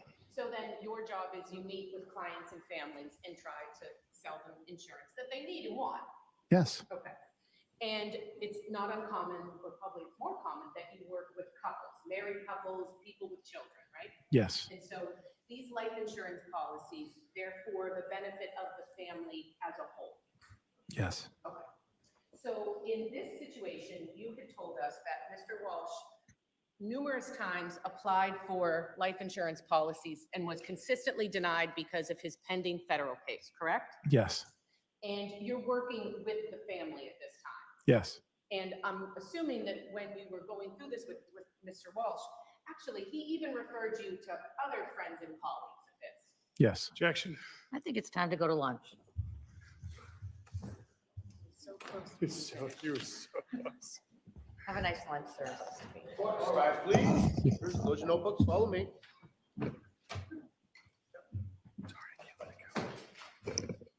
I'm surprised the judge just jumped in mid-question when she could have came out of the sidebar break, but maybe she didn't know exactly what time it was.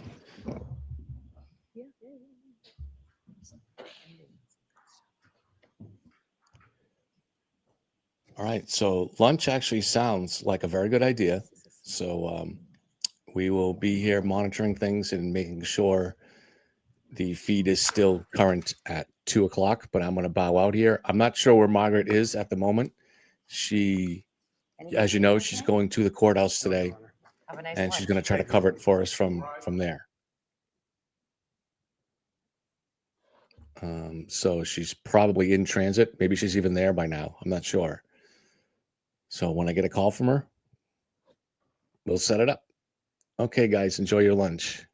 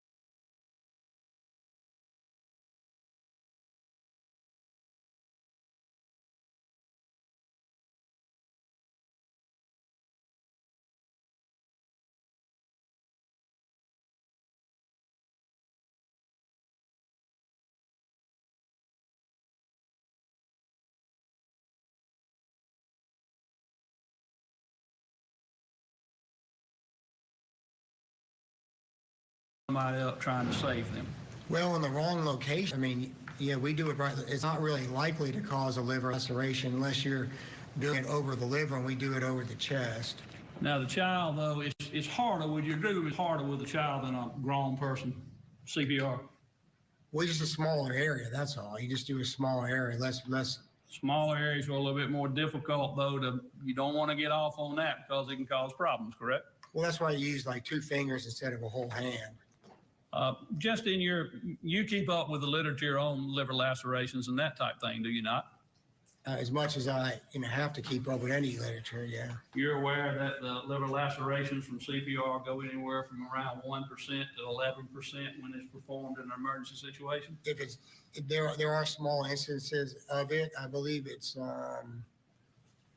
more likely on the left side of the liver when it occurs. But if it's gone off, there is a small chance of that. Now, and I'm not accusing you of necessarily doing anything wrong, but just in reality, that could occur, correct? It's possible, but in this case, I would say very unlikely. Now, you did say, though, at times, you were not the only one giving the CPR, right? Right, correct. So you're doing some things when someone else is performing. You can't watch everything while you're doing all the other stuff, right? We're in the room. I'm watching it. I'm in the room watching it all. Now,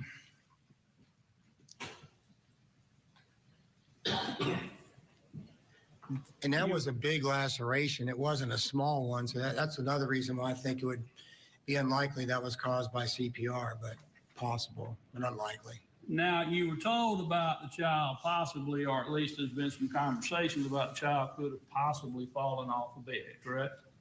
Yes. Now, did anybody tell you that the particular bed that the child fell from was 40 inches high? I had heard that. So that's a fairly high bed, is it not? Intermediate, yeah. And then did anyone tell you that the flooring there was a hard concrete tile, very hard? I don't remember hearing that. Well, if you would assume for a moment that the flooring was also very hard, would you agree with me if a child fell off the bed from 40 inches onto a very hard concrete floor that it could cause rather significant injuries? It could. And I understand, I mean, one thing I do want to, I guess, address is you really don't know what happened to the kid as far as who did anything. You just know the injuries you saw, correct? That's correct. And you can make some conclusions or assumptions based on your medical knowledge of what you think may have caused it to a degree, but as far as the person or persons that caused it, you have no idea as you sit here, do you? No idea. I was not there when it happened. And you've talked about the trauma that occurred and that the trauma, say the fracture in the neck area, the back of the neck. That trauma, you had said, could occur from a rather significant blow, correct? Yes. Now, the blow could be from, and it wasn't in this case, of course, but it could be from an automobile wreck, correct? Oh, it could be, yeah. And it could be from somebody striking the child in some way, correct? Yes.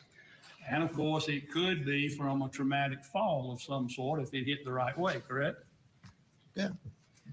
Now, in addition to that, is it possible sometimes for the injury you saw on the neck, for someone to have an injury to that neck? You've testified already there was a fracture in that area. Okay, I'm sorry. Let's clarify. You're saying neck. Do you mean the actual neck or the back of the skull?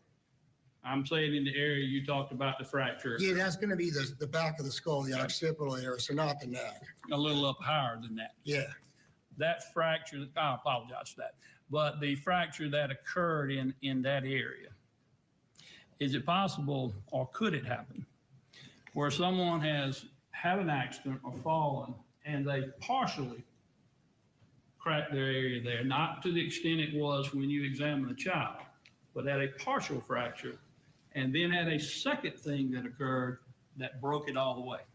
It's possible, but they would have been having issues even from the first event. But it's possible, but it likely all occurred at once. But that is possible. I mean, it's sort of like if I fall down and crack my wrist and you tell me to be careful for the next few weeks because we don't want to have any more problems, and I don't listen and I go out and play basketball and reach down to catch myself, I could break my wrist completely, correct?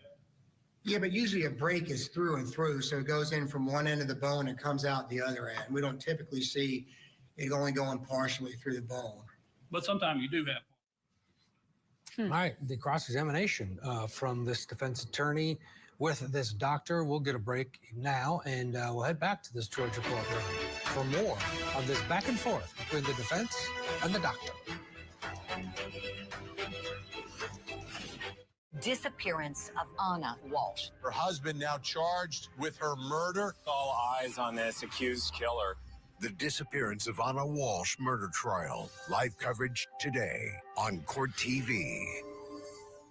Tonight on closing arguments, he admitted to lying to police, but will this jury believe he murdered his wife? We're unpacking key testimony in the case against Brian Walshe. Closing arguments tonight at 8/7 Central, only on Court TV.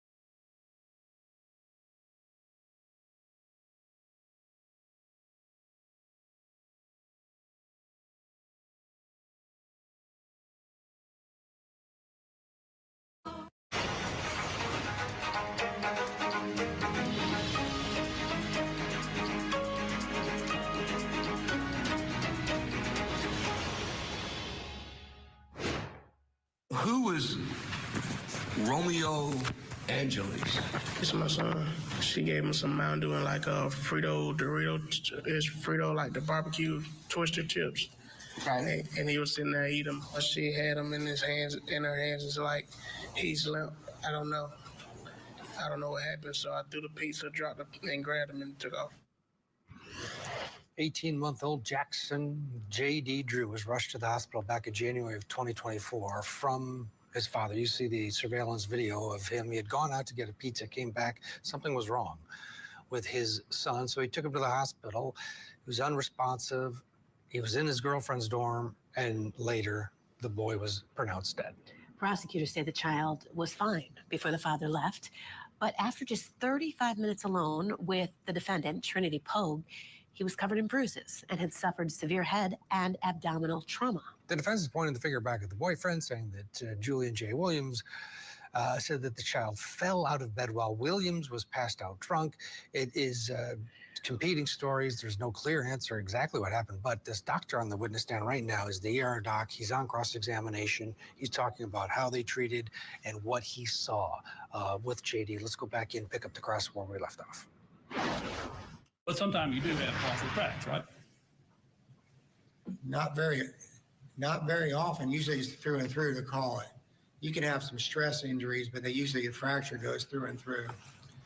Now, in your practice, I assume that you are required to have continuing education of some sort as a medical doctor, and you keep up with that, I guess, right? Yes. And in addition to that, just like me in the legal profession, there's all type of periodicals and things like that we read and keep us kind of up to date. Do you do the same thing? I go to medical meetings and get my information through medical meetings and some articles, but I don't really read a lot of periodicals. So people choose different ways to get their information. But you are aware they exist, such as, say, the New England Journal of Medicine. You're aware of that, correct? Yes. Would you agree that that's a learned journal that has treatises in it that talk about medical issues? It does. And one that would be somewhat dependable? Most of the time. I mean, I realize anybody can have an idea about what they've written, and you may not necessarily agree with it. So, right? so what the New England Journal does is they publish articles and they publish somewhat research. So it shows what the research showed, and that's a research journal. It's not always per se the standard of care, but it's research. Well, let me ask you this. This isn't about that was just an example. Okay. I don't have anything from that particular journal, but I was just trying to ask a little bit about that. But would you agree with me that research shows that the number one accidental cause of death for children 1 and under is from falls? Sure. So there's no question about that, right? I agree. That's standard stuff that we know. And in addition to that, we know that because the child is in some ways more fragile than a grown person, that a fall for a child can be from a lesser height and cause damage to that child than it might to an adult, correct? Possibly. And you've seen research and literature that at times where a child has fallen from what would seem to be not a particularly tall place, maybe 2 feet or 3 feet, but then have traumatic injuries, correct? It's possible, but I've also seen them fall from a little higher and have minor injuries likewise. So, yes. I mean, we'd all agree. I mean, I've got 2 grown children now, 21 and 22, but when they were young, they might fall from fairly high place and you go, oh my gosh, and run them and dust them off and it'll be fine, right? Yeah, the children's bones tend to be more, for lack of a better term, rubbery than solid, so they're less likely to break. I mean, they do break, but usually it takes a little more force to break them because they're more pliable.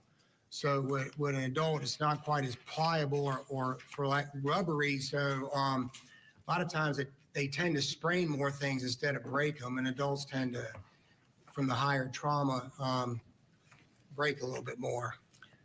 Have you heard of, are you aware of the Department of Neurosurgery at George Washington University Medical Center in Washington, D.C.? I mean, I know it exists. I mean, does it have a reasonable reputation for being able to perform things that involve neurosurgery and that type thing, to your knowledge? I can't speak to that. I mean, I don't know. I mean, I don't keep up with them. Do you know Dr. Omaya, Ommaya? Nope. You've never heard of him? Nope. If he had published an article in the British Journal of Neurosurgery, would you consider that to be a reliable source to look at and try to learn and things? I don't know the guy. I mean, I don't know him. I don't know how to answer that because I don't know the fella. Let me ask you this. Have you ever heard of Dr. Mary E. Case? I don't believe so. Have you ever looked at Brain Pathology, another journal that's I do not know. No Brain Pathology journal. Have you ever seen any in your literature, though, where a young child under the age of 3 may have fallen from only 2 or 3 feet and then had traumatic injury from time to time? I have heard of such cases. So you acknowledge they do exist, correct? They do exist. Now, they're outliers as far as they're not the common thing. Right, because I've seen kids fall from 4 feet that are younger and just have bruising and no further damage. You have, but you know they could fall from 4 feet and have significant damage, correct? They could have more. I don't know how to define significant, but it could be worse. Yes. And of course, I understand that's not, odds are not what you normally expect, but you would agree with me, no matter what odds are, that you can have, you're aware that, as an example, we always say, just in general talking, that the chance of that happening is greater that I get struck by lightning. You ever heard somebody say that? Oh, yeah. And we all know that the odds of someone being struck by lightning are pretty far-fetched, correct? Correct. Same time, though, we know that several hundred people a year get struck by lightning, don't they? Yes. You may have had a patient or two struck by lightning yourself. I don't know. Have you ever had one? One. So you've had one. So even though the odds are great, and I mean, when I say odds, 1 in a million or more, right? Oh, definitely. And we know that, well, as an example, if you're playing Mega Million, the odds are 1 in 269 million, but we recently had a guy from Newton to win the lottery in the Mega Million, didn't we? Didn't know that. But you do know that if you win the lottery, you beat the odds pretty big. Oh, without doubt. But it still happened, didn't it? Right. Now, I want to ask you a few more questions about what all you observed and that type of thing.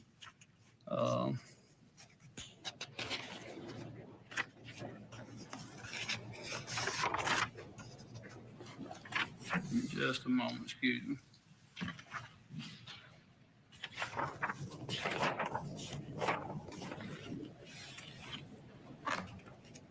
You've given some estimations of some time frames you believe that when this injury occurred and then symptoms and the symptoms that you saw could have happened, correct?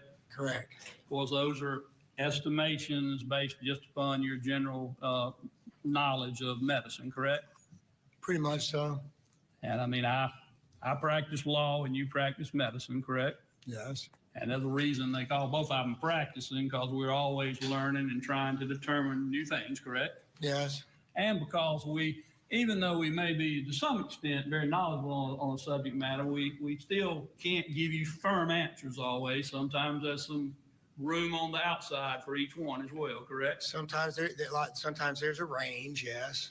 And you've got a range, but it still could be somewhat different in some situations if you maybe don't know all the facts, correct? Perceivably, yes. I mean, there's a range on the. All right, pretty good back and forth. The cross-examination, in my opinion, fairly effective. Let's bring in somebody who knows what effective is all about. In Denver, there he is, criminal defense attorney Jeffrey Wolf. Good to see you, sir. Tough case. When you have a victim who is 18 months old, jurors are looking to do their job and find justice for this child. Your thoughts in terms of this, not just this cross, but the case overall? Yeah, I mean, it is an extremely tough case when you're talking about an 18-month-old victim in a case. And this lawyer is doing an exceptional job of remaining relatable. He's remaining affable. He is keeping a good sense of humor while not being too flippant about the situation, so that he's remaining likable to the jury. What I always try to explain to clients and to explain to their family members is that trials are essentially they're sales meetings with a jury, and you're going to buy from the person that you trust and the person that you like. And so you have to remain likable to the jury. You can't just go in there with a ball peen hammer and smash everybody in the side of the head. You got to make them believe you, right? That's what we always say here in Denver is believe, right? And so that's what you got to do. And that's what he's doing. He's using that country charm down there in Georgia where he is remaining likable. He's cross-examining a doctor who he thinks didn't do his job, but he's not going in there and just yelling at him. He's remaining likable, he's remaining personable, and he is getting along with him. And I think that that is a technique that is really important, the law of escalating punishment. The doctor's not fighting him, so he's not fighting. Jeffrey, are you getting that from the cross, that the way his approaches with the questioning is that he feels the doctor isn't doing the job, or is it he's just kind of coming out with different ways that this could have happened? Maybe we didn't look at that. I mean, yeah, what are you thinking about that? Well, we know the theory of the case, right? They've got this diaper that has blood in it that they know wasn't tested. So we know that they don't agree with this doctor's theory of what happened here. And we know they think there are steps that were missed and that they think that they jumped to a conclusion here in the way that they made this finding. We know where they're going and what they're going to argue later. But that doesn't mean you have to yell at this doctor, because this doctor didn't point the finger at their client. And so he is letting this doctor give good information to this jury by not being a jerk to the doctor. Absolutely. It's a treat to watch, too, because you the back and forth, you're learning things, and to your point, very civil. Let's get a break. When we come back, we're going to turn our attention to Massachusetts, the Anna Walshe trial. We have two great trials going on right now. We do. We're going to check in with our Matt Johnson. He's up there in Dedham, Massachusetts. Give us a full update on what has transpired today, and then we'll head into that courtroom. Stay with us.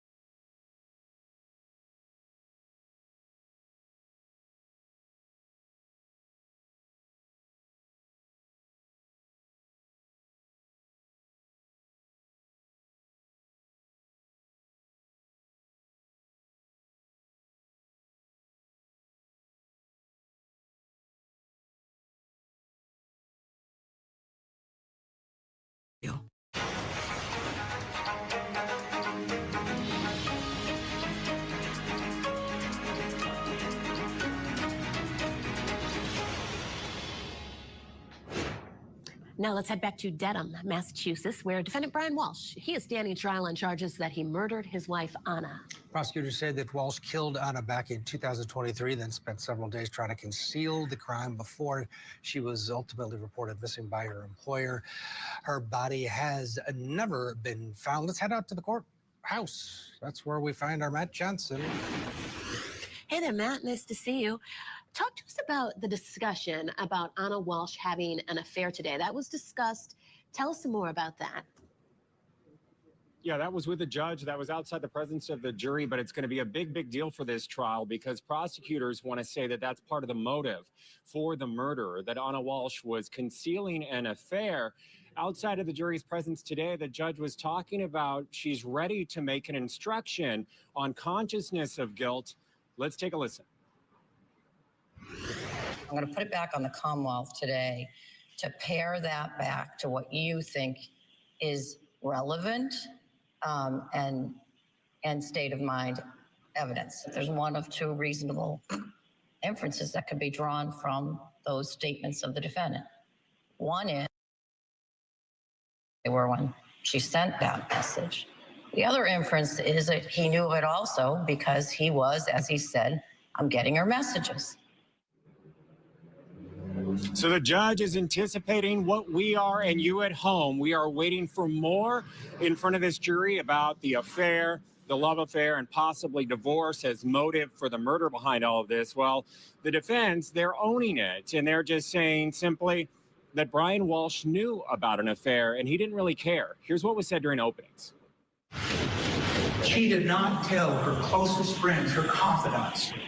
She hid the affair.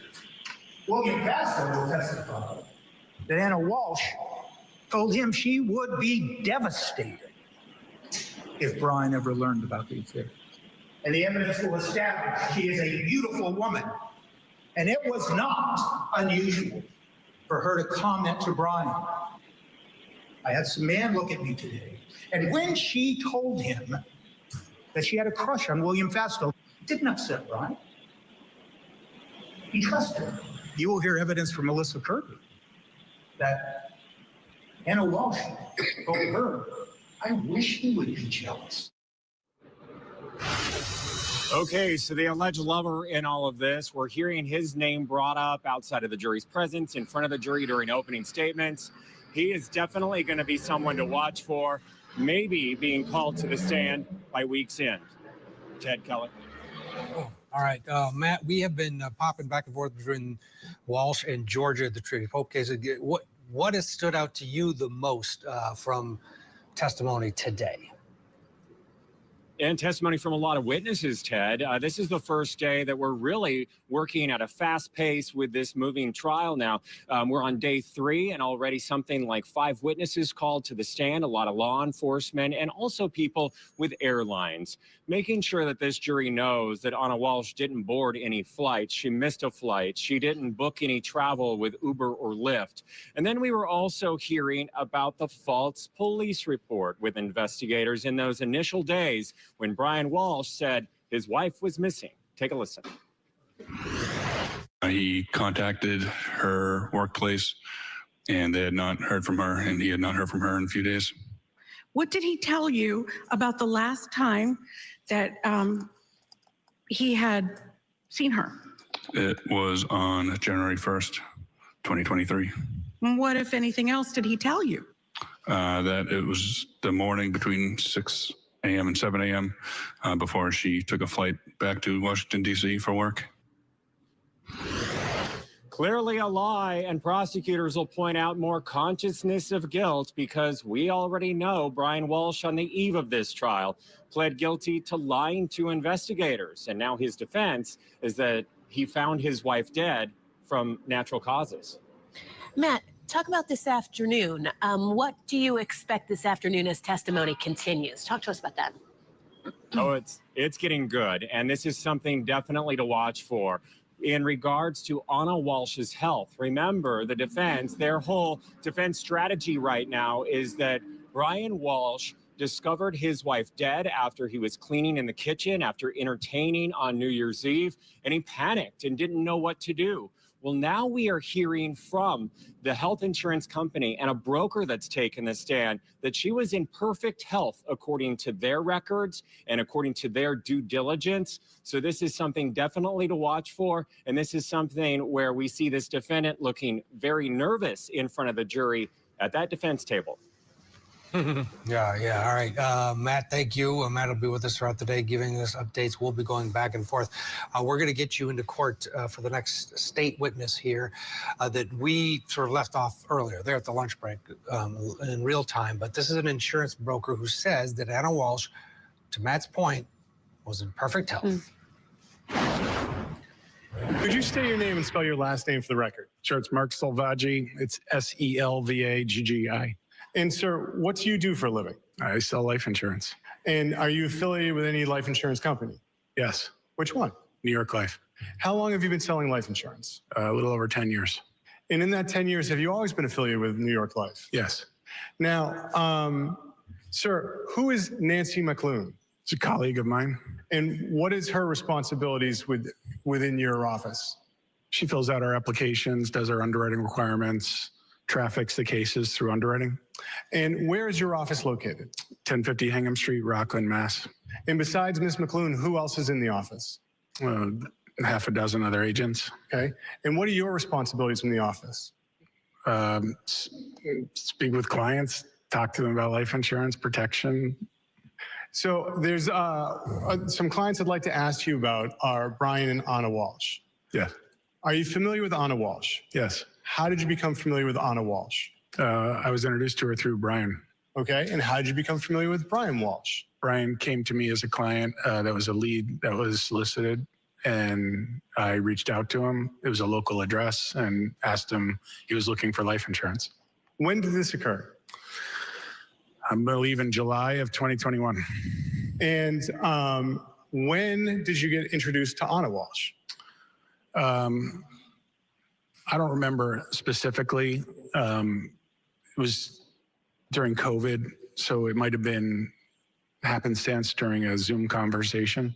Okay. And were you ever able to sell Anna Walshe any insurance policies? Yes. What did you sell her for insurance policies? I sold her 2 life insurance policies. I sold. Okay. So let's talk about the 2 life insurance policies. Sir, what were you able to sell her as far as life insurance policies? I was able to sell her a term policy and a whole life policy. Okay. What is a term life insurance policy? Term life insurance is a type of life insurance product that is good for a preset amount of time. It was approximately a 20-year term product that was for $1 million. And now that was for $1 million. What was the other policy? I sold her a whole life policy that was for $250,000. Can you tell us what is the difference between a whole life policy and a term policy? Sure. A term policy is renting a block of insurance for a pre-agreed upon amount of time. It could be anywhere from a year to as long as 30 years. And if you don't pass away during that duration, the insurance company, the contract ends, the insurance company doesn't pay anything out. A whole life policy, kind of like the name implies, lasts your whole life. And unfortunately, all of us someday will pass, and whole life policies pay out 100% of the time. They cost more. They can be paid up during your working years and have it last the rest of your life. But you also have the opportunity to access all the cash value that the policy accumulates and can use it as a deferred savings vehicle. And Your Honor, at this point in time, I would like to offer 2 policies and the attachments that were included with them from New York Life in the names of Anna Walshe. They are manila folders. They are policies ending in 8840 and 5836. No objection, Your Honor. The New York Life policy ending in 8840 is now marked in evidence. We're going to get a break, but come back. More of the Walshe trial, and it gets a little more interesting. We'll have that for you when we come back. Disappearance of Anna Walshe. Her husband now charged with her murder. All eyes on this accused killer. The disappearance of Anna Walshe murder trial. Live coverage today on Court TV. Tonight on closing arguments, he admitted to lying to police, but will this jury believe he murdered his wife? We're unpacking key testimony in the case against Brian Walshe. Closing arguments tonight at 8, 7 Central, only on Court TV.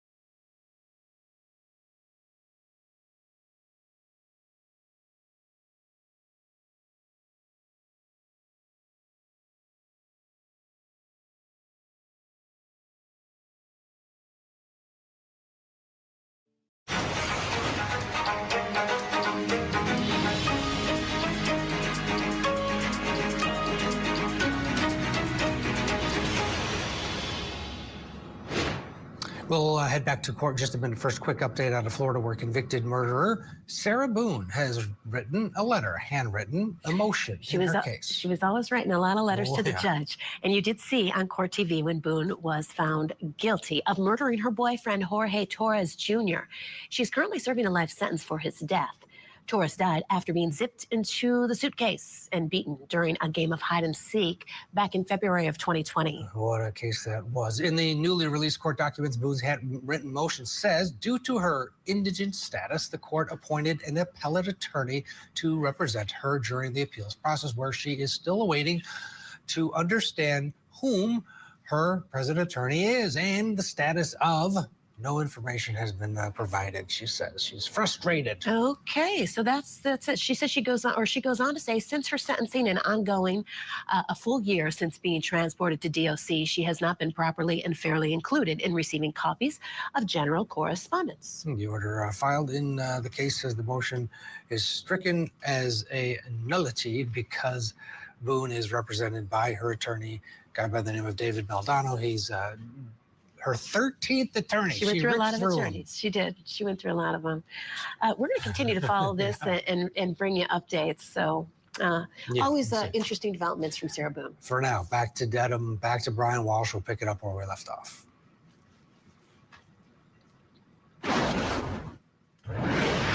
Evidence says 98 in the policy, New York Life policy ending 5836 is now in evidence as Exhibit 99. Your Honor, may I approach the witness with Exhibits 98 and 99? You may. Thank you. We'll put them on together. Excellent, sir. All right, showing you Exhibit 98. At the top of the first document, can you tell us what it says? Sure. What is that? This is a term policy. This is a policy brief for Anna. Okay. And does it have, for Anna, does it list the amount for the term policy? Sure. It lists the face amount of $1 million. And on the fourth page, does it list who the beneficiary is of that policy? It does.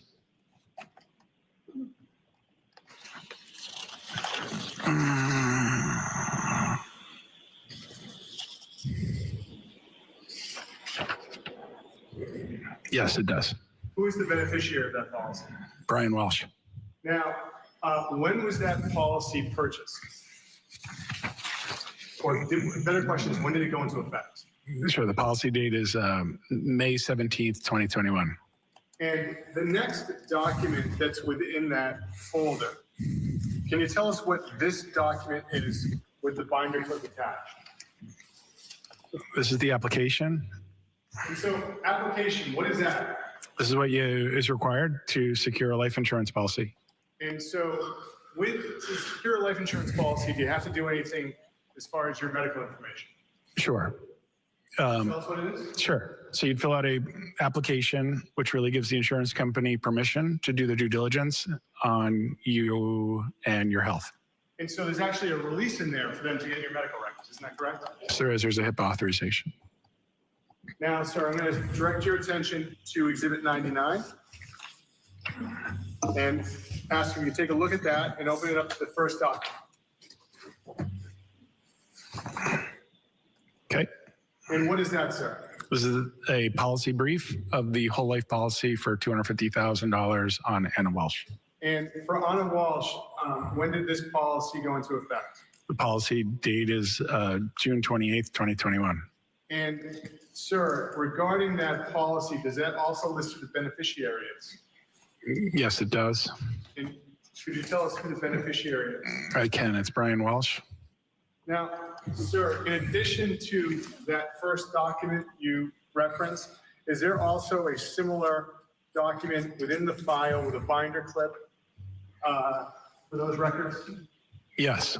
And what is that document, sir? This is a life application.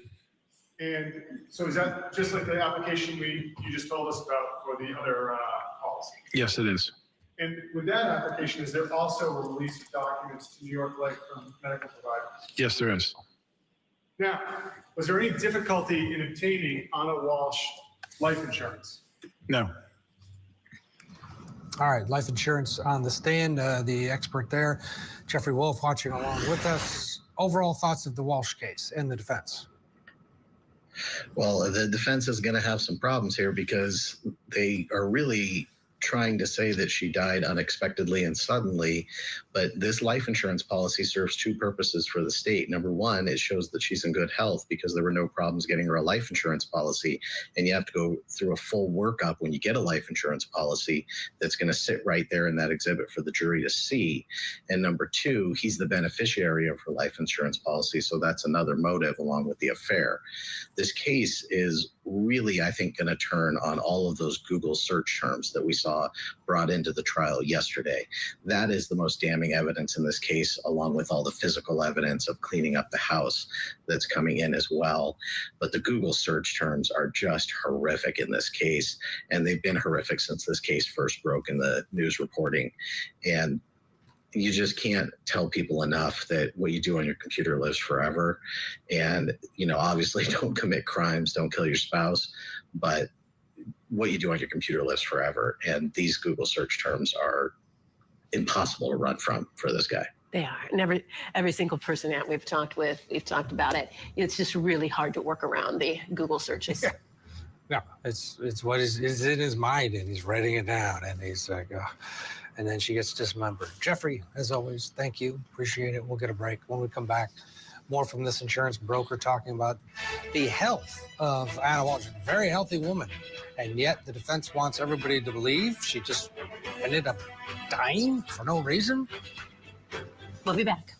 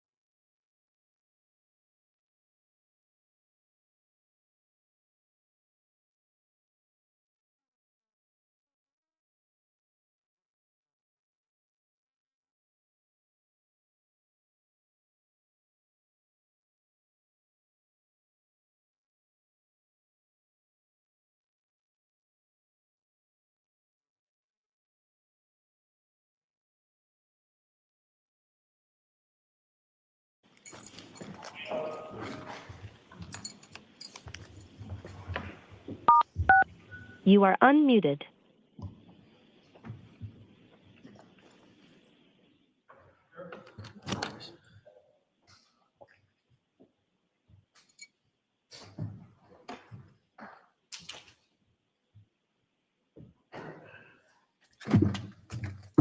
Thank you. Back in session, you may be seated.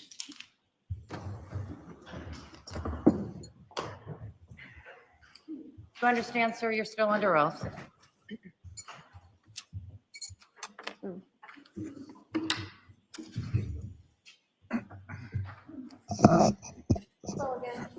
Hello. So before the break, I was talking to you again about how you sell policies to individuals and families when it comes to life insurance. Yes. So when you're selling to a young married couple, both parties might have life insurance policies, Yes. and each of them would be the other one's beneficiary. Yes. Okay. And when people have kids, then that's another consideration because they want to make sure if something happens to one parent, the other parent and the children are okay. Yes. So in your role as a life insurance agent, would you categorize life insurance policies as something that's an investment for the whole family? Sometimes. Okay. And in this particular case, am I correct that all 3 children had whole life insurance policies as well? Yes. And Anna Walshe was the beneficiary of those. Yes. So she would have been the only one who could have taken out a loan against any of those policies. Yes. Okay. I was asking you before about how Mr. Walshe had been denied several times for health insurance. Life insurance. Life insurance. Yes. Yeah. It's okay. Yes. Sorry.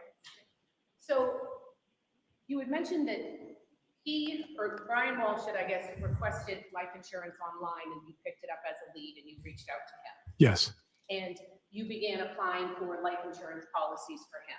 Yes. When you began applying for life insurance policies for Brian Walshe, Anna Walshe did not apply for any life insurance policies. Correct. At some point, Anna Walshe did apply for a life insurance policy, and that was after Mr. Walshe consistently was denied because of his open federal case. Correct.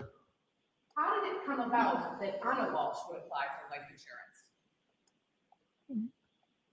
I don't remember the conversation. Okay. It probably was my recommendation. So it was probably your recommendation that Anna applied because Mr. Walshe was getting denied. Correct. Okay. Is it customary, once you sell a policy, I don't know if that's the right term, that you might stay in touch with your clients if they ever have questions in the future about their policies or payouts or any beneficiary questions? Yes.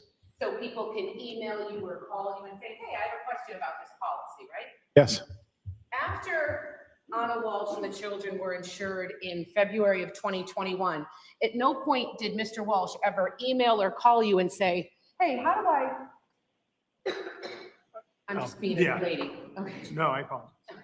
Okay. At no point did Mr. Walshe ever contact you to ask you about getting paid out on any of Anna Walsh's life insurance policies. Correct. Overruled. He can answer Correct. that question. And at no point did Mr. Walshe ever contact you and ask you about taking out any loans or how to take out loans on any of the children's life insurance policies or Anna Walsh's life insurance policies. Objection. Overruled. Correct. Nothing further. Redirect. No, Your Honor. Commonwealth's content. The witness may step down. Thank you, sir. Thank you.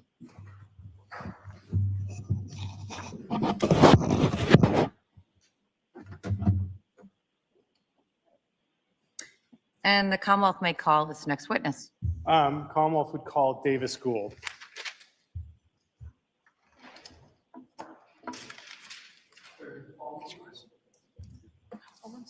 Don't worry about it.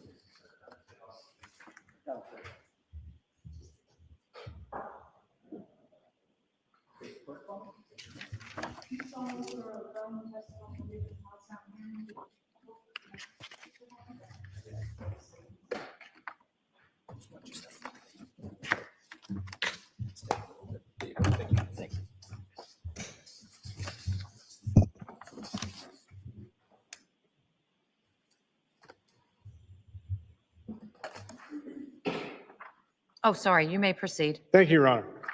Sir, could you state your name? My name is Davis Gould. First name is spelled D-A-V-I-S.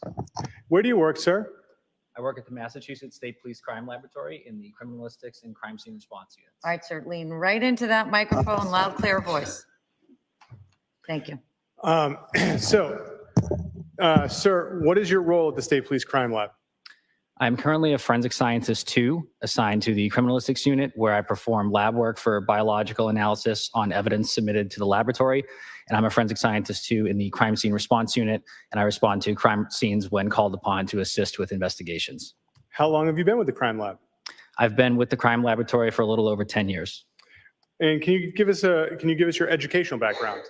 Yes, I have a Bachelor of Science degree from West Virginia University with a major of forensic and investigative science and a minor in biology. And can you detail your history with the Crime Lab for us? I first started working at the Crime Laboratory in 2015 with the CODIS Collection and Investigative Unit. I was a lab technician. I was at that position for approximately a year and a half until a position opened up in the Criminalistics Unit, where I joined as a Forensic Scientist 1.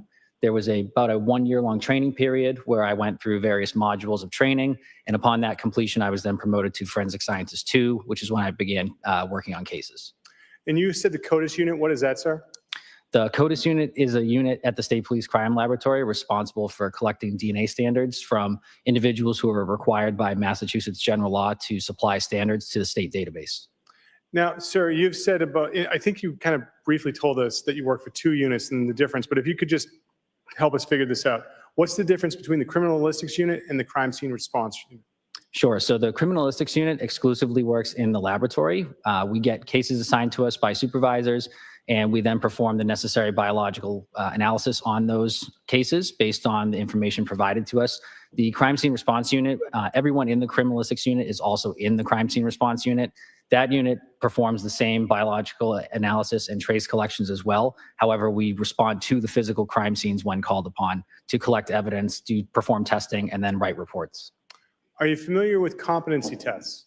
Yes, I am. Can you tell us what competency tests are? Competency test is a final test that is conducted at the end of training. In the Criminalistics Unit, I went through a training period where there were separate modules, where each module is a particular discipline of forensic science. So blood testing, other bodily fluids, trace analysis, etc. And then upon completing each of those modules, there is a final exam at the end called a competency test, of which I passed prior to working on any cases at the laboratory. So I think you might have answered my question, but you passed your competency tests? Yes, I did. Now, are you familiar with what's a proficiency test? I am, yes. Can you tell us what a proficiency test is opposed to a competency test? The main difference is that a proficiency test is performed periodically in each discipline. So, for example, each year I take 2 proficiency tests in the biological screening field. I take 1 trace proficiency test as well, and that's administered through an exterior company that will send us a test to perform, and I'll perform the necessary test in that discipline and then write a report on my findings. And sir, have you ever testified giving your opinion concerning evidence collection or analysis or forensic analysis of evidence? Yes, I have. In the crime lab, is it accredited? Yes, it is. What does it mean to be an accredited crime lab? Accreditation is a voluntary process that the laboratory goes through. An outside agency looks at the standards and procedures that we follow, and that which are guidelines set by the greater scientific community and forensic community. There is a certificate that is given every 5 years that reasserts that we're accredited and adhering to the standards set forth by that agency. I would like to ask some questions about January 9th, 2023. Were you working that day? Yes, I was. And at about 2:35 that afternoon, where did you report to? I reported to the Cohasset Police Department at approximately 2:35. And why were you at the Cohasset Police Department? I was requested to process a vehicle involved in an incident in Cohasset.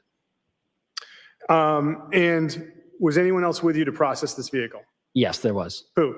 I had a trainee with me at the time from the laboratory. He was going through the training period to become a crime scene responder. There were also members of the crime scene services section to take photographs, as well as members of the State Police Detective Unit.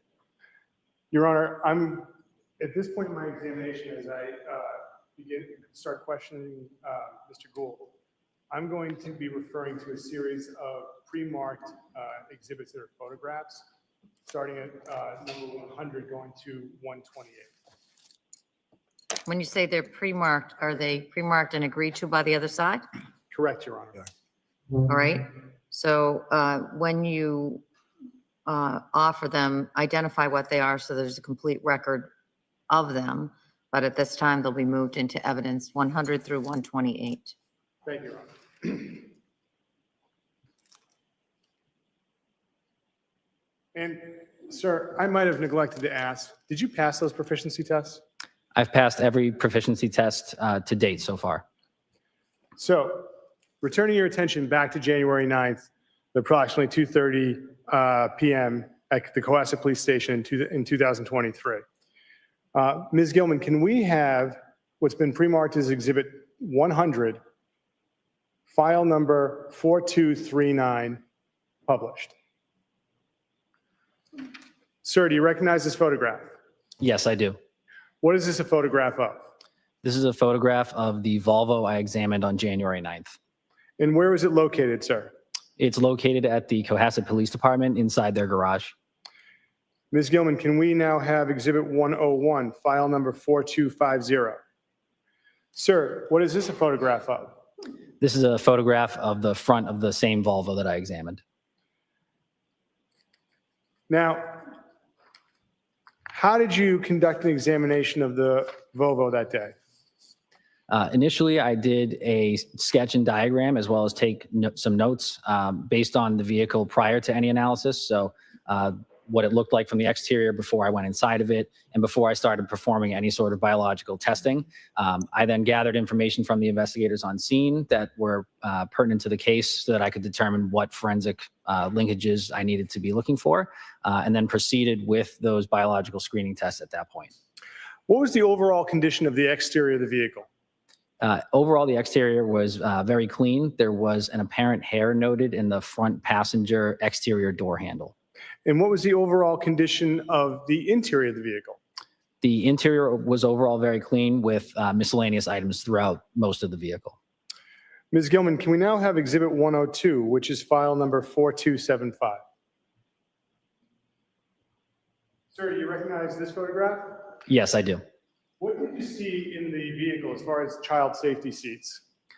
There were two child safety seats, one located in the second row on the passenger side and another seat located in the third row on the driver's side. Now, sir, what did you observe as far as any staining inside the vehicle? There were two areas of visible staining that I noted, one being a red-brown stain on the front driver's side visor, and then there was brown stains noted on the front passenger side visor. Ms. Gilman, can we have Exhibit 103, which is file number 4283? Sir, directing your attention to the screen, what is it that we're looking at? This is a photograph of the stain, the red-brown stain on the driver's side visor that I had marked with a ruler and the letter A. And so you're the person who would put that piece of tape there? Yes. Ms. Gilman, can we have Exhibit 104, which is file 4286? What is it that we're looking at here, sir? Similarly, this is a photograph of the brown stains on the front passenger visor that I marked B with the ruler tape. Now, what did you find as far as gloves on the passenger side of the car? On the passenger side of the vehicle, on the floor, there were two examination-style gloves. In the front passenger door pocket, there were two additional exam-style gloves in a Ziploc bag. And in the center console, there was 16 exam-style gloves inside of the center console. Ms. Gilman, can we have Exhibit 105, which is file number 4279? Sir, do you see this photograph? Yes, I do. Can you show us where you found gloves on the passenger side? Yes. So on the right-hand side of the photograph on the floor, there are the light blue-colored gloves. Those would be the two gloves that I observed on the floor. And Ms. Gilman, can we now have Exhibit 106, which is file number 4258? Sir, do you recognize this image? Yes, I do. And what is this an image of? This is the open center console between the front driver and passenger seats with 16 examination-style gloves inside of it. With the Volvo that afternoon, what were you able to do as far as any testing? The testing I performed on the Volvo was the blood screening test we use at the laboratory. It is a color changing test involving 2 chemicals. I'll take a clean swab and apply it to any areas that I'm interested in determining if there is potential blood present. It is a screening test, so it does not confirm the presence of blood. Additional testing would be needed, but the color test allows us to visualize stains that we can't see. So I applied this test throughout multiple areas inside the vehicle, looking for blood that was not visible to the naked eye. When it's negative, the swabs don't change any color after I add the chemicals.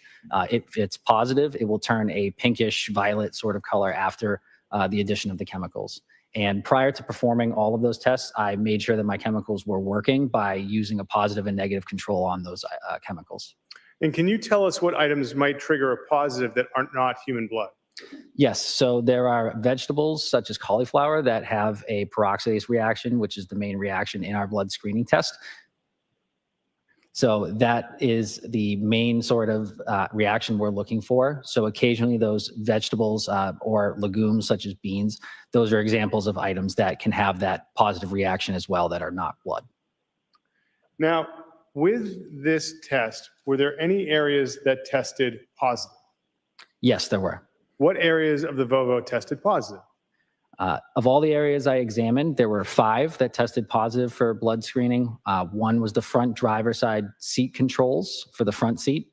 There was an area on the second row passenger floor mat that tested positive.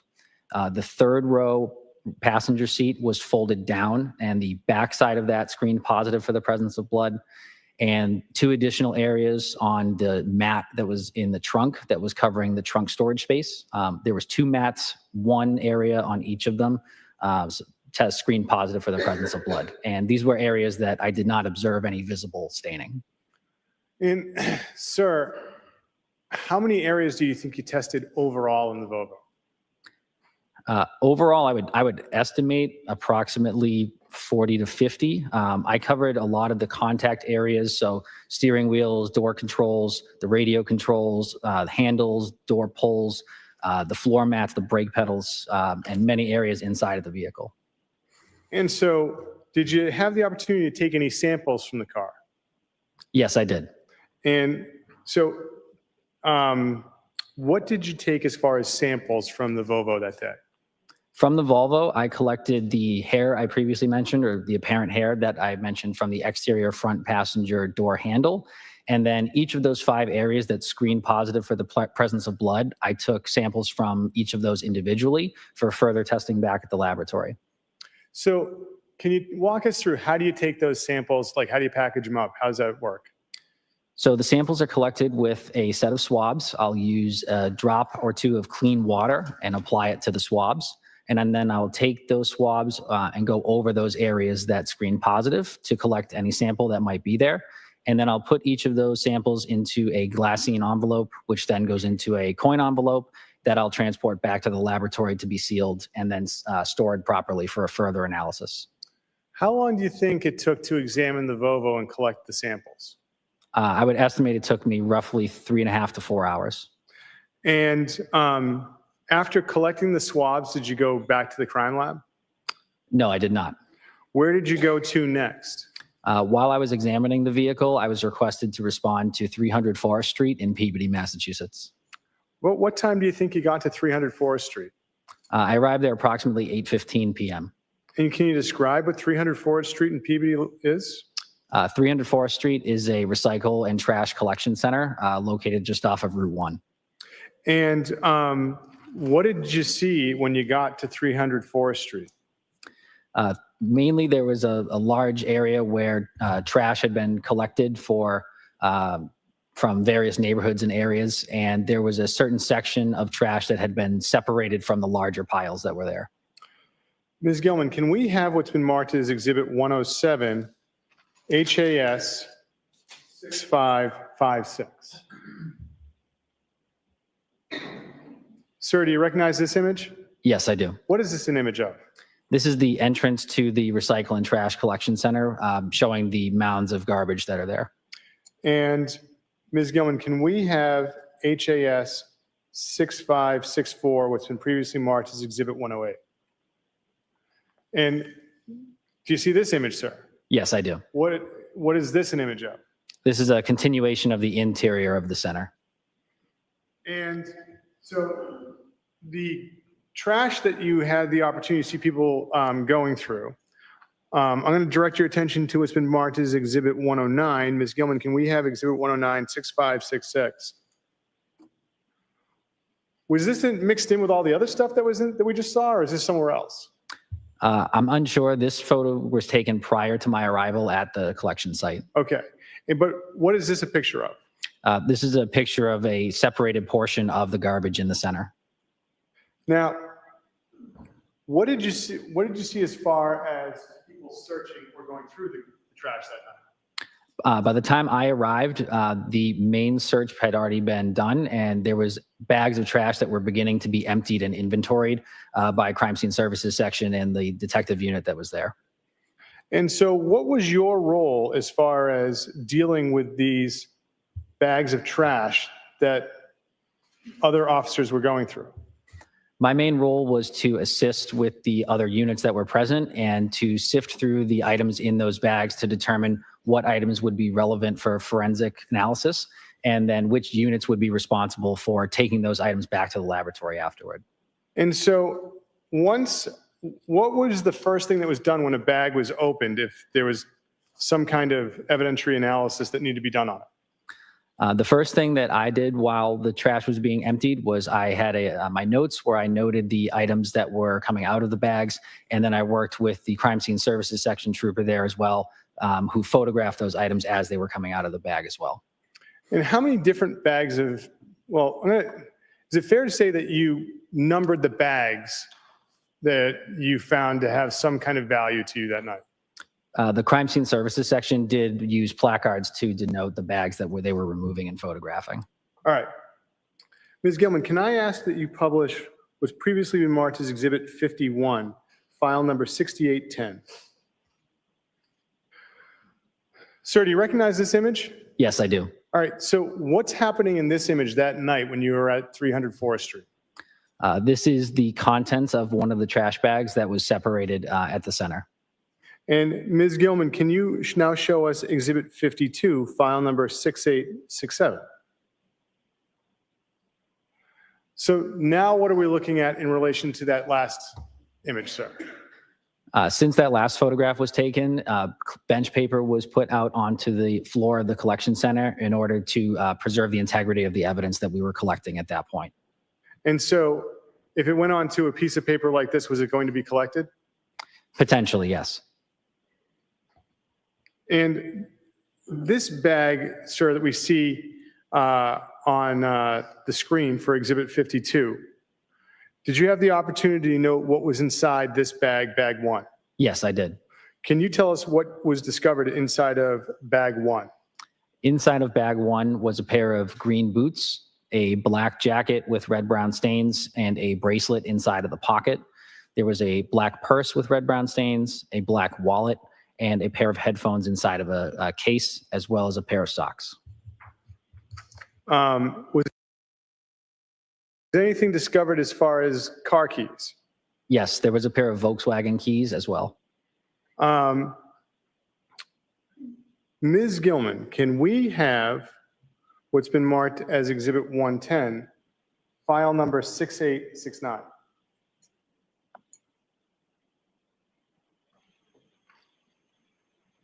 Is this also the contents of that first bag? That's correct. And Ms. Gilman, can we now have Exhibit 111, what's been marked as 6870? Are these also the contents of that bag? Yes. Now, I'd like to ask you about another bag that you found or had the opportunity to examine. Was there a trash bag with a designation 2? Yes, there was. What was discovered inside of bag 2?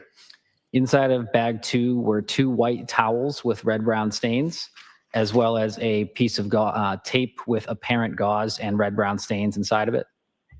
Ms. Gilman, can we have Exhibit 112, which is file number 6898?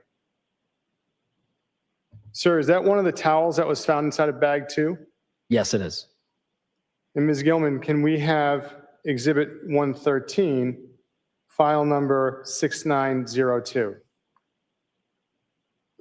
Is that the second towel that was found inside the bag, sir? Correct. And what's the other items around the towel? Those are miscellaneous tissues with red-brown stains. Now, was there a bag 3? Yes, there was. What was discovered inside of bag 3? Inside of bag 3 was a white bathrobe with red-brown stains. Ms. Gilman, can we have what's been marked as Exhibit 114, file number 6906? Sir, is this a picture of what was found, the bathrobe and found inside of bag 3? Yes, it is. Now, was there a bag 4? There was. What was discovered inside of bag 4? Inside of bag 4 was a pair of gray slippers with red-brown stains, a pair of dark gray slippers with red-brown stains and trace materials, as well as apparent hairs with red-brown stains. So, Ms. Gilman, if we could have Exhibit 115, file number 6915. Sir, do you recognize this image? Yes, I do. Directing your attention to this image, the slippers there, which ones are those in the top of it?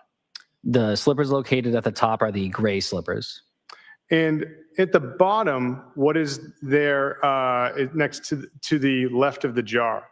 There is a leather strap wristwatch located as well. And you had said that there was a second pair of slippers that was recovered from that bag? That's correct. Ms. Gilman, can we have Exhibit 116, file number 6929? Sir, can you tell us where the second pair of slippers is in this photo? Yes, at the bottom center of the photo, you'll see the dark gray slippers with the red-brown stains and trace material noted on the bottom of one of the slippers. What is trace material? Trace material could reference a number of things. In this particular instance, it references the apparent hairs or fibers that I observed on the slippers. Ms. Gilman, can we have Exhibit 117, file number 6934? Sir, what is the trace material you saw that night when you were at 300 Forest Street? In the photo on the right-hand side of the overturned slipper, there are the apparent hairs and fibers that I called trace materials located on the right-hand side at the toe end of the slipper. Sir, I'd like to ask you some questions about bag number 5. What did you observe inside of that? What did you observe produced from bag 5? Bag number 5 contained pieces of rug with red-brown stains on some of the pieces. Ms. Gilman, can we have Exhibit 118, which is file number 6948? Sir, what are we looking at here? These are pieces of a rug with red-brown stains that I noted on 2 of the pieces. And Ms. Gilman, can we have Exhibit 119, file number 6944? Sir, where did you see the red-brown staining on the rugs? On the 2 leftmost pieces, the left piece has red-brown stains in the bottom right corner, and then the one in the center of the photo has red-brown stains on the majority of the piece of rug. So, sir, after bag 5, did you have the opportunity to see anything produced from the 6th bag? I did, yes. What was produced from the 6th bag? Inside the sixth bag was additional pieces of rug with red-brown staining on those as well.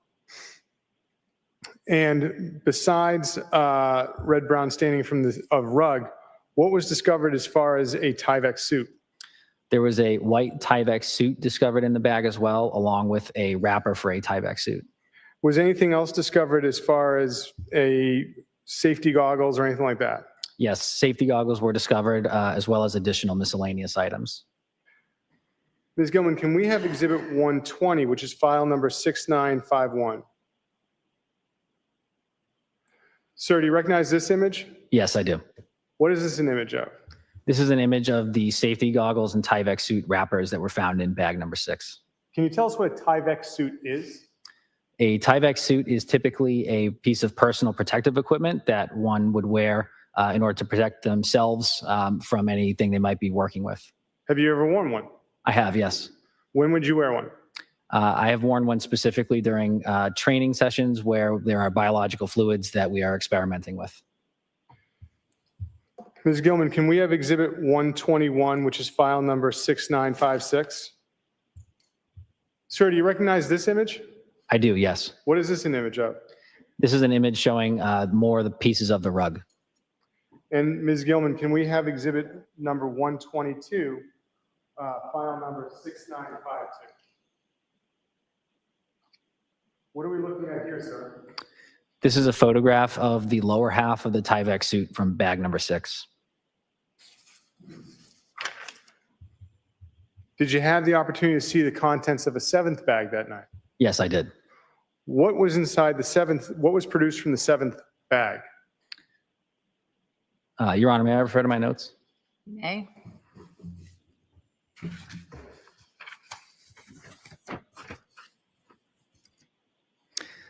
The 7th bag contained a bottle of hydrogen peroxide, a ice pack, a blue flat sheet as well. And sir, I neglected to ask you about the rug as well. I showed you one image, which was Exhibit 121. So Ms. Gilman, can we have Exhibit 123, file number 6963? Sir, what is this we're looking at? This is another piece of the rug from bag number 6 containing red-brown stains with apparent tissue. And what is apparent tissue? For those of, like, I don't know what that means. It's not like Kleenex, right? That's correct. Apparent tissue from the forensic perspective is a material that may or may not resemble human skin tissue. In this particular instance, based on my observations, that's what I called it. Ms. Gilman, if you could take that down, and if we could have Exhibit 124, 6974. And so, sir, does this represent the contents of the 7th bag? Yes, it does. And so in the upper center, what is that brown bottle? It is a bottle of hydrogen peroxide. And the cut up like labels off to the side, did you note what those were for? I didn't note what they specifically were for. I grouped them under the miscellaneous items that were in this bag. And now, sir, did you have the opportunity to see an 8th bag in the contents produced? Yes, I did. Ms. Gilman, can we have Exhibit 125, which is HAS 7002? Sir, what is it that we're looking at here? This is a photograph of the contents of bag number 8. And what was produced from bag number 8? Bag number 8 contained a hammer, a pair of wire snips, a hatchet, and a hacksaw with red-brown stains on it. And what are wire snips, and then what are shears? They're sharpened tools that can be used to cut an item of interest. So which one of those two objects is snips and which one is a shear? The shears are located on the right-hand side of the photo. The snips are located in the center between the hacksaw and the hatchet.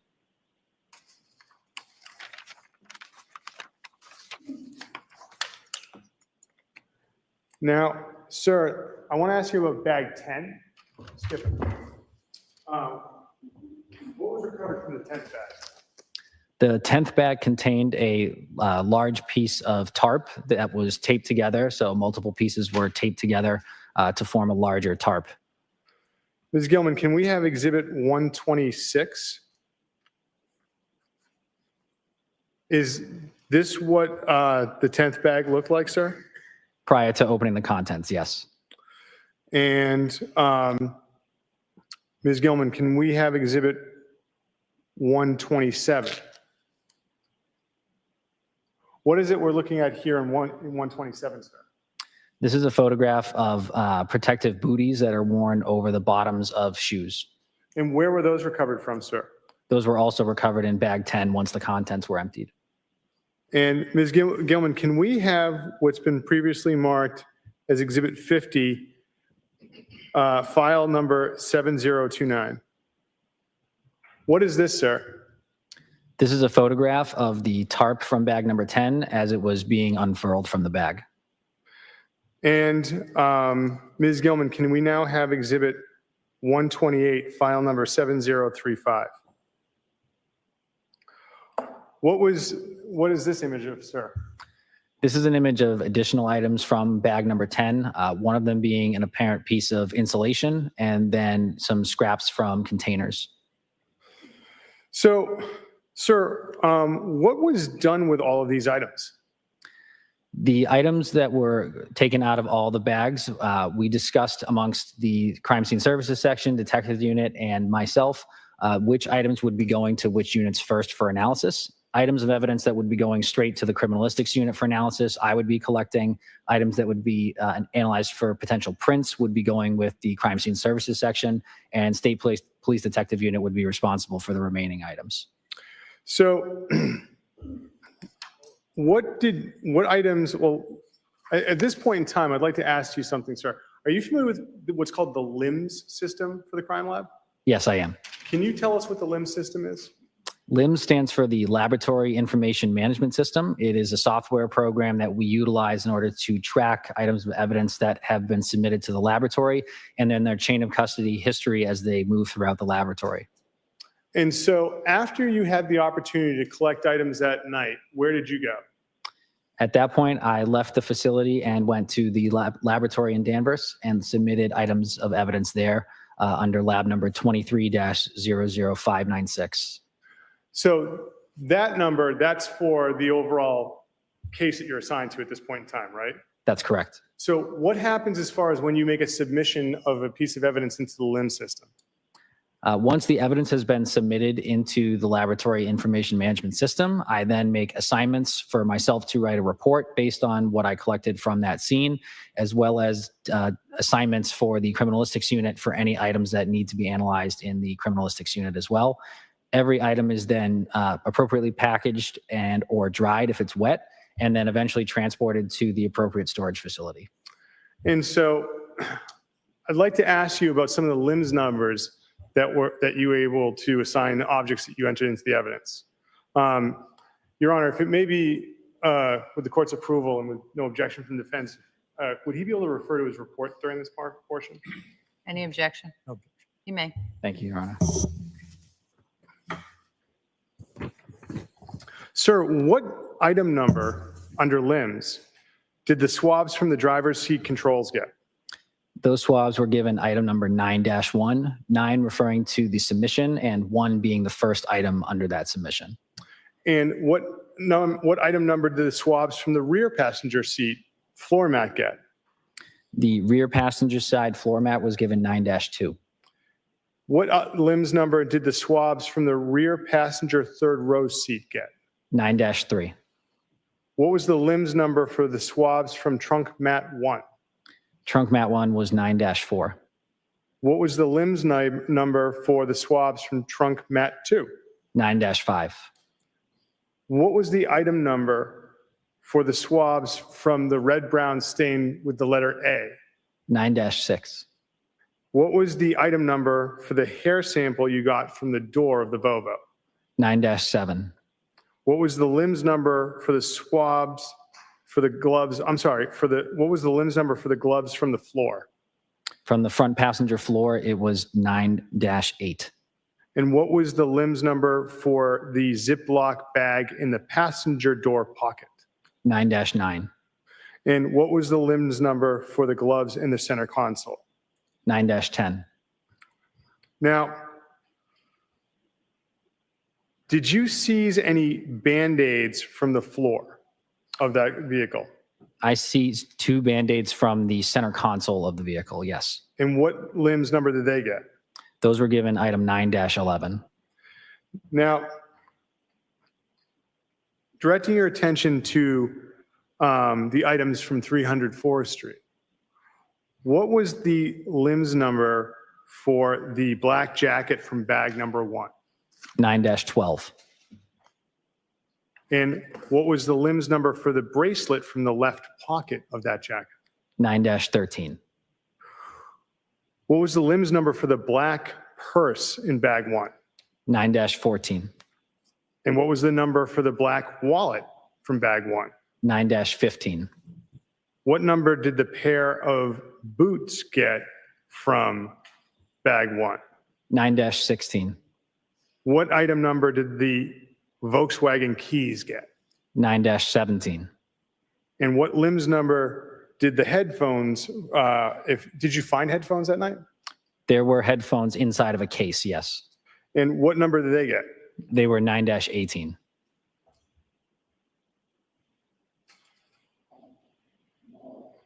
What item number did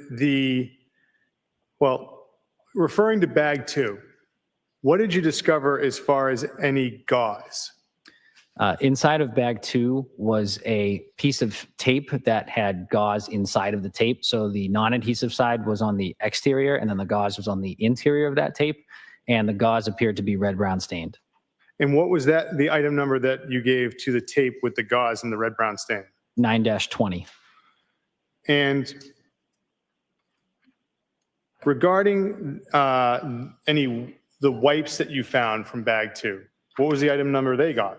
They were 9-21. And the towels that were retrieved from bag 2, what numbers did they get? The white towel, one of them was 9-22 and the other was 9-23. What about the bathrobe from bag 3? What limbs number did that get? The white bathrobe with red-brown stains was 9-24. And the watch that was in bag 4? 9-25.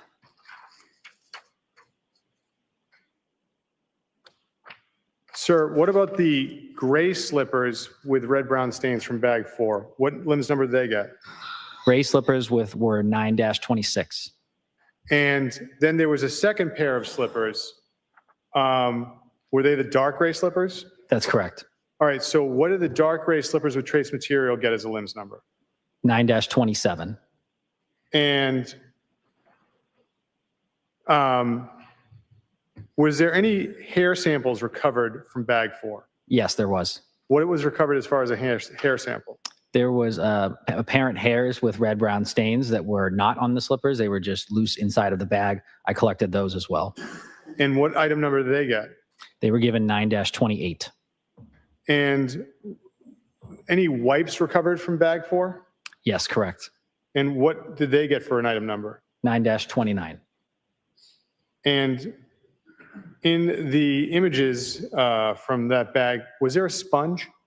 There was, yes, a sponge with a wipe stuffed into it. And what item number did that get? That was given number 9-30. And was anything retrieved as far as cuttings, or I shouldn't say that, what was the item number given to the pieces of rug from bag 5? From bag number 5, I took a cutting myself from the red-brown stains that were seen on those pieces of rug. That cutting was given 9-31. What item number did the Tyvek suit get? 9-32. And in bag 6, what number did the hand towel get? 9-33. So, sir, now I'd like to show you some of these objects. And before I do you have any gloves with you? I do, yes. I see counsel at the side of the bench. Yes, Your Honor.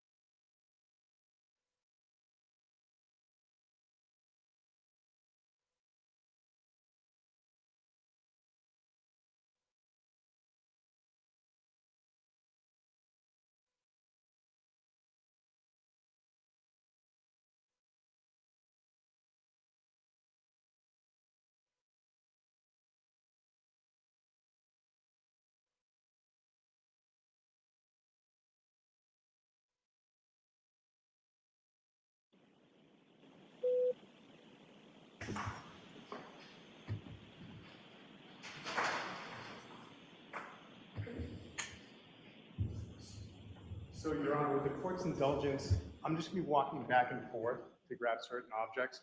And I apologize if I appear to be a ping pong ball, but I think that's probably going to be the easiest way to do it. That's fine.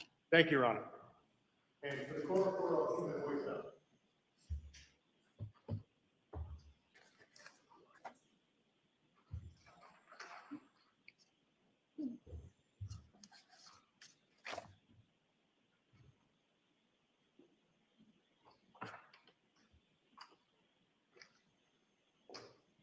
Sir, what I'm going to do is I'm going to hand you an item that's in a bag. I'm going to ask if you recognize the bag and open it up. I'm not going to ask you to produce anything from the bag, okay? Yep. All right, thank you, sir. So the first item I'm handing you is a manila envelope. Do you recognize that? Yes, I do. What is it, sir?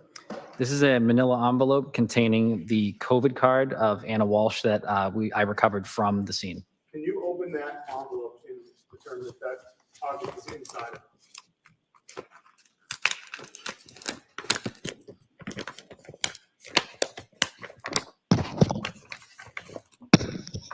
Yes, it is. Thank you. The Commonwealth would seek to have this envelope marked as the next exhibit, Your Honor. Any objection? No objection. Is it 129 we're at? Yes, Your Honor. The COVID card will be, or the exhibit with pouch that contains the COVID card is now in evidence as 129. Jurors, I do expect that there's going to be a series, and based on what we're consulting with at the side of the bench, there's going to be a series of bags of evidence that the Commonwealth's going to move into evidence. And those bags, to the extent that they are admitted as evidence, will go back with you in the jury room for you to examine as you need during your deliberations. But it's my understanding that they're going to stay in the bags right now. And when they go back with you, you'll have proper gloves, just like the witness now has. All right? Thank you. Sir, do you recognize this bag? Yes, I do. What is that? This is the bag of keys and headphones that I recovered at the scene. Could you open it and confirm those items are inside that bag?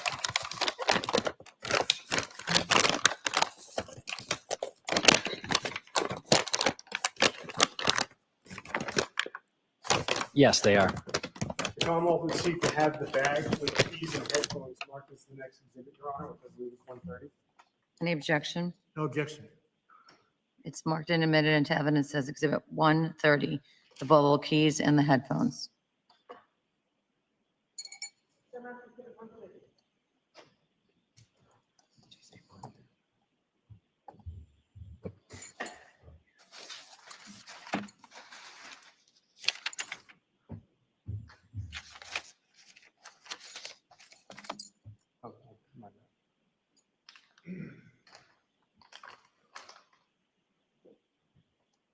Sir, I'm showing you a bag. I'm producing a bag to you. If you could tell us if you recognize it.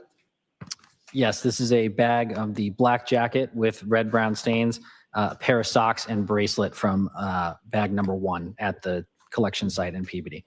Could you open that up and confirm that those items are inside of it?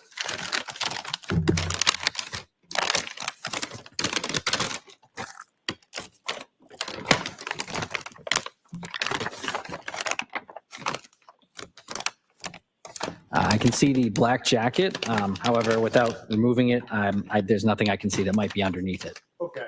So for today's purposes, that bag with the black jacket, I would seek to mark as the next exhibit, Your Honor, without having to move the jacket around and go underneath any objects inside it. What's the outside labeling say? Black jacket, bracelet, and what else? Pair of black socks, Your Honor.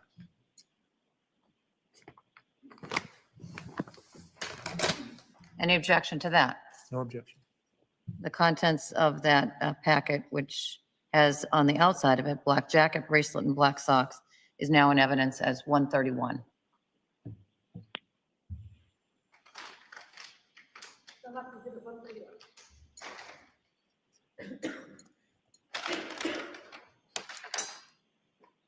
Sir, I'm producing another bag to you. Do you recognize this? Yes, I do. What is that? This is a bag marked as purse and wallet from bag number 1. Could you open that bag and confirm the first of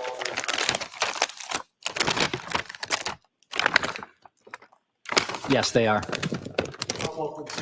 This marked as the next exhibit, Your Honor. Any objection? No objection. The purse and the black wallet, both black purse and black wallet, are now in evidence as 132.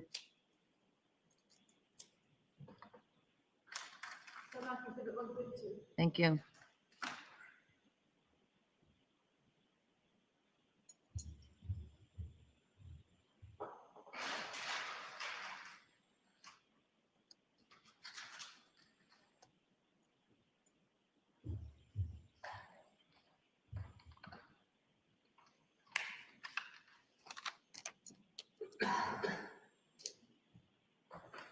Sir, I'm handing you a bag and asking Yes, I do. what's inside that bag, sir? A pair of green boots recovered from bag number 1. And sir, what is the outside of the bag, sir?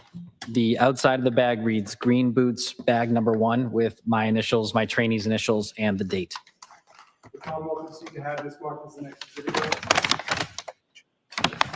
The bag with the green boots is now in evidence as Exhibit 133.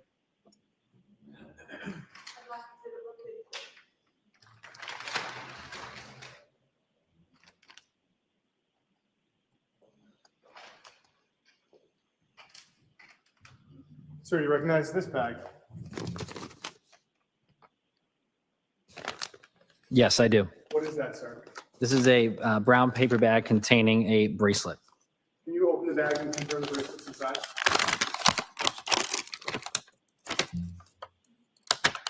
Yes, there's a bracelet inside. Commonwealth will seek to have this marked as the next exhibit, Your Honor. Any objection? The bracelet is now in evidence in its bag as 134.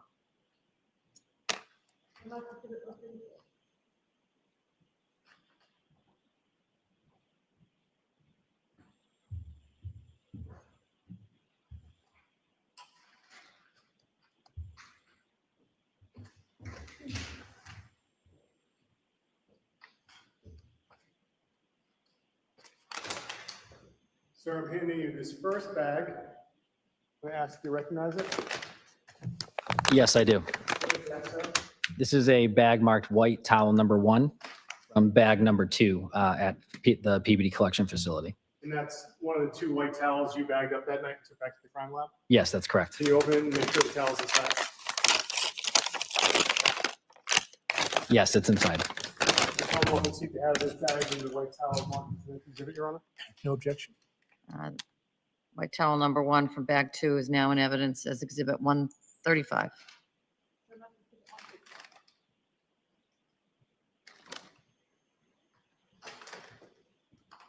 I'm handing you another bag, sir.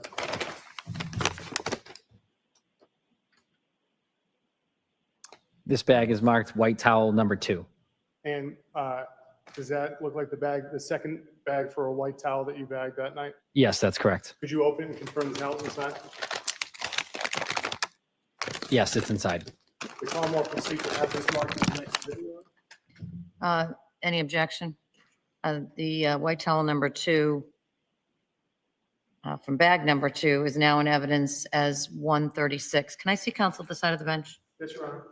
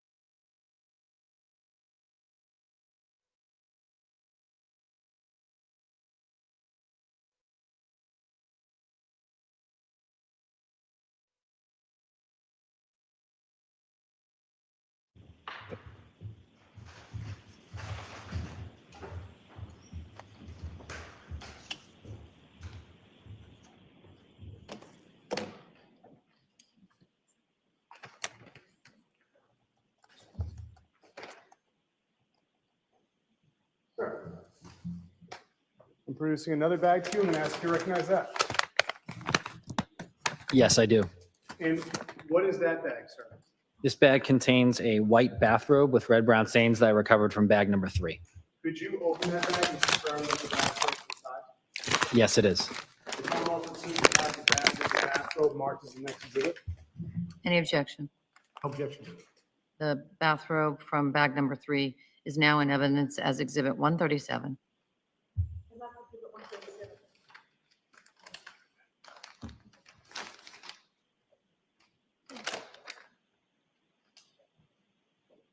Sir, what's this bag that I'm handing you? This is a bag of the dark gray slippers with red brown stains and trace materials. Could you open the bag and confirm the slippers are inside? Yes, they are. Commonwealth will see to have the bag with the dark gray slippers marked as the next exhibit. No objection. That's also from bag number 3, or is that, This would be from bag number that's 4. bag 4? Yes, Your Honor. Thank you. The dark gray slippers from bag number 4 are now in evidence as 138.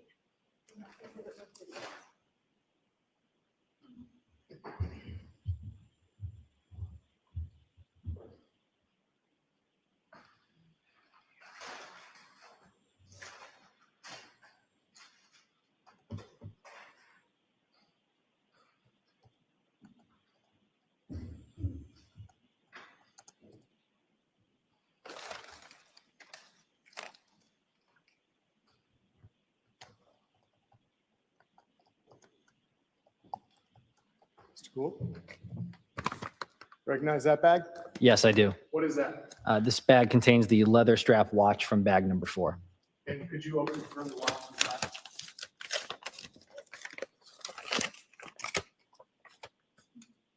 Yes, it is.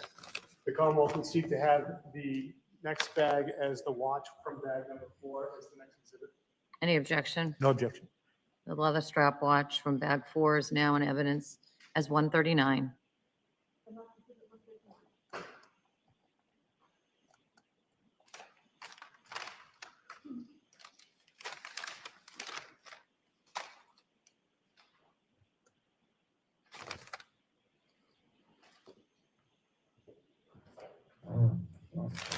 So you recognize that bag? Yes, I do. And what is that?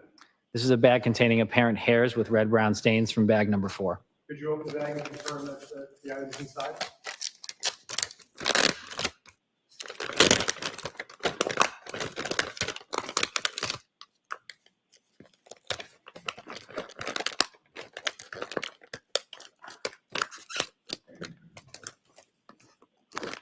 This one's still sealed.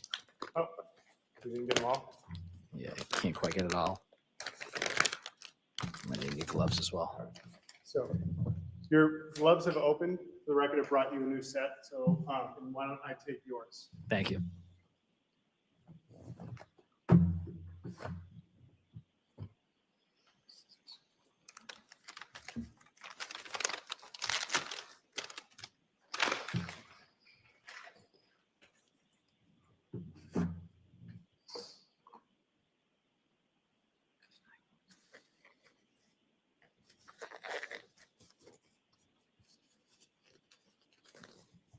Good? Good. All right. Thank you.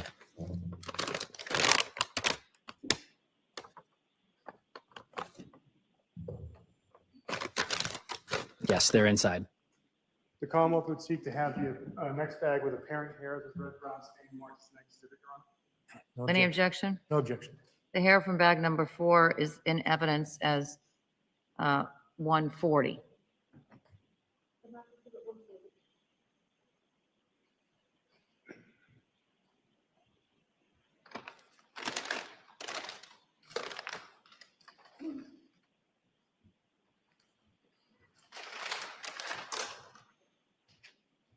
Sir, do you recognize this bag?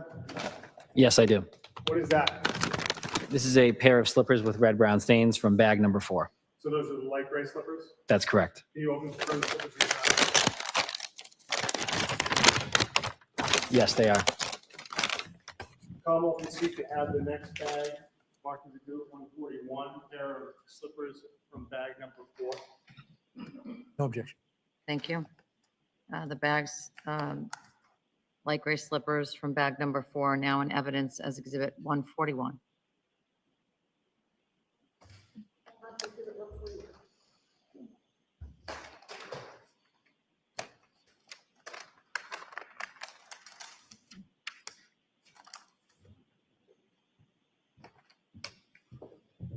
So do you recognize this bag?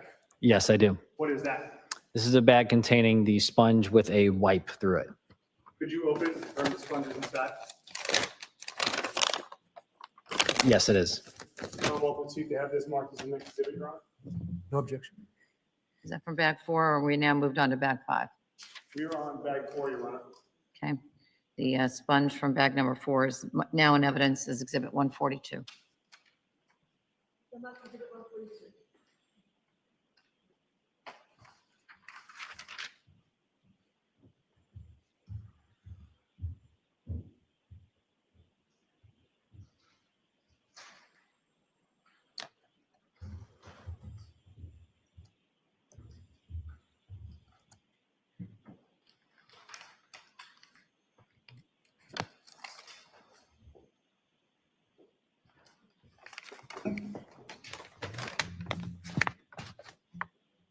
So do you recognize that bag? Yes, I do. What is that bag? This is a bag containing the Tyvek suit recovered from bag number 6. Could you open and confirm the Tyvek suits inside? Yes, it is. The Commonwealth would seek to have this next bag, Your Honor, marked as next exhibit. Tyvek suit from bag number 6. No objection. Thank you. Now in evidence as 143 is the Tyvek suit from bag 6.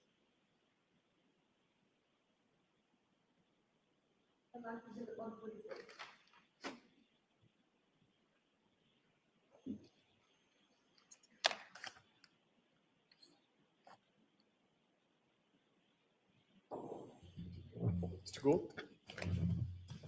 You recognize that bag? Yes, I do. What is that, sir? This bag contains the hand towel with red-brown stains from bag number 6. Can you open and confirm it's inside? It is. The Commonwealth would seek to mark this as an exhibit, Your Honor, which is hand towel with red brown stains from bag number 6. Any objection? No objection. And towel from bag 6 is now in evidence as 144.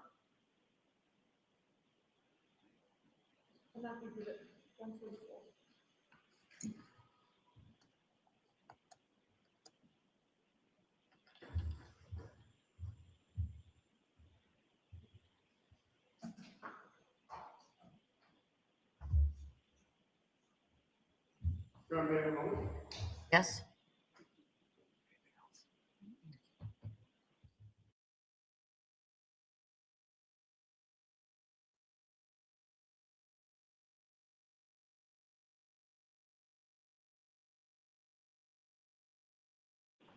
Nothing further, Your Honor.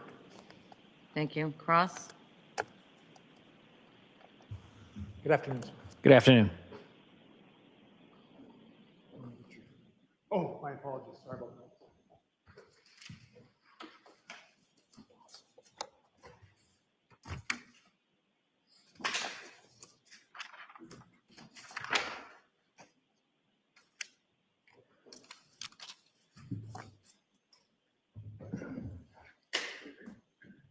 If I just call you Mr. Gould, do you have a comment? Mr. Gould's fine.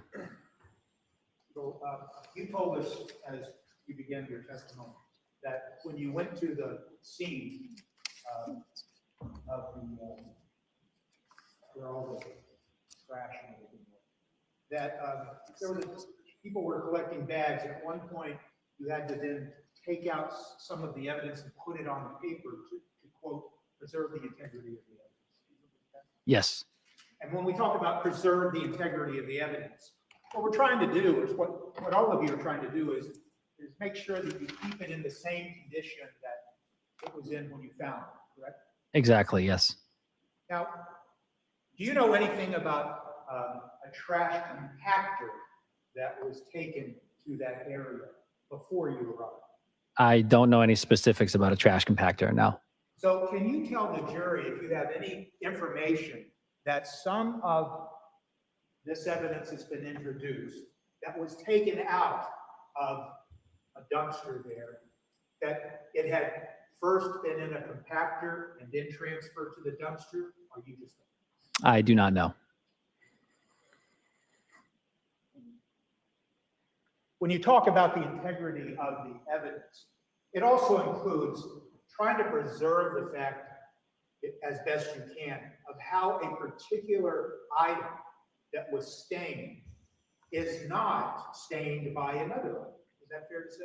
That's fair to say, yes. So when you're handling this evidence that you're collecting, you're really taking care not to have one item touch another item, because you don't want a transfer between biological evidence between item 1 and item 2, correct?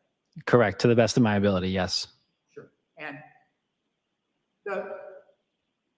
in this case, and in the collection of this evidence, it's fair to say, isn't it, Mr. Gould, that you have no way of knowing before you were able to begin your examination of these items at the scene, how they had come into contact with each other, either within a bag or just being pulled out by people before you arrived. Before I arrived, correct. And there is such a thing in your expertise in forensics that includes characterization of transfer of biological evidence, correct? That is within the realm of our responsibilities, yes. And what that simply means is that one item that has some either biological evidence or something else, if it comes into contact with another item, it can transfer that to the other item.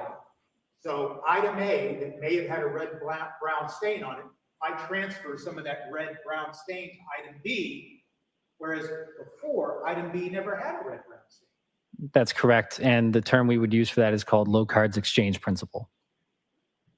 And that would include, for instance, if you were looking at a pair of slippers like we have in this case, and you see in one of the photographs that there looks to be apparent hairs attached to the slippers, it could very well be that those hairs that are seen attached to the slipper, they could have transferred to that slipper because they were already in the bag or they came into contact with something else. Absolutely, yes.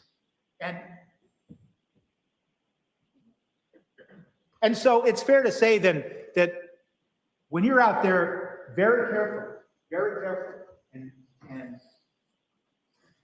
and with all the training and experience you have, there's no way for you to be able to tell a jury, with regards to this specific case, how exactly some of this red-brown stain or biological evidence actually came to be on any piece of evidence.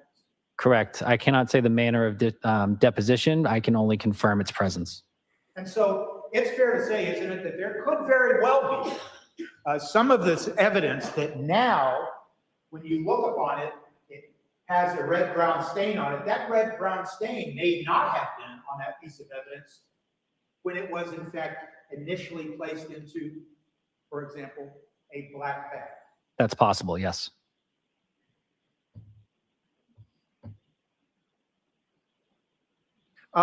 In the photographs that were introduced of the scene where you went with all that trash and garbage, it's fair to say that a lot of that trash and garbage had absolutely nothing to do with this case. Correct.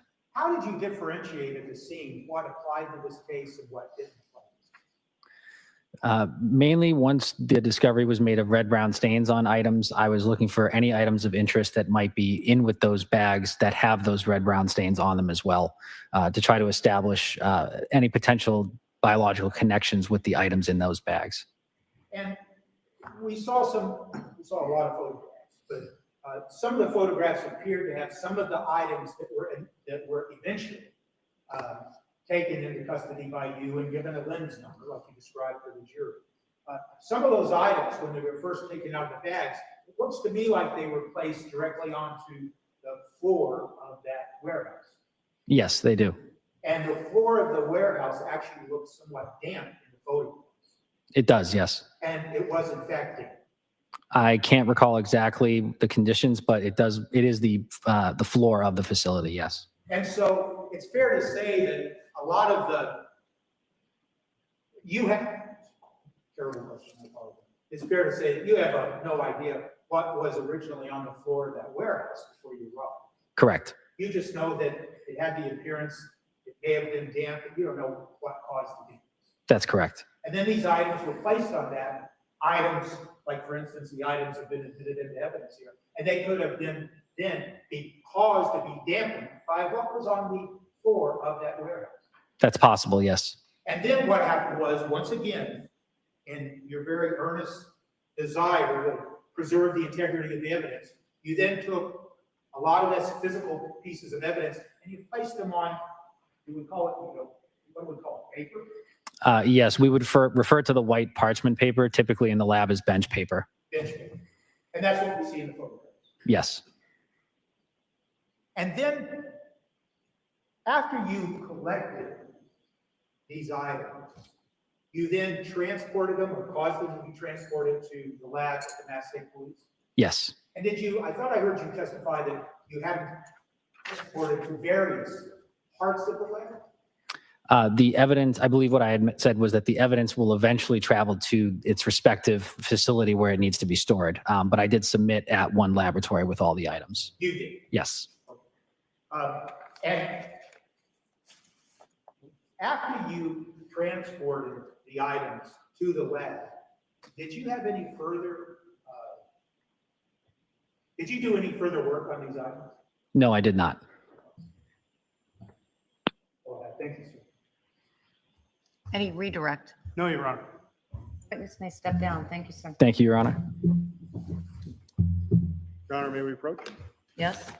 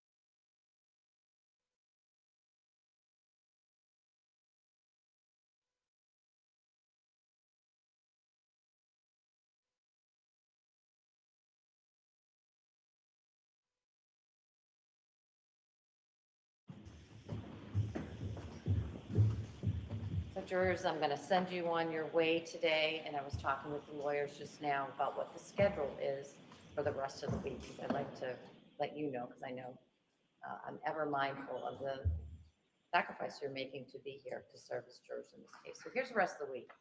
I expect tomorrow will be a full day, 9 to 4.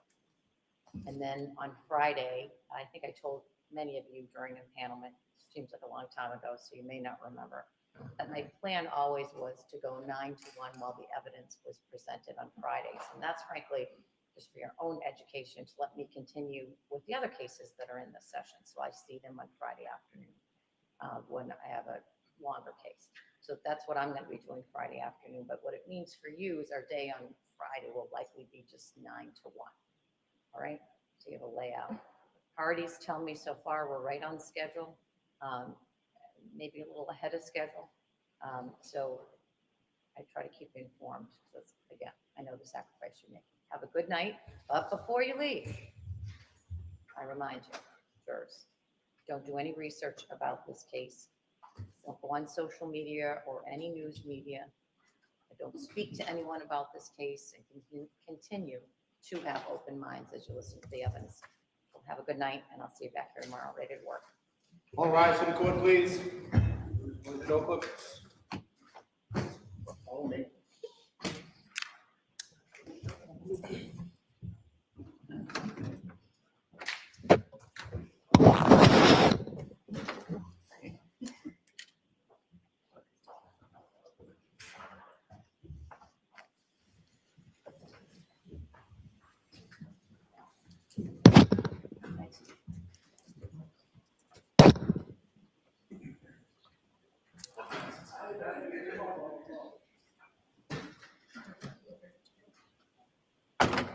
You may be seated.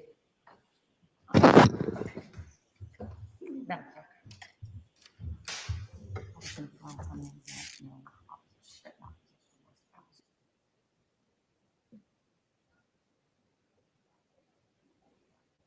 Circling back to a couple of things we spoke about earlier today. So the Commonwealth's motion with regard to the guilty plea was filed on Sunday night. And I frankly had asked Madam Clerk if she could check, because my recollection was that the defendant never filed a written, I know you've been busy. I just want to make sure I have all the paper in front of me. Is it correct that you have not filed a written opposition? I haven't had the chance to address it, but I will have something emailed to the court by tomorrow morning. Okay.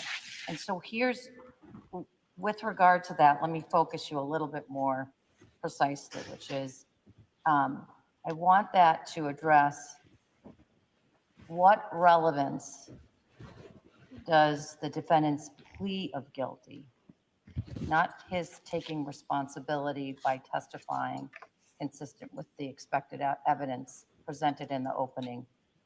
I lied to the police. I improperly disposed of my wife's body. What relevance does the fact of the plea, if you are seeking to get the plea in, of guilty to indictments or counts 2 and 3, have to any permissible fact finding that this jury would do, recognizing that the jury is prohibited and will get an instruction consistent with almost every criminal case, that they may not consider punishment or the consequences of its verdict. So one of the things I'm concerned about is in line drawing, that I'm inviting the jury, if I allow them to hear evidence that he pled guilty, then I'm inviting them to do exactly what I'm going to tell them not to do, which is you are not to consider jurors. You stay in your lane, I stay in mine. So it's not clear to me entirely, and it's, again, no fault of the parties. You may be thinking through a lot of the information I gave you earlier today. But think about now whether A, you are seeking to admit that he pled to those 2 counts, and if you are still seeking that information, what relevance does it have to this jury's permissible job? All right. So let me see if I made myself another note. When's the Commonwealth going to get me the FASTO things? The reduced FASTO text messages. Your Honor, I had a chance to discuss the messages with the Commonwealth. In my position, and I alerted Commonwealth to this, is that if the court was inclined to allow even some of the messages, that my preference is the whole package of the messages that they initially wanted to come in comes in whole. Okay, so relevant or not, you wish me to put it in? Given the court's ruling that some of the messages are coming in, it is our belief that the context of all the messages, Is more beneficial as a strategic matter for your client? it's strategic, it's relevance, it gives a full context. I think otherwise you'd be able to cherry pick certain statements and make an argument that another argument could be made on the exact opposite side of the coin had the other parts been admissible. All So right. it is a strategic I request. said this probably a million times. You know the evidence better than I did. I started before I assigned the Commonwealth to reduce. I started to try to reduce it myself. And I was able to reduce it. But again, I don't know your cases nearly as well as you do. I'm just consuming it as the jury's consuming the evidence. All right. Anything, those are the two things that I wanted to talk about before we suspended for today.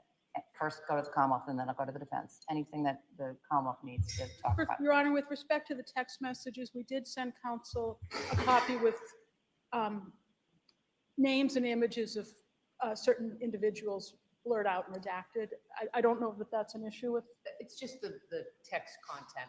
I don't care about the photographs that are blurred. All right, so particularly of the third parties, the minor third parties that are in those text messages, those absolutely need to be blurred.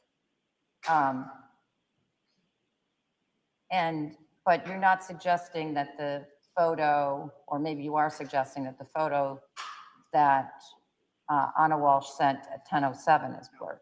No, Your Honor, only the third party minor children. Okay, all right, that seems appropriate.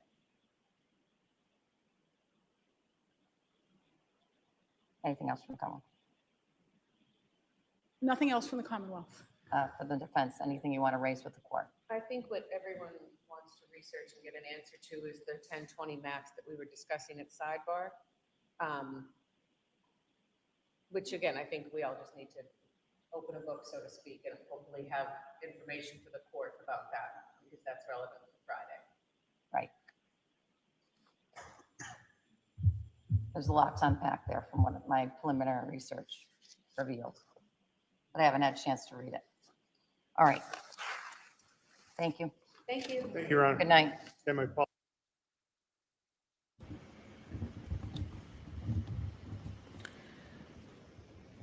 Okay, this case gets, much more interesting now to see.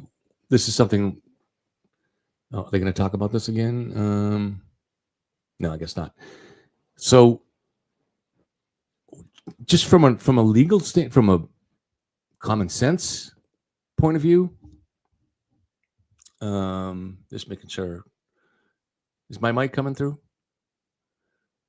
Just see music from Brian saying goodbye, so making sure. Anyways, so what can the jury be told about Brian's admittance or the fact that he's pleading guilty on these things? It's a really interesting question of law, and I think I'd really want to read and hear what they say in court as they make their arguments on this. And this didn't come up until late because Brian didn't confess until as thank you, Molly. Even though in itself it's small, you still investigate further to see if it leads. This window. This didn't come up until late because Brian didn't plead guilty until as jury selection was actually underway. So, there wasn't a lot of time. There wasn't any time to file any motions on that or try to. I'm sure the judge would like to consult the SJC in order to find out or just do the research herself into case law, which might affect this, because this is going to be some pretty unique case law. Not completely unique, but somewhat unique. Hold on one second. Just responding to a message.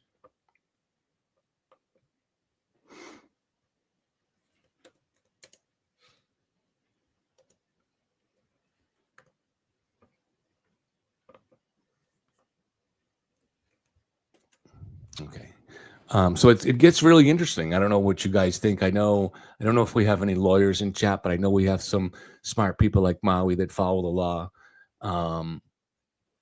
Is it fair that a jury, so like the judge said, are we going to tell the jury something and then tell them they're not supposed to consider it? That's a really interesting position, right, for the judge to be. So she hasn't ruled on this yet.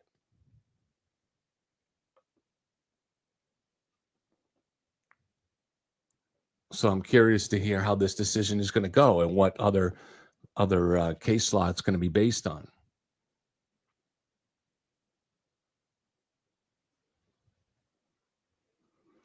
And I wish I had a better analysis for you right now on that, but I'm going to have to take some time and look into this myself tonight and see if I can get something better for you for tomorrow morning. But this is now I'm not a lawyer, but the analysis that I can do is just look into what are some of the discussion aspects of this, even just from a common sense point of view, knowing that we don't want a jury to be prejudiced by things that they hear. But at the same time, it does seem relevant.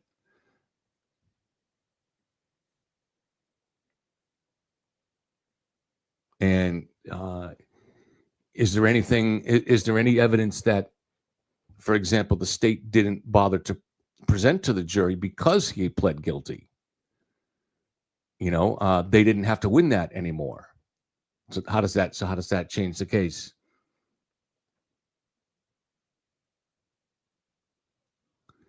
So today we heard from the Uber and Lyft type people that were telling us about his movements. Just Jennifer says she doesn't think you can separate the two. It does seem like that, right? From a common sense point of view. But, sometimes you have to split legal hairs on these things.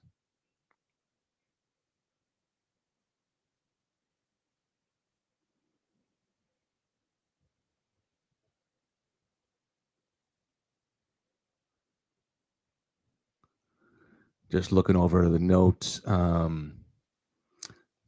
they had a dog search, and the dog found nothing of interest except another dog. That's kind of funny, the way it sounds.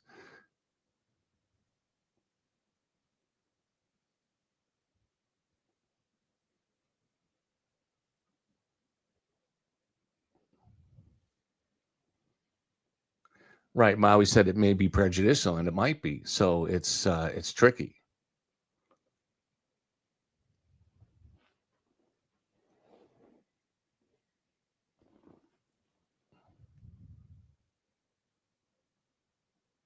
I think another aspect of it that you could say is relevant to is that the fact that he misled the police.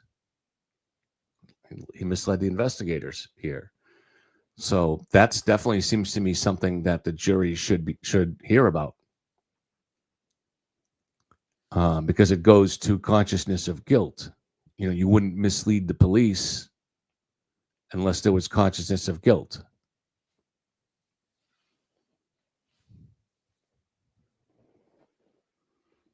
So I do think that's an easier one. Do you guys agree with that? That it'll be easier for the judge to allow this to be presented to the jury the fact that he has pled guilty to multiple counts of misleading police. Well, the trial was originally supposed to go on for 4 weeks, but that pronouncement was made before he pled guilty to some of those counts there. So I don't know if that's impacted it. I don't know if the prosecution or the defense has told the judge that they expect it to be any different time after that, if they've adjusted their estimate of the time. Chick from the Bricks, good to see you. She says it's moving very quick. It seems to be.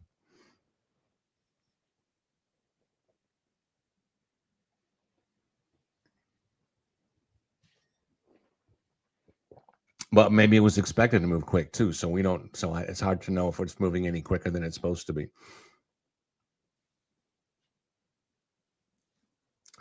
Maui thinks it'll only be 2 weeks. I would say maybe 2 weeks, and then looking more and then the deliberation, and then the jury deliberation coming after that. So in total, it may take as many as 3 weeks, but I'm just guessing. I really don't know. You guys would know more than me.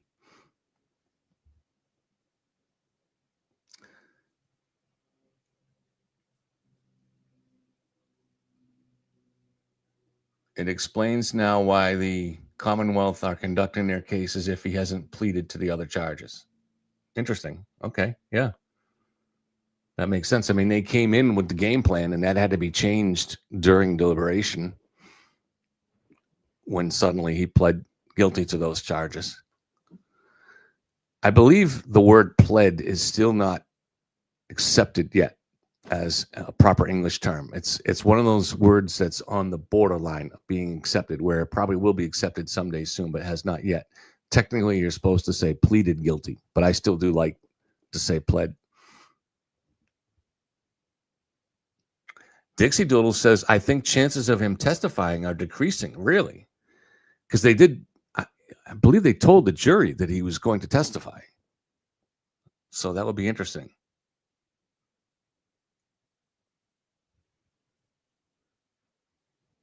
And Maui thinks it looks bad. Yeah, I mean, it really does look bad. Even so, all right, so let's look at it. So let's look at this trial from the point of view if the jury is not told that he pled guilty to disposing the body.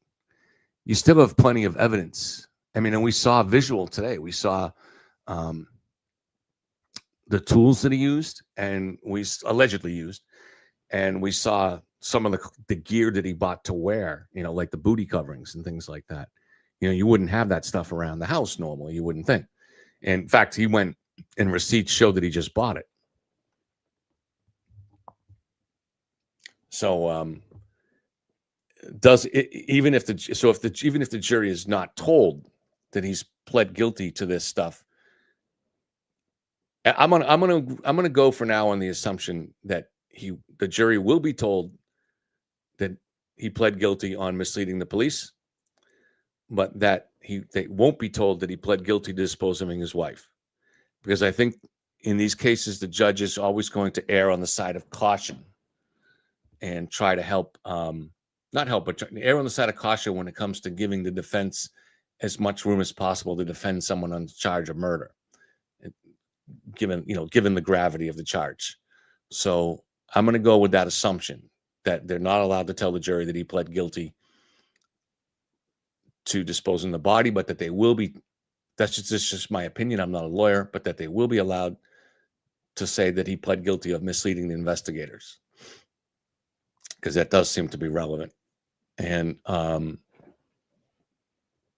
but there does still seem to be plenty of enough evidence there to support a conviction, unless you have jury nullification, which is when any particular juror on the jury decides to ignore their orders and ignore their duty.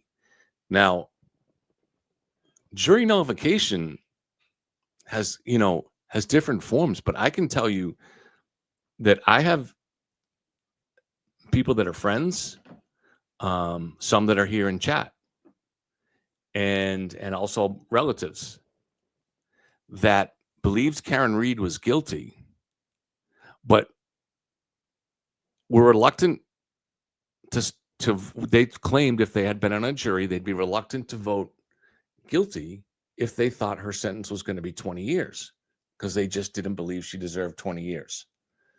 And so as a juror, you're not allowed to weigh that.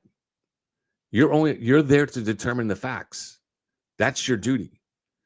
So if you as a juror decide, I'm going to more than just weigh the facts, I'm going to weigh the repercussions, that's a form of jury nullification.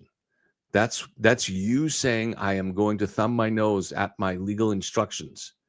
And so some of the people that I know that would have done this are very intelligent and good people. So jury nullification can be more complicated than just somebody coming in and saying, I don't trust the police or I don't trust the system. But in this case here, I think there is that risk of somebody being on that jury that because of other cases, and not just Karen Reed, but because of Birchmore, but that might because of other cases. And I think, in fact, at the end here, the defense lawyer was pointing to a stain and saying that stain may not have been in evidence when you collected it, correct? So, you know,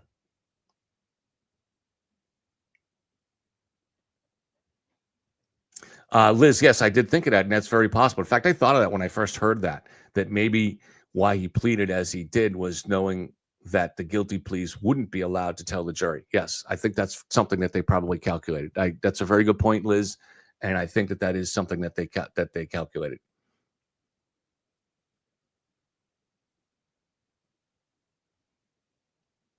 But again,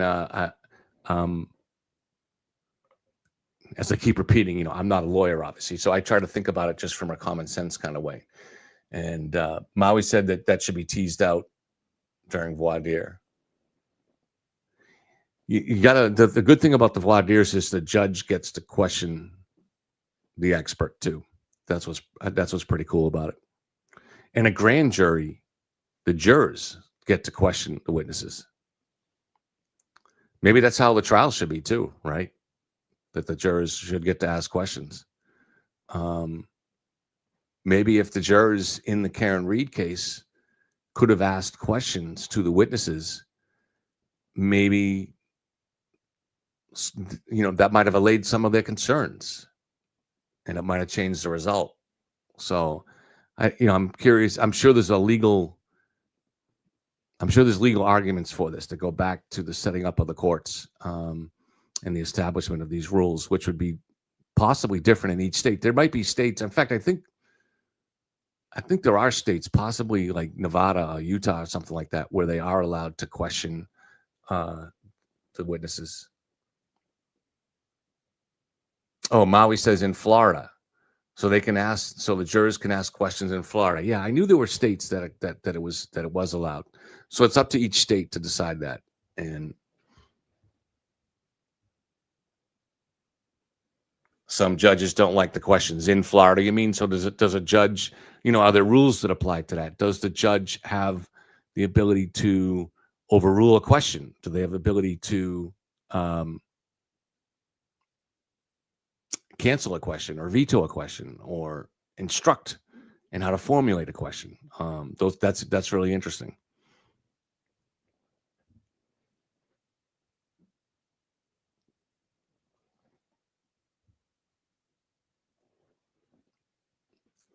Okay, let me just see if you guys have any more questions or anything that you'd like to go into. And if not, I'm going to get into some other work that I have to work on. I've been getting more busy working on some of my writing projects. Obviously, I'm not a lawyer or an actual journalist or legal analyst. So this is just kind of a sidebar for me doing this work and get to hang out with you guys. But the main thing that I like to do is writing. So Maui says the way it works down in Florida is the judge will ask both sides before the trial if they want it or not. That seems fair. I wonder what most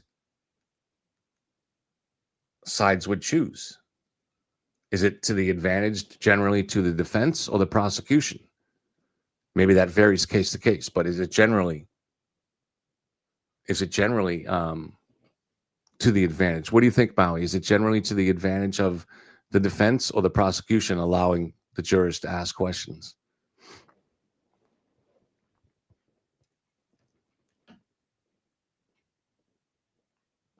I would think it would be, well, I don't know. It's so easy to think of situations either way, but I would think it would be more the advantage to the defense. That's a very good point, Dixie Doodles. Most attorneys don't want to be surprised. Yes, that is a very good point. They don't want it usually, so both sides vote against it. Okay.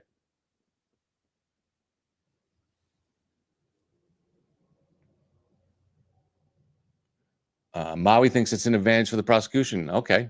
Why do you think that?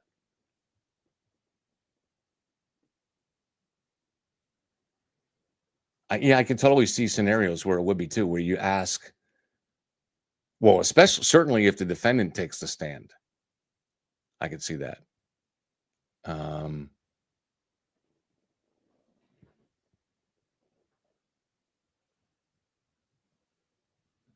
And I guess I could see it too. Like, let's just think back to the Karen Reed case. There were certain things that weren't made clear, particularly in the first trial with Lally, that the jury the prosecutor didn't realize that it wasn't made clear. And so the jury getting to ask questions would just make something clear that the prosecutor meant to make clear anyways.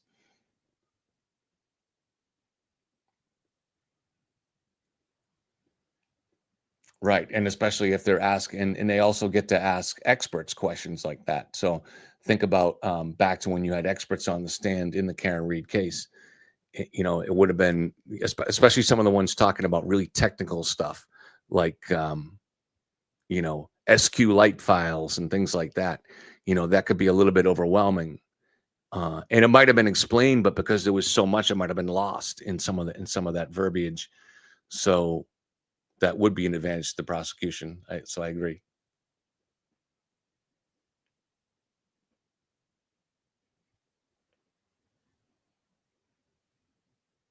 Once they're in the deliberation room, they can't ask questions at all. Yeah, right. Of course, once they go in there, they wouldn't be able to send out questions. They can send out questions to the judge, but those are very, very limited into what the judge can respond to.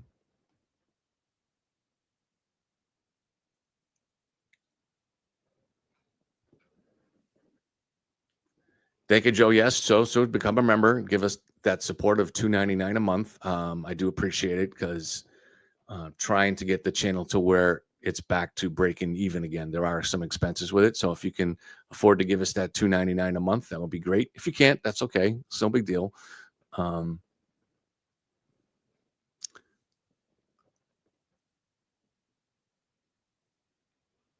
Maui says, in fact, with today's social media, it might be more effective to know how they're thinking. Yeah, certainly that would have given us insights into the jury, right? And if they were answering honestly each morning when they came in and had to raise their hand and say, when the judge asked under oath, did you follow this in the media or in social media? Did you discuss this case with anybody? You get asked by the judge that every single morning. And you just have to say it under oath. And so we know for a fact that some of these jurors in both Karen Reed trials were lying when they raised their hands.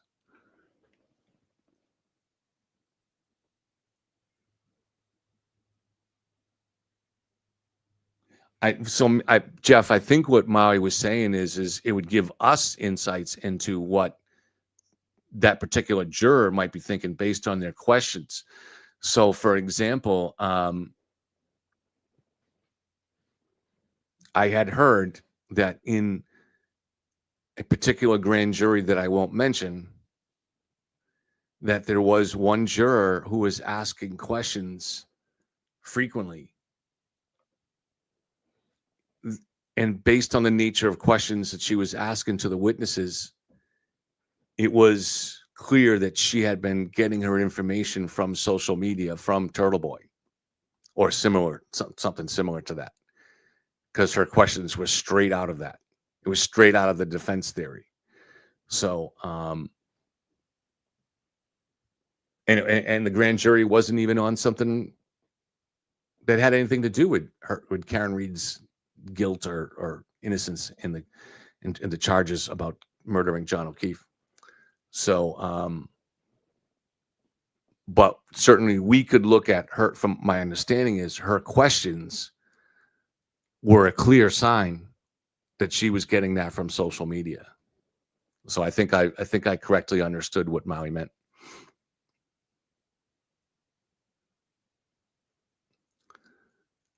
Okay, you guys got anything else?